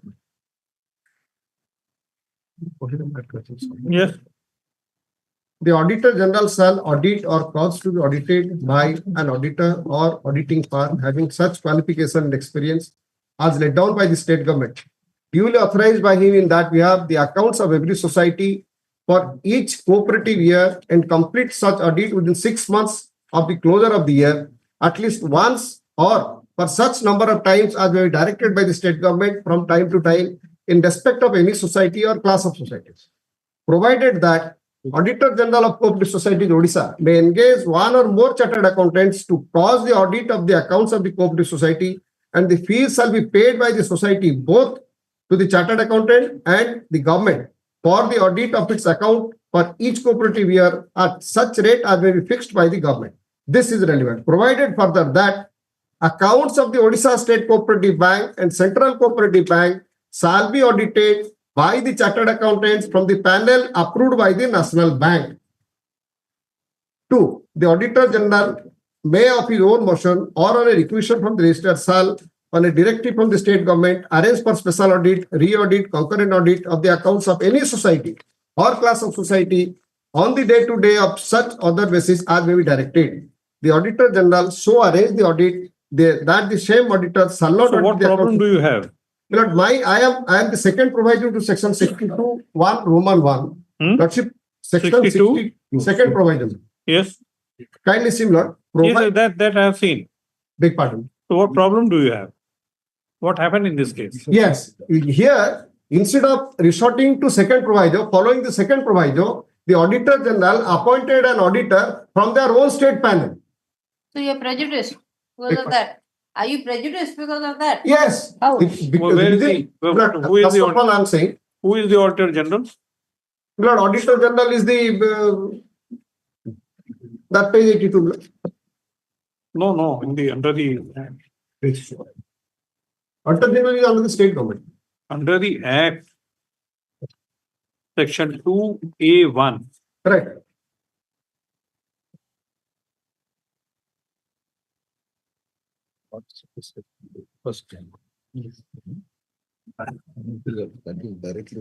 Auditor General means person appointed as such to perform the function of Auditor General of Cooperative Societies under this Act and includes any person appointed to assist the Auditor General when exercising all or any part of the power of the Auditor General. But they have designated one officer as an Auditor General.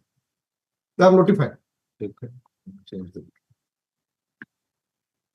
So this was not followed. Second proviso was Second proviso was not followed. But coupled with that, if a Lordship will see Rule 58 only, Rule 58, that gives the procedure, how it is to be done.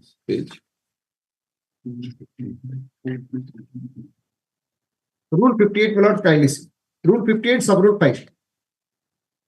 In case of any special order, that's it, got it. Rule 68, sub-rule 5. Slow. Yes. In case of any special audit, re-audit, or concurrent audit of the accounts of a society. Rule? In person. Rule 58. Rule 58, sub-rule 5. Yes. Not chapter 6 of the Got it. Chapter 6 of the rules. Rule 58 starts from auditor. Yes, audit, inspection, inquiry, and surcharge. Audit, right. Rule 58. Then straightway Lordship may try to sub-rule 5.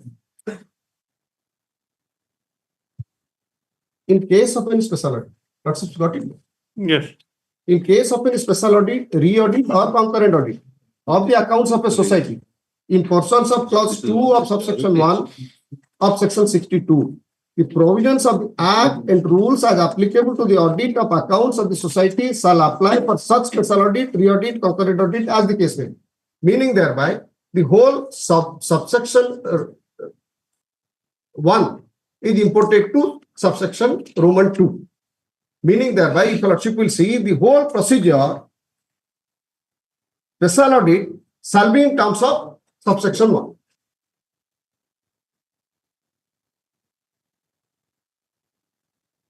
So this is an admitted fact.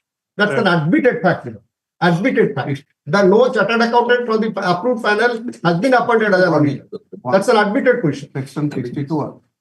Under 62, 1A provide that without prejudice, provision contains subsection 1 of EB1, every society shall submit its account for audit by an auditor or an auditing firm to be appointed by the general body from time out of the panel approved by state government, any authority authorized in it. Here the allegation is they did not hold any general meeting throughout the year, so as to appoint the auditor also. So in that circumstances, the government took steps to appoint, ask the auditor general. That's an independent provision for the board of directors. If they want to appoint, Just right, let us understand the provisions. right.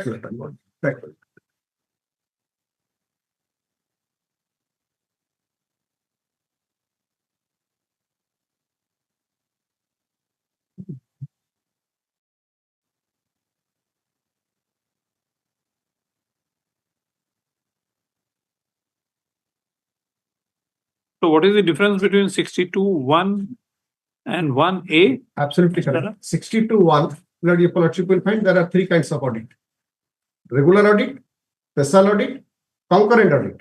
And, Concurrent audit. That is that your lordship will Concurrent find. audit. Yes, sir. Audit, re-audit or concurrent audit of the accounts. Arrange for special audit, re-audit or concurrent audit. But these are all audits by order passed by the government or auditor general. Am I clear, man? That you will see. 62(1) provides that one. Another kind of audit which is done by the board of directors of the cooperative society itself. It is up to them to do it. They can do it. That is in terms of 1A. So these three independent provisions operate in their own independent field.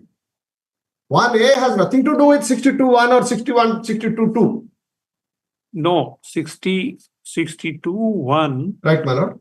A casts upon the cooperative society. Yes, my lord. A duty. Yes, they can do it. To submit. Yes. Its accounts for audit. Yes. By an auditor. Correct, my lord. Or an auditing firm. Yes. To be appointed by the general body. Yes. From out of panel. Approved by the state government. Or any authority authorized. We don't. That's no way inapplicable here. But where is the allegation that we have not produced the documents? No. Did you submit? But everything. But this is an audit. Kindly similar. Just a minute. Right. Have you submitted the accounts for audit? But everything has been submitted. Everything has been submitted. But lordship, let me be very clear about this. Let us read it again, my lord. Without prejudice to the provisions contained on subsection 1, every society shall submit its account for audit by an auditor or an auditing firm to be appointed by the general body. Kindly consider it. Let us pause it here for a moment. So, auditor has to be appointed by the general body. When the auditor is appointed by the general body, then the duty is cast on the bank to submit the document. No. Kindly see. You are right there, but kindly that panel should be approved by the state government. That situation has not happened here. That situation has not arisen here. Why? Because this as I say, these are all. It's not a special audit. The 1A is not a special audit. 1A is certainly not a special audit. I am concerned about the special audit. All right. Did you perform this duty under 1A? It is for the bank. We are the committee for management. By the time this audit was taken up, our body was superseded. That's another fact. I'll face it. Our body was superseded by the government. Why are you worried? But now by virtue of this audit without jurisdiction, they have leveled in respect of salary paid by the CEO against us. That can be done. But kindly consider, we say that this is completely without jurisdiction, man. That action you can challenge. But we are challenging the audit report, saying that it is in violation of 62(1) Roman 2. You cannot conduct an special audit. So criminal cases have been registered against you. But that is why, let me tell you, what is the position here. When we appointed the CEO, the government opposed to us. So what will happen if we cause the report, audit report? Lord, there will be a fresh audit, your lordship can direct by the authorized officer. Will appear before them, will explain. We are complaining bias in this audit manner. Because that very managing director, lordship may kindly remember that judgment, that tripartite judgment. That managing director was removed from the office by a writ of quo warranto. That very managing director took up the action against us because we are in conflicting terms since long. That very managing director passed an order to special audit. Since the litigations were pending then, he himself passed an order, take a leave from the High Court and conduct the special audit. And no leave admittedly has been obtained. That is there on the court, man. You mean to say that 19/6/2021 order is of that managing director? Yes, at the behest of managing director only. No, not behest. If it is that managing Kindly, director. yes, my lord. Yes. That document is on the court. So your lordship is to examine this, at least along with other facts, this question of law, that whether can there be a special audit without a competent auditor being appointed at all. And particularly in the petitioner also, there are a lot of financial irregularities. Maybe, but you will have to follow the law. But 1A, we have follow 1A says that they have to submit that accounts to an auditor to decide by general body. They are not conveyed at all to general body, my lord. Then what? General body has to take decision. Unless the committee, general body is called, how they will take decision? That is the allegation. What will you do? What is your jurisdiction? Our jurisdiction is ask the accountant general to take the audit. Auditor general. Who are you? Auditor? You are not auditor general. But you are auditor general. We are not the auditor general, but state government. The general also will be there.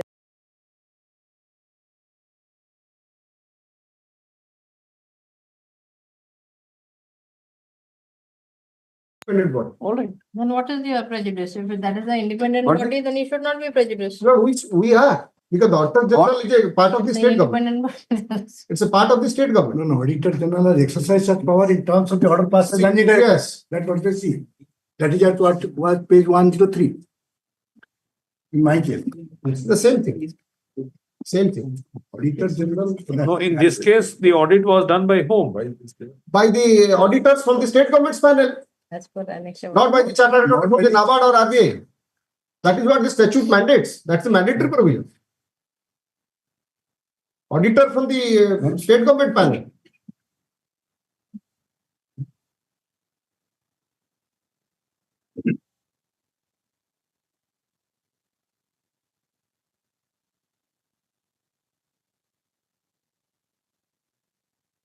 We are at loggerhead on the issue with them only.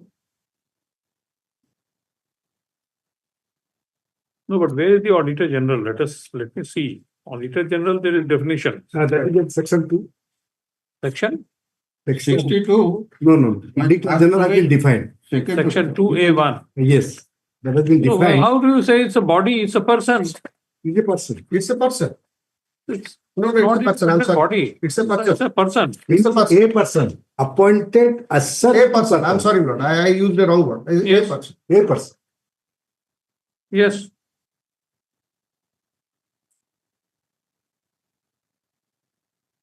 And includes any person appointed to assist the auditor Yes. general. And includes any person appointed to assist the Auditor General. That is the provision as per the definition of Auditor General.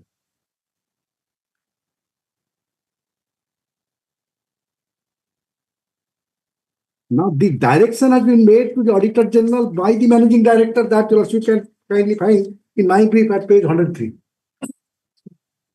See that? See that?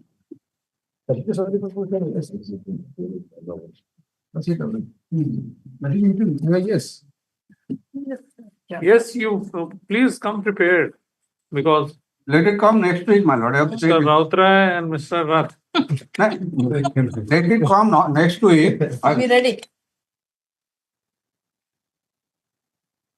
Because my lord, the society of its own has to convey the general body, but the central state cooperative banks fund is involved here. Government money is involved here. And Mr. If you have if you have already superseded. Yes, ma'am. This body has been superseded. Yes. You will have to follow the. That is what we have followed that 61. My lord. When they did not do it, we have to protect the interest, financial interest of the society because the government is law. You can do whatever you want, but it should be done in accordance with law. Let it come next week, my lord. No coercive action. Coercive action. Sorry. We know it might. Still, the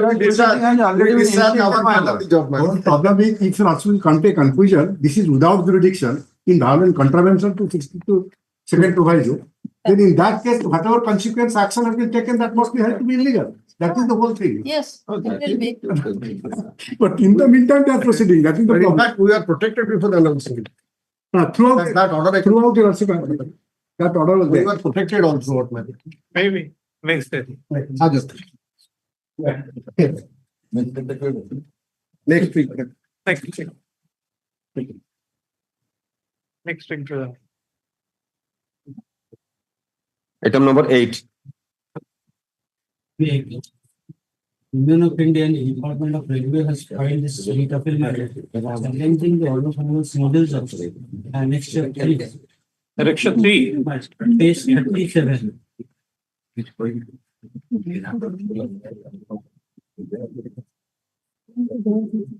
Yes.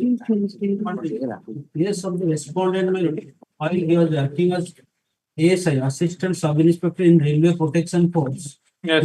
He was given a conditional ad hoc promotion with a 1-day reversion after 89 days and thereafter continued in the service in the reversion post. Subsequently, it will continue up to 2010 for 2008. Lordship, kindly have a glance to page 19, that is the order. Page 19 is the conditional ad hoc promotion order. Lordship, kindly have a glance, page 19.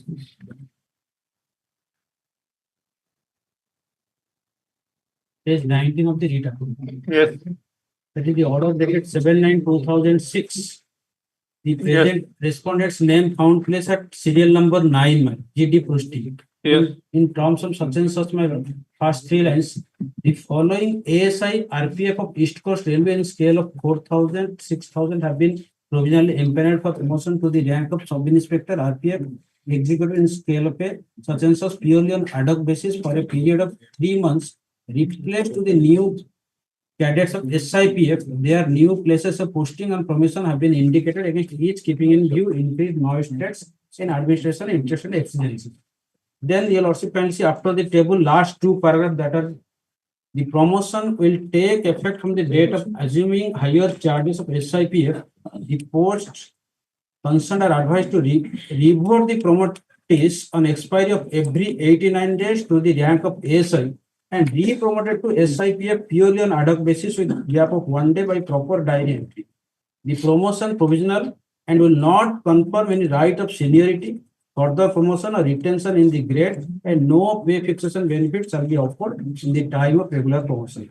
The ad hoc promotion is reported to meet day-to-day administration of work of the force. They may submit their opinion for fixation of pay as per such and such establishment manual. So they have the present respondent and accepted this order, and he continued up to 10/4/2008 because his date of retirement is 30/4/2008. From 2006 to 2008, he continued as per the said order, my lord, in the ASI 89 days after 1 day break, my lord. So in the 2000, you'll also kindly come to page 23. That is the 10/4/2008 order. Since his date is 2008 for retirement, in order to regularize his pensionary benefits, we reverted to him to the previous post and we fixed his scale of pay in ASI. That he has challenged before the Honorable Single Judge. Honorable Single Judge, Lordship kindly see, directed us to pay in the higher post, though they found that reversion is not bad, but they directed to pay in the higher one. Lordship, page 39 of the observation. Before the Supreme Court judgment, Honorable Single Judge stated that this court finds even though there was no difficulty in bringing back the petitioner to the court to his original holding, but there has been illegal reduction in the scale of pay by reducing petitioner scale to 4,500, 6,000. Accordingly, this writ application has been allowed, directed us to pay 5,500 to 9,000 scale of pay in the higher portion, the reversion order. That is under challenge on the ground that this, so far the railway manual is concerned, that since one day break, he is not continued in the service matter. And moreover, my lord, he has accepted. No, the only question which the only point which he will be arguing is that he was discharging his duty against a higher post. Higher post. Therefore, he is entitled to the scale of The higher post scale of pay. This is his. This is the only point. But he has accepted that is a conditional ad hoc promotion order, my. And he has accepted. After 89 days, he has been reverted to ASI. And in order to regularize his pensionary benefits, we have reverted, my. And that is the only point. Yes, where is the decision of Supreme Court? Yes.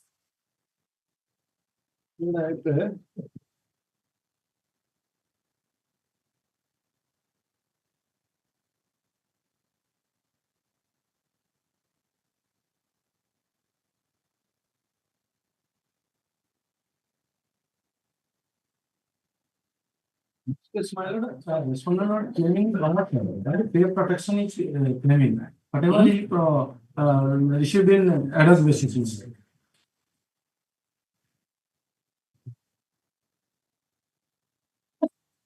No, this judgment will not apply. Badri Prasad has no application. Badri Prasad will have no application in this. Let us see Badai Rai. Badri Prasad and Badri Rai also same. No, these decisions have been wrongly applied.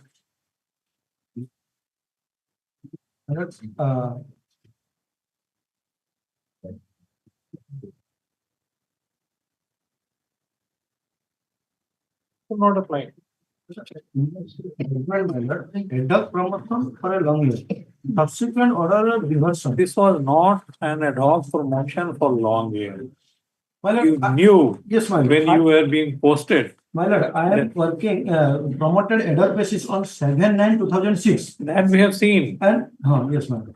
And again promoted on 29, last promoted 20/10/2018. Yes, my lord. My lord, I have cited judgment, my lord, Allahabad High Court, my lord, in the case of state of UP and another, Badrinath Srivastava, my lord. In this case, my lord, Honorable Court stated that, my lord, Article 311, my lord. Badrinath or Badri Prasad? Badri Prasad is ad hoc promotion. All right. I am challenging reversal, my lord. My lord, during promotional period, they, without any notice, anything, they so-called anything diploma proceeding, they reverted me. My lord, Honorable Court also set aside the reversal. In this case, my lord, official. No, but why did you agree? Why did you agree to the condition that your posting shall be only for 89 days and thereafter you will be reverted back? Only pen and paper. You agreed to that. Yes, my lord. Next 3, my lord, I agreed. I have. What pen and paper? There is no so-called, nothing they reverted. While I am promoting in this said post, my lord. My lord, in this case, my lord, officing appointment, reversion order, right. not reason, any reason, my lord, had reversion, violation of the Article 311, my lord, or a situation if entitled penal consequence and jeopardiness, further chance of promotion and confirmation upon sheet of a hearing must be given before reversal. Natural justice. All right. My lord. In this case, about the case of Rai, my lord, in this case also, it's stated, I am in this case, I am not promoting not regularizing anything. I am only claiming, my lord, my whatever I am received in promotional period, they pay process protection only. My lord. So why did you accept that condition that you will receive the same salary? Why did you accept? You should have said that I will not work against that post, higher, you will not take higher responsibility or less salary. Yes, my lord. There you agreed. Yes, I have, that's why I filed it as before the announcement, my lord. After retirement. After retirement.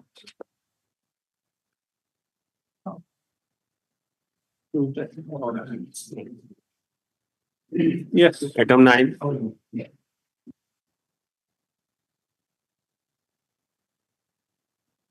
May I please, I received the counter today.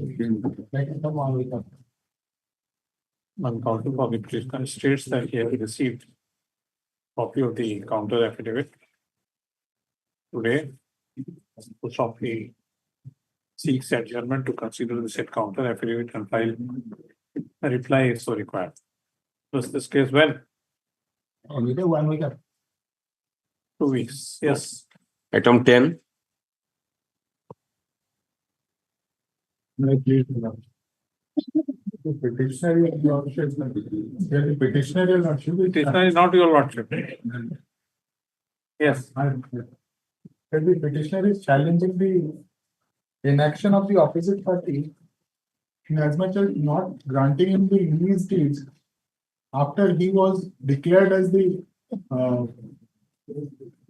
successful bidder. Yes. In a query query of auction of query. Yes. Here, Mr. Das is appearing. All right. Read the mind. There's an order of the NGT. Yes. Order of the NGT, and in similar matters, the lordship has passed, this honorable court has passed orders and File your affidavit. Yes. Discuss matter on 4 weeks. Let's counter affidavit filed on behalf of the opposite parties in the. You're saying it has come up for the first time, and why are you saying, Mr. Das? It has come up for the first time. Yeah. Yes. Item 11. the petitioner being the sarpanch of the petitioner being the sarpanch of Gram Panchayat made an application before the Tahsildar Chanpalli for removal of unauthorized encroachment from the government land. Oh, unauthorized encroachment from? Government land. Government land. Tirnath Panda. They have filed that judgment order of this court before the Tahsildar, and the government communication. This judgment has been communicated to all the collectors and review. That communication has been filed. Still the Tahsildar is side. And next Every direction is there. We cannot. Item number 12. Requesting that it come after vacation. Very good. You have a weak case.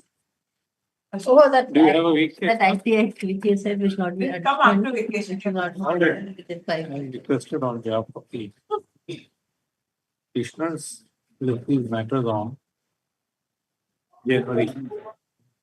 Yes. Yes, and we will not go further. Item number 13. Lord, item 13, I'm appealing to VC Lord. Am I audible? I'm Naveen Kumar. 30 or 30? 13. Yes. Item 13, Lord.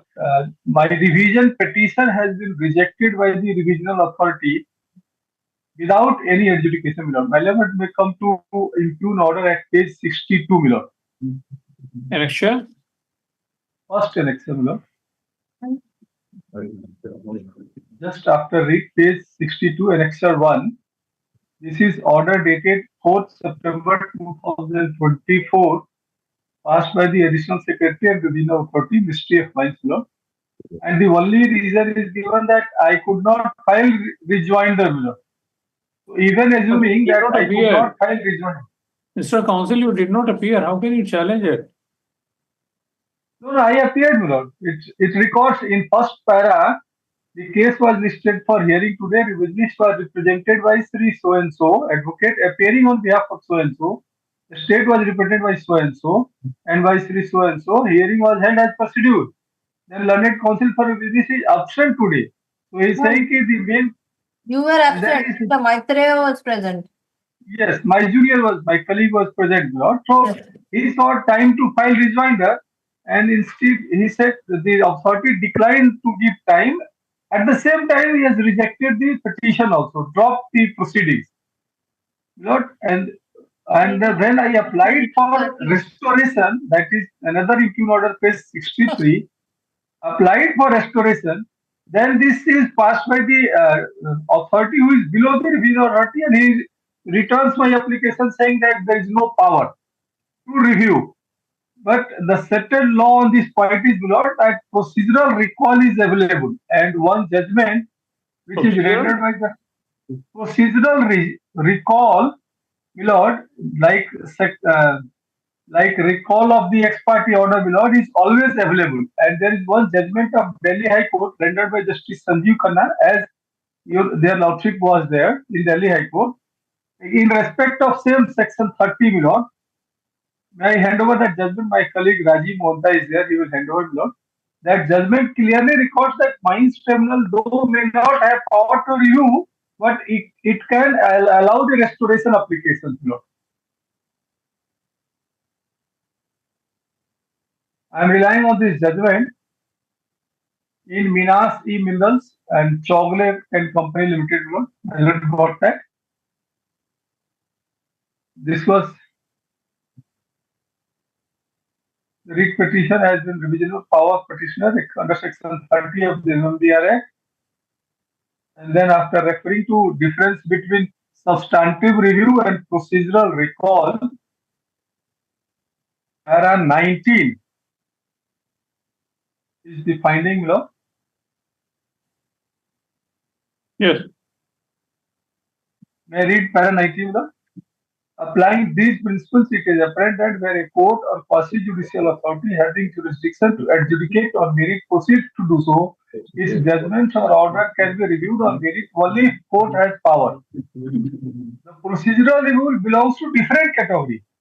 In such a review, court or quasi-judicial authority having jurisdiction to adjudicate proceeds to do so, but in doing so, it commits a procedural illegality which goes to the root of the matter and invalidates the proceeding itself, and consequently order present therein. Cases where decision is rendered by the court or quasi-judicial authority without notice to opposite party, or under mistaken impression that notice has been served on so and so, or where matter is taken for hearing a decision on date other than the date fixed so and so, or some illustrative cases. But how can you rely on this paragraph 8, paragraph 19? So you are relying on paragraph 19 does not support your case.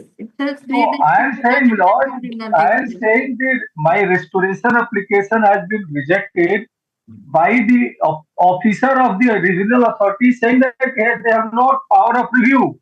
I am saying the power of review is not required to be there. Sorry. For procedural recall. Sorry, Mr. Let me. No. Let me. So the provisions, Lord, it's a quasi-judicial authority. As per rules, my pleadings are there. Even if my rejoinder is not there, he could have considered my grounds of revision. He could have passed a reasoned order, and I could have pass a reasoned order if you pay 5 lakhs. If you pay 5 lakhs, he'll pass a reasoned order. We will direct. No, it is clear. The regional authority was facing, he was feeling helpless. No, my lord, it's only 2014 revision petition, my lord. All right. There is only the medical exigency was there. My lord will see the rule, my lord. The rule says we will not see rule, Mr. You are relying on Supreme Court's decision. We will rely on that. So I'm relying on that judgment. I relied only for the purpose that for recalling the non-reasoned order, my lord, this is not a preview. I am saying that first order dropping the revision petition without considering my pleadings, without allowing me to present my case, merely because I could not file rejoinder, is not a proper order, my lord. All right. Even in cases, rejoinder is not a fundamental, my lord, that thing. My lord, let's see the scheme of the rules. The scheme of the rules is that I file revision petition, the state will file reply, and then I am given option to file further comments. So if I was not filing that further comment, which is rejoinder in this case, the authority would have fixed the matter for hearing. Just a minute. Just a minute. Which rule you are referring to? Lord, I am referring to Rule 35 in Mineral Concession Rules 2016, which is the procedure for deciding the revision petitions. Chapter 10 of the Mineral Concession Yes, going Rules. for the other side. This is first day, my lord. It's a first day. Notice has not been issued. It's a first hearing today. 19 In any case, Giving them time. No. It's for hearing. 30. One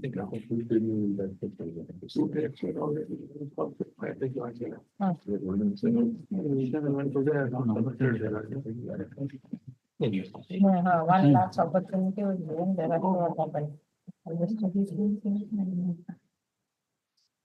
Last opportunity was given till T9. T9 will be the first. Just, Yes, Union of India is a party. Yes, my lord, has the rules. Yes, my lord. And counsel appearing on. My lord has the rules, copy of the rules. So the petitioner has put to challenge an order dated T9/2024 passed by the additional secretary and revisional authority under rule. Under section 30, of the MMDR Act. Under Read with rule 35 and 36. Read with rule 35, 36 of the Mineral Concession. In order, the petitioner's revision application has been dismissed only on the ground that the petitioner failed to file the rejoinder. Is there any mandate? No, that rule 36 says that I will file revision. There is no mandate. There is no mandate. There is no mandate at all. Yes. It's option of the petitioner to avail that. So at the best, he could have closed my right to file rejoinder, not dismiss the petition. How could it be dismissed, Mr.? Tell me.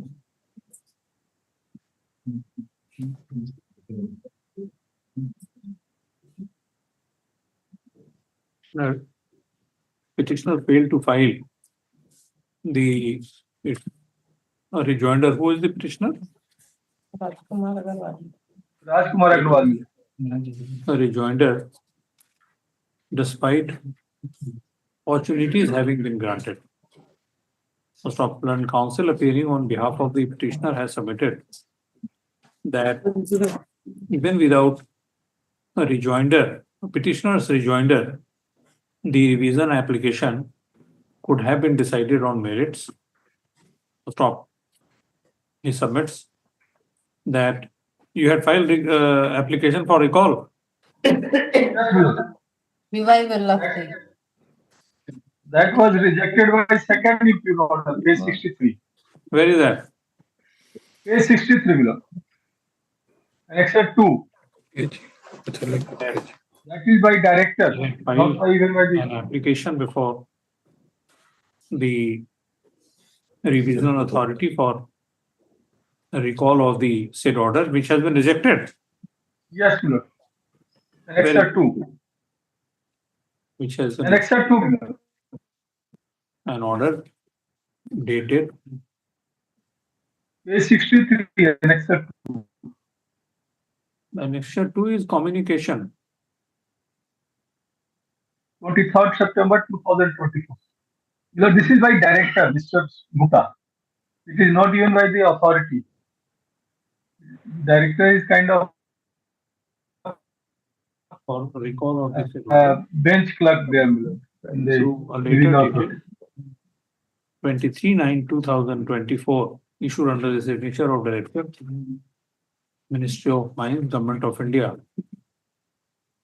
The petitioner has been informed that the revival application, not revival, revival application, application could not be, has been considered.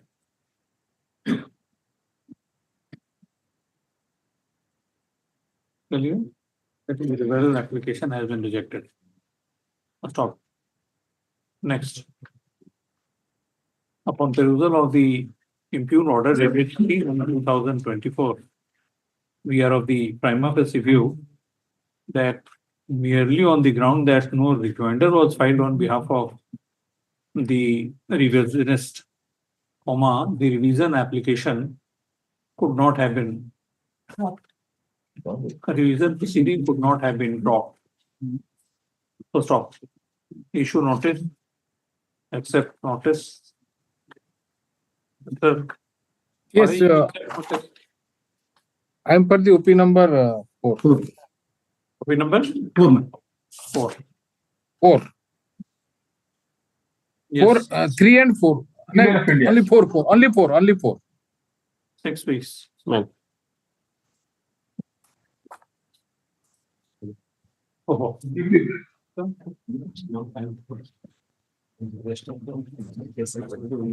was item 14. Can it come day after tomorrow? Tomorrow is actually. We could not take up your matter.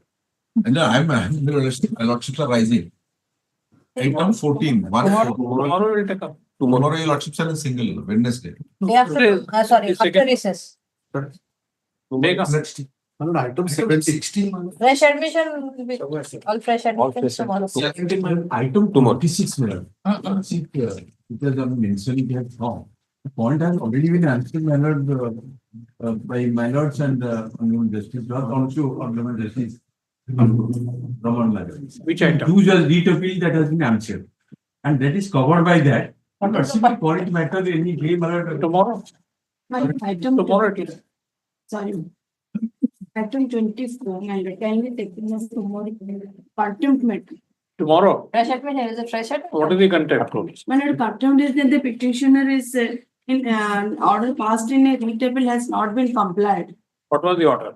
And in order to calculate the differential amount and pay to the farmer is a crop insurance matter mandatory.